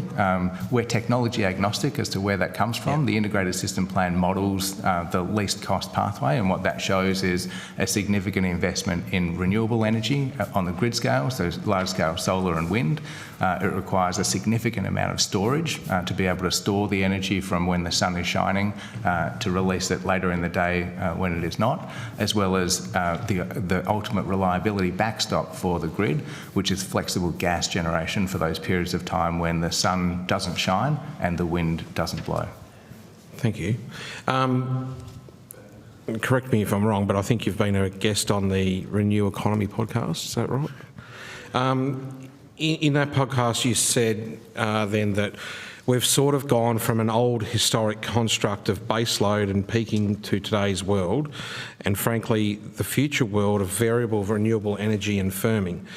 And that's kind of the new paradigm that we find ourselves in the new power system. Can you please expand on that? Sure. The concept of, or rather the principle of the market is a security-constrained economic dispatch model. So that means that obviously the power system has to be secure at any point in time, and then what gets dispatched is the lowest cost generation to meet consumers' needs, starting with the lowest cost and then working your way through the merit order. Historically, that lowest cost has always been coal-fired power stations who run with high utilisation, low input costs, and that has formed what's called the base load of electricity supply, I should say. What we're seeing, as I mentioned earlier, is that the lowest cost energy is often now renewable energy because it has zero marginal cost, and so therefore it bids into the 5-minute dispatch interval. So electricity is bought and sold in Australia every 5 minutes, and that renewable energy gets dispatched first. The impact that has on baseload coal-fired power stations is that, as I mentioned earlier, they need to ramp down during the middle of the day and back up again. And what we're seeing is a shift towards, I use the words variable renewable energy and firming, because the lowest cost from a variable perspective, that lowest marginal cost is renewable energy. The sun is free and the wind is free. And they bid in at zero cost, but it needs to be firmed up because it's not the same as customers demand. The way that gets firmed up is with batteries, so batteries for short durations and medium durations, pumped hydro for longer durations, and flexible gas generation as the ultimate reliability backstop. And what we're seeing is a shift from when there was no renewable energy in the system, from that base load with peaking to meet the evening peaks, to this variable renewable energy, which is more there when the wind blows more and the sun is strong, and they're less when the sun is not shining and the wind is not blowing, which then needs to be firmed up. So to a paradigm of variable renewable energy and firming. Thank you. You touched on something there, and I just wouldn't mind a bit more. Can you tell me what zero marginal cost renewables means? Sure. So costs are split between upfront costs and marginal costs. So the marginal cost to the economic term of a marginal cost is the amount of cost it takes to produce a widget, in this case a megawatt hour of electricity. It obviously takes almost zero marginal cost to produce either a megawatt hour of solar energy or wind energy, but the reason I stress the term marginal cost is because that obviously doesn't take account for the capital cost that does need to be returned over the life of the project. Thanks. Rooftop solar is increasingly popular in Australia, but we've heard concerns that nuclear power stations will force rooftop solar and other zero marginal cost renewables to be turned off at peak times because they can't turn nuclear on and off as quickly. Is that a serious concern, and can you elaborate on that? Well, it's a hypothetical, which I really couldn't comment on. Our power system does already have a number of different generation technologies, and in a future with a different generation technology mix, it would operate differently. And just finally, can you just clarify for me, so will Australia need baseload after 2035? Baseload power? So we try not to use the word baseload because it has connotations. What Australia needs from a reliability forecasting perspective is sufficient energy at every point in time that consumers need it, and for a power system that's secure. And those two things form the basis of the electricity statement of opportunities that we publish and are considered in the integrated system plan. Okay, thank you. Mr Kennedy? Yeah, thank you. Mr Westerman. One thing I think you said, and you're quite clear on, is a definition. It's the least cost pathway, assuming reliability emission standards are met to net zero by 2050. One other thing, is it true that each of the three scenarios also assume that they have to hit an 82% renewable energy target by 2030? That's a requirement for AEMO? Yes, it is, and I might just add, while we're clarifying, that it also has the constraint of several other government policies that are included. So offshore wind targets, for example, a number of other targets in there, including the 82% by And you have no choice, you have to apply those? That's included in every scenario. Okay. And then on that, I see well, can you tell me, and I have it here, I think I have it in front of me, to meet the capacity requirements by 2030, how much capacity will have to increase in gigawatts each year in renewables to meet that? Do you have that in front of you? Broadly 6 gigawatts of roughly per 6 year. gigawatts. Yeah. Yep. And then, given those assumptions you're forced, the ISP, and I quote, claims wind would dominate installations through to 2020, end quote. And I'm not sure whether you have it in front of you, but do you have the increase in capacity from onshore wind we're expecting in 29-30 there? I don't, but Maren, do you? I don't have that level So of perhaps you could granularity. check on notice. If it's in 29-30, it's 8.3 gigawatts, given those assumptions you're forced to model. And then I'd ask, if you have in front of you, if you could take on notice, what has been the maximum increase in capacity we've ever had in onshore wind historically? I'm not sure whether you have that in front of you. No. So I just ask you to check the figure 1.7 gigawatts in 29-20. So when you're taking those questions on notice, and you feel free to take this one, so for the step change or base case scenario to be achievable by 2030, what I read when I was going through these numbers last night, and these are you're forced to model this, it's not we would need to believe in the next 5 years, onshore wind will contribute more than 500%. We'll build onshore wind at a factor of almost 500% more than we've ever built it in the past in 29-30 compared to what we've ever built. So happy for you to take that on notice too, because I was going through the assumptions last night. That is that I think it's a 480% increase, the maximum we've ever built onshore wind to achieve it. And I guess the question I have on notice is this really believable, or is this an outcome of being forced to apply an assumption that is not really realistic? I'm not sure. We are welcome to try and answer that now. I'm happy for you to take it on notice.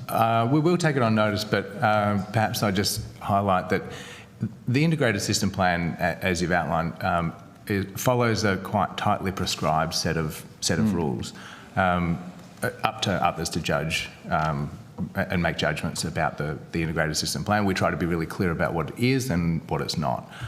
We do also include in there a chapter or a set of points around the challenges and the risks that we see.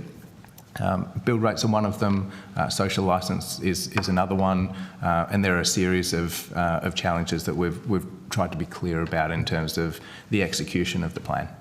Yeah, and the only other question on notice I'd ask you to take, and given this is, to achieve this target, this is what we have to assume, is it realistic that we would not have delays or extreme large cost increases trying to do a 500% increase on what we've ever built in the past? So, Probably one for industry. Yeah. Or I think even because we're trying to assess with industry what we think they will build, it would be great to ask them that question as well, because it goes to the cost question. The 122 billion, is that cost? My hypothesis, and I'd love the question here, is it likely that cost would increase? And then last question I'll have, and then I'm sure there's lots of others, I have others too, but I want to be cognizant of giving other people time. I'm not sure if you've seen the recent report from the US Department of Energy called Nuclear Liftoff. On page 10 of that report, the DOE presents modelling results for generation and transmission for systems costs for renewables only Californian grid and a renewables and nuclear Californian grid. And I note you're not able to model that, but it finds a zero emissions grid which includes nuclear as part of a balanced energy mix is 37% cheaper than one that doesn't. Like Australia, California has lots of sun and wind coming off the Pacific Ocean. Unlike Australia, California can access energy from neighbouring grids around there. If you were able to model nuclear, would we expect to see similar findings if a study was conducted for Australia? I'm sorry, I'm not able to answer that. Wouldn't it be good for the Australian public if they could, if they were allowed to? Back to you, Chair. Thank you, Mr Kennedy. Ms Mascarenhas. Thank you. One of the questions I had was in relation to the relative costs of the baseload system versus renewable-based flexible systems. And given that baseload is not a zero marginal cost like renewables are, should we expect that a renewable system would be cheaper to run than a baseload system in the long term? And a baseload example of coal or nuclear? I might just say a word and then ask Maren if there's anything to add. What the integrated system plan models is the lowest cost investments that are required to meet energy needs reliably and securely for each year, meeting government targets and the other constraints that we have. I think a direct like-for-like comparison of generation technologies isn't hugely helpful, because what we need to model is the entire mix. In there, I would say a critical element of the plan we see is flexible gas generation to be able to provide that ultimate backstop for reliability in periods of time. That's not zero marginal cost. Maybe Merryn, anything to add? Yeah, in terms of the way in which we do our planning work for the future power system, as Daniel mentioned in the integrated system plan, we're really looking at a scenario basis. So whether we have a relatively smaller ambition in terms of the pace at which emissions would reduce, or whether we have a very ambitious pace at which emissions would reduce, or whether there's something in the middle. So we mentioned the 3 scenarios that are in the integrated system plan. The future outlook to meet those emissions targets requires us to consider the types of technology that are allowed to be included at the moment, and we look at both the capital cost and the operating cost of those types of plant. We don't, as Daniel said, we don't really think about baseload or use that term, because it's a little bit confusing as the changing power system really moves to a whole new paradigm in the way in which it operates, and the way in which the supply side in particular meets the energy needs of electricity consumers throughout the NEM on a 5-minute by 5-minute basis. Another question is around, will a new nuclear power industry be able to be established in Australia without any new transmission lines being built to support it? Perhaps one of the things that we could reflect on is that the electricity transmission system changes as it goes along. So what we have already seen as the 12 coal-fired power stations that have already closed in the NEM is that other investments in supply-side generation and storage have located at various locations to make use of the available transmission network. And so while we haven't studied the particular arrangements that might come from a nuclear policy, because that's not within the things that we can study in the integrated system plan, what we do know is that there are already existing plants that have located in some of these areas where there is transmission, because access to transmission is an important element for the investors that choose to make those investments so that they can get basically their product to market. And so it's some of that changing power system is what would need to be taken into account in thinking about the location of any generation, whether it's renewable generation, storage, or other generation that may come into the mix in the future. With the work that you guys do you also look at costs of electricity for consumers? So what we model... sorry. No, yeah, go ahead if you'd like to clarify. No, I'll let you understand what I mean. Go for it. So what we do model in the integrated system plan is the least cost set of investments that are required to meet reliability within generation, storage and transmission. We don't model a whole series of costs that are paid for by consumers that do form part of the retail bill, some of which we discussed earlier. Thank you. They're all my questions for now. Thank you. Deputy Chair, do you want to fit one more quick one in before we go? I'll try. Good luck. Ms Savage, interesting to hear your comments of the 8 to 10 years, given we heard this morning, including from Arpansa, who would be the ones responsible, and coalition plan is to expand Arpansa, that most things are already in place. And so we're not starting from a clean sheet of paper. Given also that in your opening remarks you talked about the enormity of the challenge ahead of basically entirely replacing a system, and that system will be a predominantly renewables only system that will see industrial scale projects around the country, transmission lines, carpeting regional Australia. If you apply your same logic in terms of how slow things are going to take, then do you think it's capable, Australia is capable to achieve 82% renewables on the grid by 2030 within the next 5 years for all of that to happen?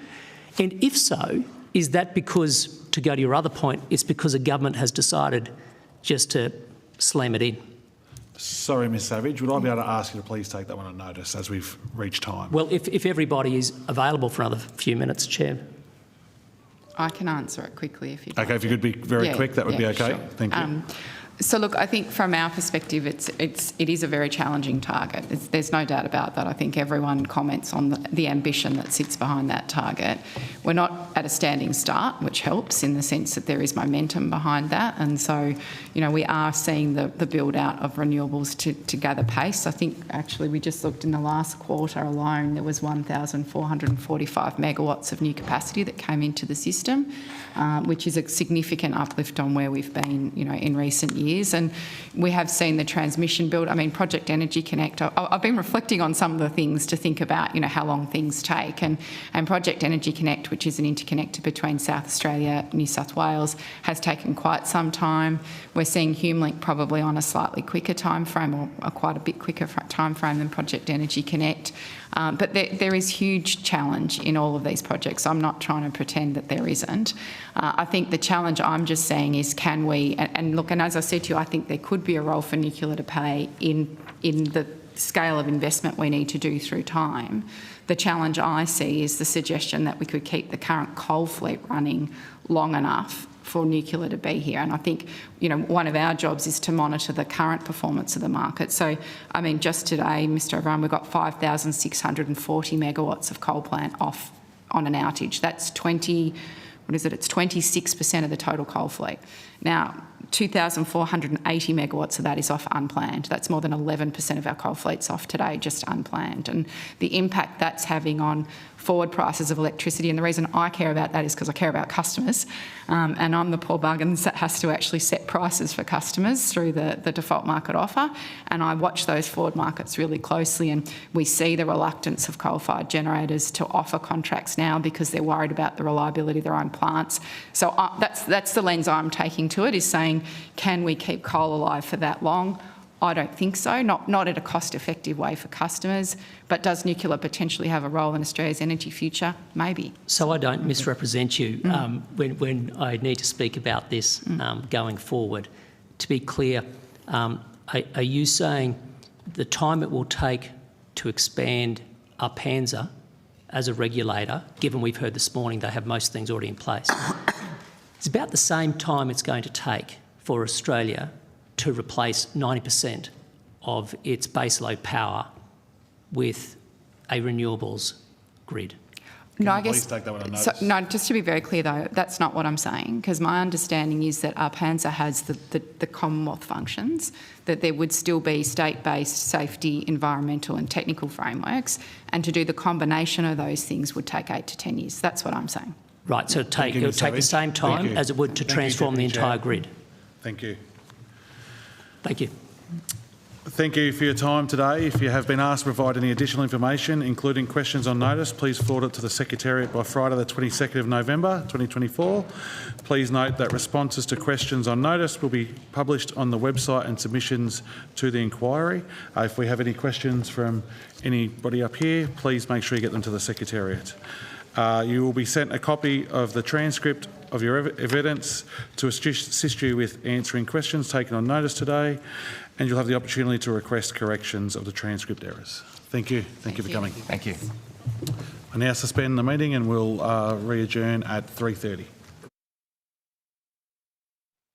Committee on Nuclear Energy for the inquiry into nuclear power generation in Australia will resume now, and I now would like to welcome Commonwealth Scientific and Industrial Research Organisation, or CSIRO, to give evidence today. For the Hansard record, would you please state your name and the capacity in which you appear before the committee on? So, Chair, Dr Peter Mayfield, Executive Director for Environment, Energy and Resources from CSIRO, and my two colleagues online today. I'll let them state their own names. Yeah, thank you, Chair. I don't know if you can hear me okay. My name is Didier Aubier. I'm the Director for the Energy Business Unit at the CSIRO. Thank you. And I'm Paul Graham, Chief Energy Economist at CSIRO. Thank you. This hearing is a legal proceeding of the Parliament. The giving of false or misleading information is a serious matter and may be regarded as a contempt of Parliament. The evidence given today will be recorded by Hansard and attracts parliamentary privilege. I now invite you to make a brief opening statement before we proceed to discussions. Thank you, Chair. So as said before, I'm Dr. Peter Mayfield, Executive Director for Environment, Energy and Resources, and with me are Dr. Tourbier and Mr. Graham. As Australia's national science agency, CSIRO is uniquely positioned to deliver the science and technology that can support Australia's transition to a lower emissions energy future. CSIRO operates under the Science and Industry Research Act of 1949 with a mandate to provide impartial, scientifically rigorous research and to be accountable to the Australian public.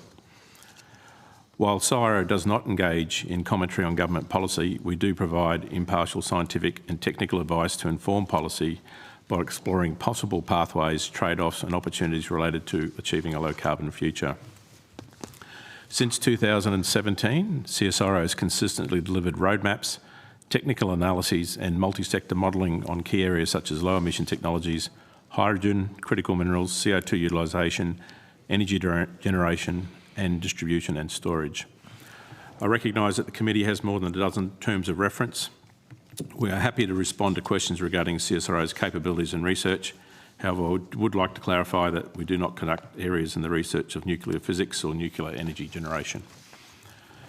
Our work does include collaboration with the Australian Radioactive Waste Agency to provide advice on the safe and effective storage and disposal of Australia's low and intermediate level waste, and economic modelling of new build electricity generation and storage.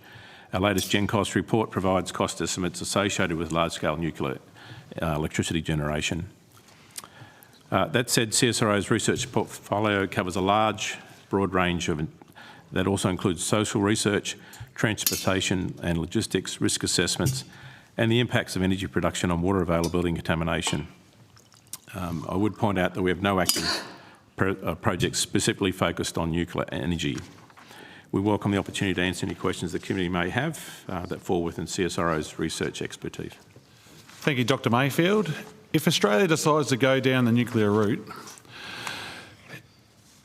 if you consider the legislation required at a state and territory level, safety and environmental framework required, community engagement and construction period, what are the expected timelines required to receive the first power from a nuclear power station in this country? So, Chair, I refer back to our last GenCost report, 2024, and in that we talked a bit about the timelines to implementation and the factors that need to be considered. And as part of that, we identified that we thought it was 15-year plus timeline. Mr. Graham can probably talk to that in more detail if you'd like to. Yeah, I'll just add a couple of points. Obviously, we're running a GenCost as an open project where we ask for stakeholders to provide input. CSIRO isn't necessarily a full expert in everything that we cover in the report. We rely on input from an engineering company and we rely on input from our stakeholders to give us the broadest possible evidence base for anything that we have in the report. On this particular topic of how long it takes to develop nuclear, and I should say that we're talking about the total time here. It's not just the construction time, it's the time from the conception to the final production. There are projects, or there are nuclear projects around the world that can be developed quite quickly, but quite often when we looked at those, they were in countries where they have sort of a continuous building program, so they had a lot of expertise and a lot of experience in delivering nuclear projects. And we also saw at the other end of the range a lot of projects where countries hadn't built nuclear before. They hadn't built nuclear for a long time, so they might have been a country that had a lot of experience mid-last century in building nuclear, but they'd had a long hiatus, and then when they'd come back to build nuclear, they found that it was taking them a long time, upwards of 20 years. And so we had a big range, and I know that in today's proceedings, a lot of people have been talking about the United Arab Emirates. That's the reason that example comes up a lot, is because it's quite a recent example of a build for a country that didn't have any previous experience. That's obviously a relevant input, but there are some differences between UAE and Australia. We're a democracy, whereas they are not, and we've got different labour markets. So you can't find any perfect example which completely matches Australia's circumstances. But on the balance of the evidence and the realised builds around the world for nuclear, we felt that 15 years plus was the most reasonable estimate. And on that, how you say 15 years plus, with your plus, did you have a ceiling for the plus, or it's just who knows? Look, it is a bit who knows, because a lot of the construction that happens around the world is in a bipartisan political environment.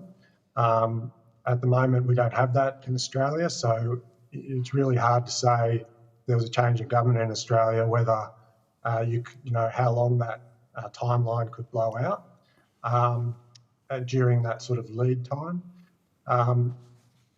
There's also issues around just how much the community gets involved around the social licence. So these are really hard things to predict. We certainly didn't want to give the impression that 15 years would be the maximum. So given the fact that we haven't been through a social licence process in Australia around nuclear generation and the political uncertainty, I think it will be 15 years at least, not 15 years maximum. And what were the main reasons of how you got to that 15-year number as minimum? So as I said, when we looked at numbers that were below 15 years, those countries had advantages that we didn't have. So below 15 years, as I said, there's a lot of countries who can do below 15 years, but they're often countries that have continuous building programs. So this isn't a continuous building program. This is we're talking about our first nuclear build here. Some of those countries also had the advantage of not being democracies, so they don't have to consult as much. So that speeds things up as well. We couldn't really find a solid example where someone had achieved better than 15 years that was a democracy and that was their first time. So I think at least 15 years with a risk that it'll be longer than that. Thank you, Mr Graham. Deputy Chair. Well, thank you very much, Chair. Thank you very much, Cyril, for being here today. In your opening remarks, you mentioned about, and I don't want to verbal you here, so correct me if I've got it wrong, that Cyril does not have deep nuclear expertise. Is that right? So we're not working on nuclear energy generation technologies per se. Okay, so our with expertise that, is around economic modelling, but not around but the actual... not around nuclear energy. So we're conversant with the technologies, but we're not technical experts. So the Ansto is probably the more appropriate agency to be looking at that. So then when it comes to comparing CSIRO's expertise to, let's say, the International Atomic Energy Agency's expertise on nuclear energy, does CSIRO think that it has more expertise or less? It'll come down to which particular questions you want to ask around that. Well, why don't I go to the question of technology, timing? Why don't I go to the question of timing, Doctor? So we've just heard a point of view based on an analysis done, which seems to be in direct contrast to the International Atomic Energy Agency. I'm not sure if the CSIRO are experts when it comes to social licence and those other comments made. So when it comes to issues of timing, of standing up a civil nuclear program in a nation that has not had one, does the CSIRO believe that it has greater expertise than the International Atomic Energy Agency? I don't believe the CSIRO wants to say that it has more expertise than the International Energy Organisation, but... Can I go to another series of questions? I'm sensitive to time. Can I just finish my answer first? But in terms of looking at timelines, CSIRO does a lot of work where we look at data that's out there. We make assessments of that data. We've had a lot of work done over the years around different energy technologies, not just nuclear. So we have a well-developed pathway in terms of looking at how projects come together, what they cost, how long it takes to build them. So our ability to look at the data sets and analyse that, and we try to look at as many as we can, we feel very confident in that, and that's what we've been applying. And you've been looking at the international data sets, and again, I make the point it's different from the IAEA. Can I just go to capacity factors, which really drives a lot of the modelling results for your Gen Cost report? When it comes to nuclear energy, you use a range for the capacity factor that is as low as 53%. In other words, 53% of the year the plant's operating. What is that based on? Okay, so I'll defer to Mr Graham in a second, but this is obviously a discussion we had back in May when we caught up with you then, and it's based around the current performance in our own grid of a large baseload power station, given that there's a whole range of different factors at play around supply-demand, how the system's operating. And we've looked at the similar in terms of what the maximum could be, as well as the performance of those plants. So not sure if Mr Graham wants to add any more to the answer, but pretty much our position is the same as it was back in May on that. So just to be really clear, when it came to the assumption of nuclear power plants operating as little as 53% of the time, the CSIRO referenced not nuclear plants, but coal plants. So they actually referenced a different technology type. So why? My question is, why you were talking before about international examples? If in the United States the capacity factor is, around 93%, why was that not used? Instead, you're using Australian coal. So if you recall, we're looking at trying to understand what it would look like in an Australian context. So the capacity factor for large plants varies from system to system around the world based on how their system is set up, what actually units it has in there, its load profile, a whole range of those sort of factors, and what sort of market mechanism they have. That will dictate how much time you can spend online. You can have market rules that force it to be higher, but that's how it works in the Australian context with the NEM. And so we've used a coal-fired power plant because they have similar characteristics, because they're a baseload power, large unit size, similar to what you would have with a nuclear power plant. So they have similar generation characteristics. They're both ultimately steam-driven turbines. So we just heard from the market operator, who of course is very open about using the Gen Cost report. Indeed, it's a joint effort in its integrated system plan, and it made very clear to this committee only an hour less ago that it does not think about the system from a baseload perspective, yet the basis of your assumption is all about baseload. So don't you think that those two perspectives don't align?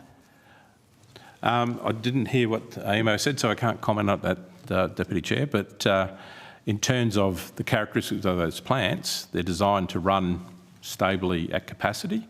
You can turn them up and down, and obviously you'll be aware at the moment there are some trials running with certain companies looking at trying to have a double sort of switch during the course of the day. But at the end of the day, they still have baseload characteristics. The numbers that we used in our analysis were 53% through to 89%. So we have a full range. So we do have a number that's high range. Understood, thank you. And obviously you talked to a number of, I believe it's 92.7%, that one of the best results that they have in the US. So we've picked a range based on the Australian experience and done numbers based on that. The Australian experience with a different technology type, yet the explanation just given for timeline was all based on international experience, and it actually was not referencing the International Atomic Energy Agency, who you've conceded would be having greater expertise than CSIRO. In specific topics, yes. Okay. Can I go now to lifespan? So can you please explain why you have a limited economic life to 30 years for nuclear assets when they are being designed for 60, approved now for up to 80 years? I will defer to Mr Graham to talk through this one. Again, it's a standard part of our analysis. We have done sensitivities on that. Yeah, so when you're calculating the levelised cost of electricity, you're annualising all of the costs that the plant has. You're annualising, you've got annual fuel costs, you've got annual operating and maintenance costs, and you have to have some way of converting the capital costs into an annual cost. And the way we do that is we look at what's the standard term of the capital recovery period or the loan payback period for power stations that have that sort of characteristic. And for things like nuclear, for things like coal, that capital recovery period is 30 years. And so as a result, you amortise those capital costs over 30 years. So you're not suggesting that an investor, let's say in year 31, wouldn't be interested in the operation of the plant. You're not suggesting, are you, that a nuclear plant wouldn't operate for 60, 80 years, maybe longer? You're basically saying you're just you're wanting to only contain it to 30 years. Yeah. So if you were to actually compare, let's say, an 80-year life of a nuclear power plant and the energy it would generate, and compare that to a renewables grid, let's say wind and solar, over that 80-year period, assuming the capacity factors actually does allow it to run the way it's built and run around the world, which is over, let's say, 90%, and given the lifespan of wind and solar, what you're probably talking about 3 times wind and solar to meet the capacity factor of a nuclear plant. Their life cycle is far shorter, their lifespan. So if you did actually compare the 80-year asset of a nuclear power plant to comparable wind and solar generating plants, what sort of result would you get, do you think, compared to what GenCost has delivered? That's your final question, Deputy Chair. So I might get Mr Graham just to answer on the specifics. We can talk to the, I think, if you went for a longer economic payback period or longer life for a nuclear plant.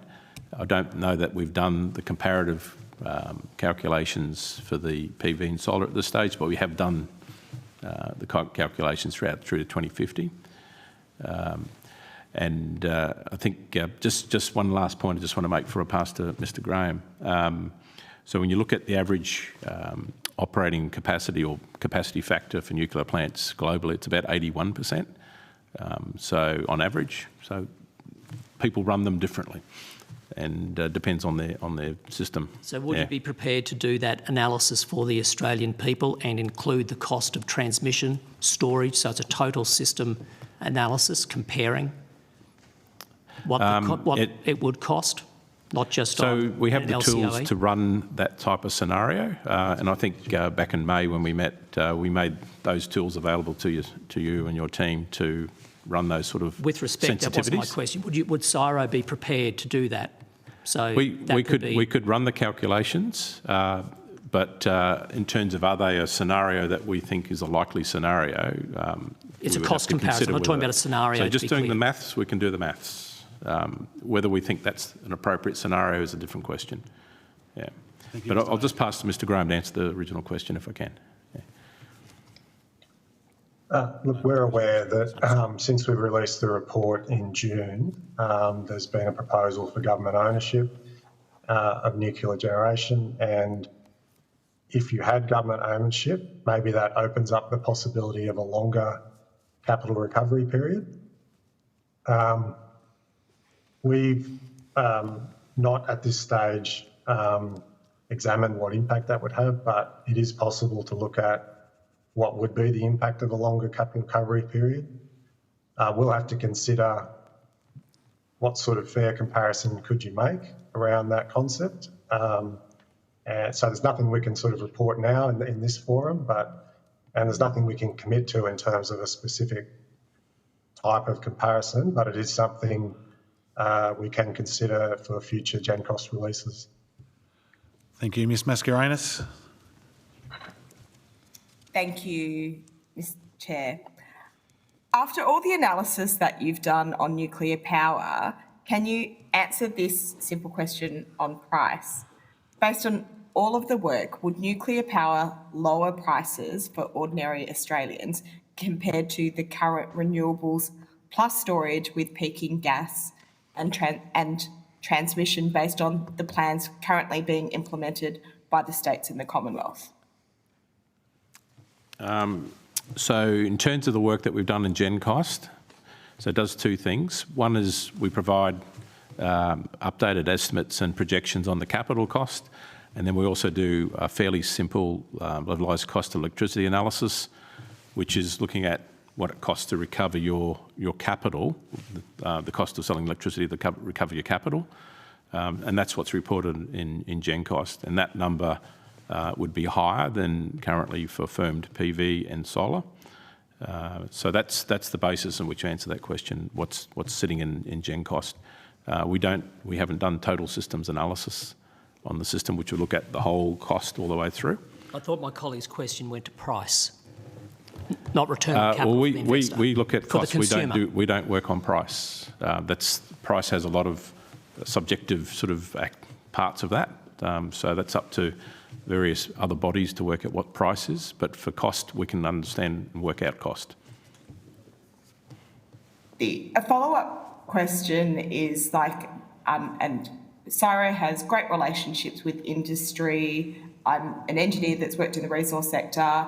I've helped companies look at energy plans for 10, 20, 30-year timeframes. With your industry partnerships that you have, has anyone looked at nuclear as a viable competitive option and looked at collaborating with CSIRO? I'm not, in my time at CSIRO, I'm not aware of any project along those lines, but others, I see my other colleagues have had any experience I haven't. So do you want me to jump in here, Peter, for the last 2 years that I've been in this role? So I can add to what Dr. Mayfield just said. And as you said, we work with quite a number of industry partners, large or small. And I can firmly say that none of them has asked to look at nuclear for an option for them for a solution. And do you think that, looks like someone else would like to, Mr. Graham? Yeah, from my perspective, I think I've probably been a part of a couple of industry forums going back probably more 10, 15 years ago, where there was some interest in nuclear as a consideration for the future energy mix. That's really dropped off. I would say there's been nothing really in the last 10 years, and that's largely because what's happened in the interim is the cost of solar has dropped by about 90% since 2010, and the cost of wind by about 75%. So these cost reductions have just been so drastic that it's really put the concept of, going back 15, 20 years ago, we were thinking about coal with capture and storage as the lowest cost option for Australia, and maybe nuclear. But this huge cost reduction that's happened for the cost of renewables in the space of really 14 years since 2010 has just been so massive that it's really put the idea out of mind for most of industry, a future without other than renewables. Could it also be because it's illegal? Deputy Chair, you've asked your questions already. Let Ms Mascarenhas please ask her I apologise. I would assist, but I'd like to follow up after she's finished. We'll be passing on to the next people. You've had your turn. We'll be passing on to the next people. Thank you, Chair. An observation is that capital markets move faster than governments, and one of the things that we've seen in Australia is a huge investment in renewable energy uptake.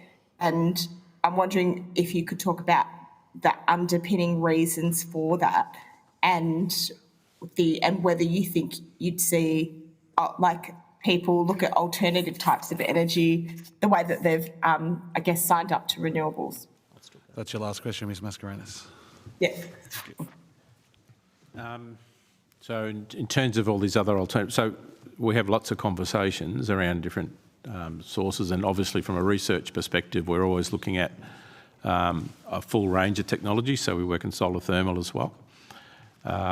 So we're open-minded around that, always will be. We will continue to assess the range of technologies that are out there.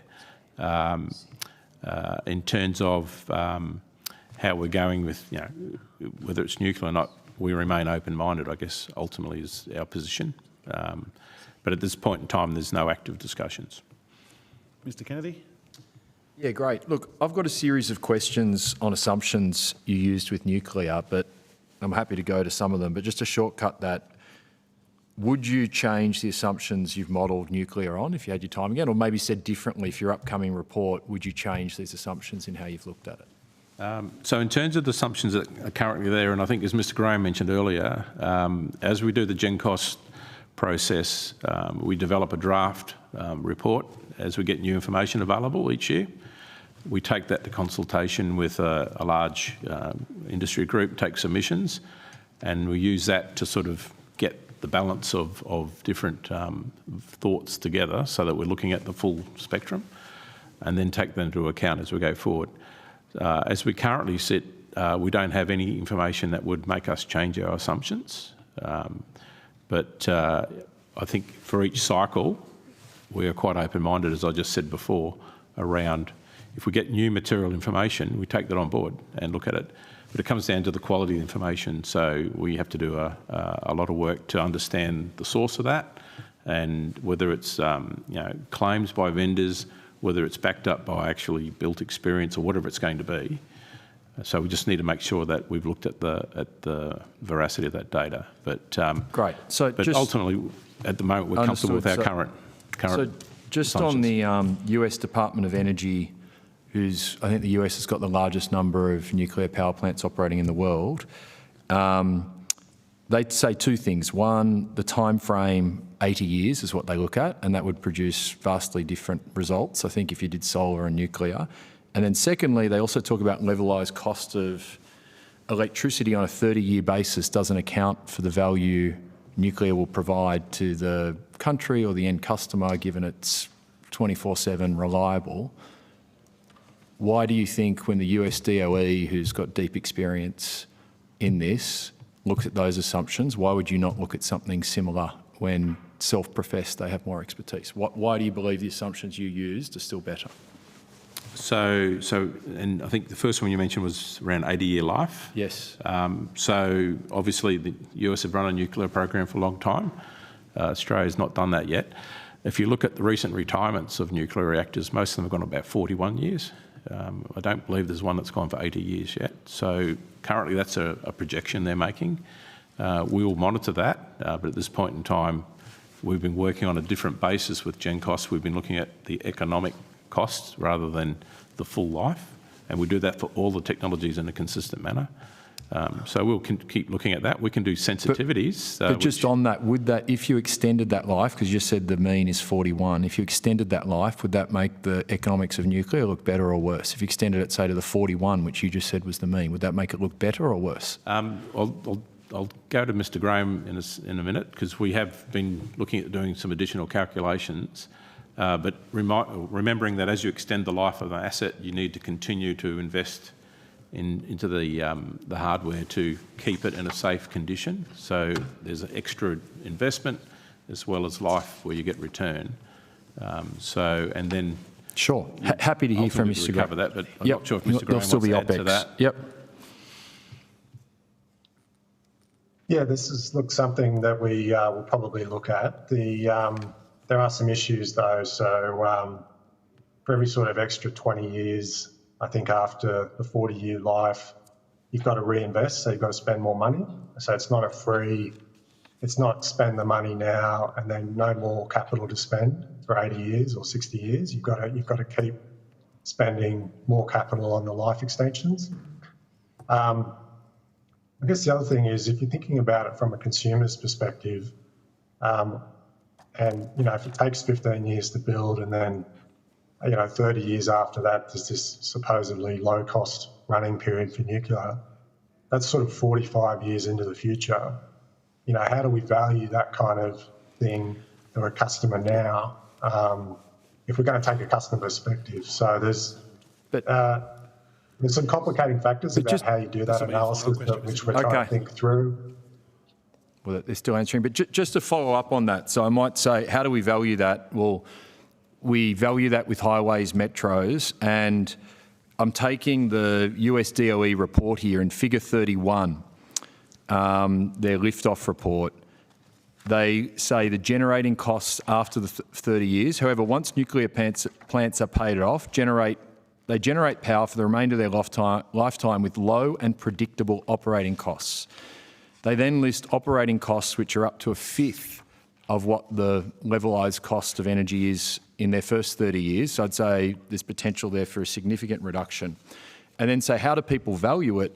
Well, I just note that Microsoft is investing $1.6 billion into 3 Mile Island at a cost that assumes 100% increase in today. So I'd just say there are a lot of market examples for you to look at for what people do value that. So my question again is, would you not take into account some of these real world examples like Microsoft taking on a 100% increase to show how they value that as demand from industry? Would you not take on some of the US DOE analysis like figure 31 in their liftoff report? And would you not even think that maybe some of the reason Australian industry is less interested than Microsoft is because it's been illegal, and re-look at those assumptions? Yep.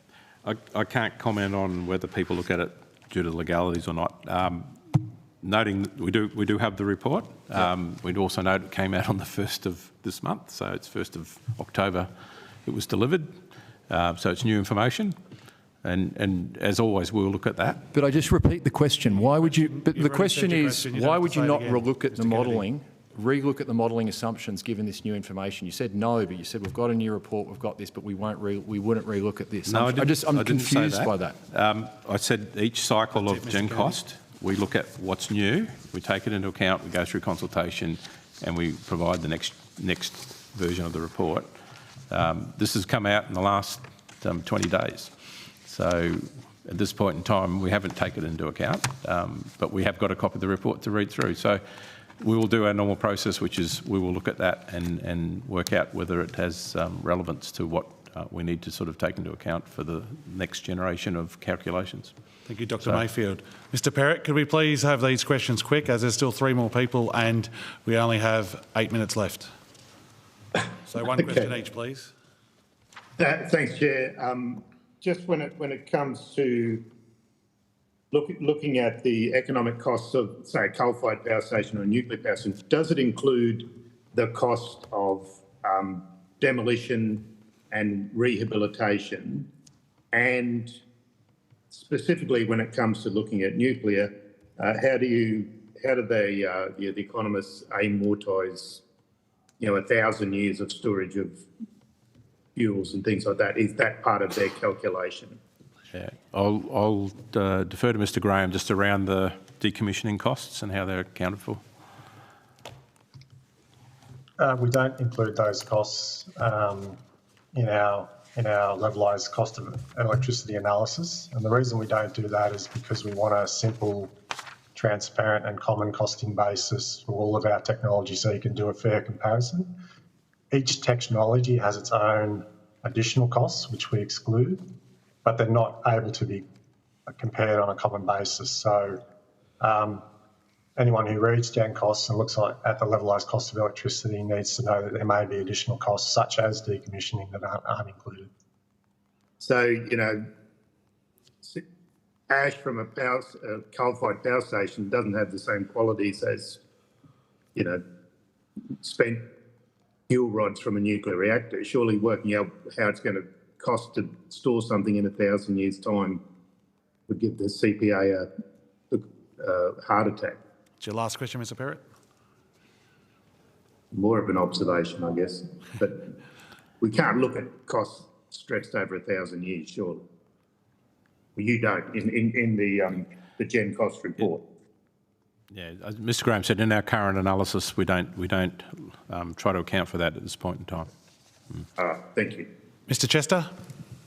Thanks, Chair. And just continuing, I guess, in the same vein as my colleague around, to be really valuable to give Australian consumers some factual, unbiased information, wouldn't the decommissioning issue be relevant? I mean, we're talking about, for example, offshore wind turbines over the life of a nuclear power station would need to replace 3 times.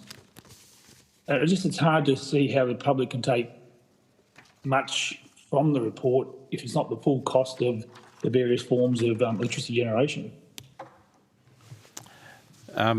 So in turn, I think ultimately the full life cycle is important, so I would agree with you. But at this point in time, the ability to be able to account for that is quite difficult because there will be a range of different ways that you'll dispose of some of these things, from recycling to actual landfill, and the cost for those vary dramatically. So you'll end up with a lot of decisions to make on how you account for it. So I think at this point in time, we're probably considering how you look into those sorts of things. But each technology has a slightly different range of things you can do, or you'll need to do to sort of decommission and what it might cost. So GenCost, its primary purpose was to provide inputs that go into the ISP and provide some simple analysis around levelised cost of electricity. We've upgraded the LCE approach a lot over the course of the GenCost series to make sure that we're accounting for things like firming and things like that as well. And I guess it probably sits in that category of things that we need to keep considering. Thanks. Look, and this is probably more of a comment, but someone who regards CSIRO very highly, and I think your brand has an enormous amount of credibility in the nation. I am troubled by you being dragged into a hotly contested public debate with a simple model when you've acknowledged it's a very complex issue, and I find the public debaters grasped onto your report without recognising the complexities. And I just really question how we can have this conversation with the assumptions that have gone into this, unless we have more detail at some point in the future. That's your final question, Mr. Chester. So while it's a simple analysis, the underlying assumptions have got a lot of robustness to them. And as I've said before, the process involves getting a lot of input from industry, so the experienced operators, on what these factors look like. And so we're very comfortable it's the best assessment of those factors that currently exists. But the nuances of some of these analyses are quite challenging, and we've got some more work to do in that regard. But the assumptions, I would be very happy to stand behind those.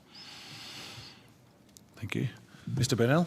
Thanks, Chair. I have a few questions, but I'll limit it to the time we've got. And thank you for giving evidence today. I appreciate your time. The GenCost report says renewable energy is cheaper, and I note that it specifically includes the cost of transmission. Would you be able to unpack how precisely the variable renewable cost figures are calculated and what the VRE 60, 70, 80 and 90 mean? I'll get Mr. Graham to explain that for you. Thank you. We want to understand what the integration costs are for renewables, so that if we deploy renewables at 60, 70 or 80 or 90% share in the large-scale sector, we want to know what additional costs are required to get to those shares of variable renewable energy and still have a reliable system. So what we do is we observe what the current share is, and we increase that share in our modelling. And then we ask the model to say, build anything else extra that is needed in terms of transmission, storage, peaking plant, to make the system reliable with that share of renewables. And then we take the cost of all that extra equipment, and we divide that by the amount of extra renewable generation that we achieved. And so that gives us the sort of cost per megawatt hour of integrating that share of renewables at a reliable level. That's how we do that calculation in a nutshell. Right, thank you. Do you think I just want to go to the first-of-kind premiums of up to 100% cannot be ruled out in the report. Would you be able to explain how the CSIRO came to this conclusion and what it would mean for the first nuclear reactors built in Australia? I'll let Mr Graham continue to answer that one. Yeah. When we were looking at costing nuclear generation in Australia, the first thing we realised was that there's a lot of costs globally that are based on plants that in countries that haven't built them before or haven't built them for a long time. And you tend to find those countries have very high costs of nuclear capital costs for their first plant. But then you see other cost estimates in other countries where you saw very low costs of capital costs for nuclear generation. In places where it was low cost, we have this continuous building program. They have the experience and they just keep rolling out that experience. And the difference between those two countries is what we call a first-of-a-kind premium. First-of-a-kind doesn't necessarily mean the first. It might also mean you just haven't built one for 10 years or some long period. And what we're observing is that premium can be up to 100%. So it's quite a big premium. And so that's the sort of premium that Australia might be at risk of paying for its first nuclear plant. We didn't just look at nuclear, though, to come to that conclusion. We've seen locally that the first time we built a large pumped hydro project in Australia, we have seen something like a roughly 100% cost blowout. And so these cost blowouts aren't actually even necessarily specific to the nuclear industry. They can happen to any technology. Nuclear industry is maybe just a little bit more susceptible because it's such a long lead time and long construction period that circumstances can change during the construction if all the costs aren't locked down. So that's how we sort of came to that conclusion, just looking at different costs around the world. No, thank you for your answer. Thank you for the time today. If you've been asked to provide any additional information, including questions on notice, please forward it to the Secretariat by Friday the 22nd of November 2024. Please note that responses to questions on notice will be published on the website as submissions to the inquiry. If any of the committee members have follow-up questions that they would like to give, because we've run out of time, please get them to the Secretariat as well. You'll be sent a copy of the transcripts of your evidence to assist you with answering questions taken on notice today, and you'll have an opportunity to request corrections to transcript errors. I'd like to thank committee members and witnesses for their time today, and also Hansard and the Secretariats for all the work they've put in as well, and I declare this public hearing closed. Thank you. Thank you very much. Thank you.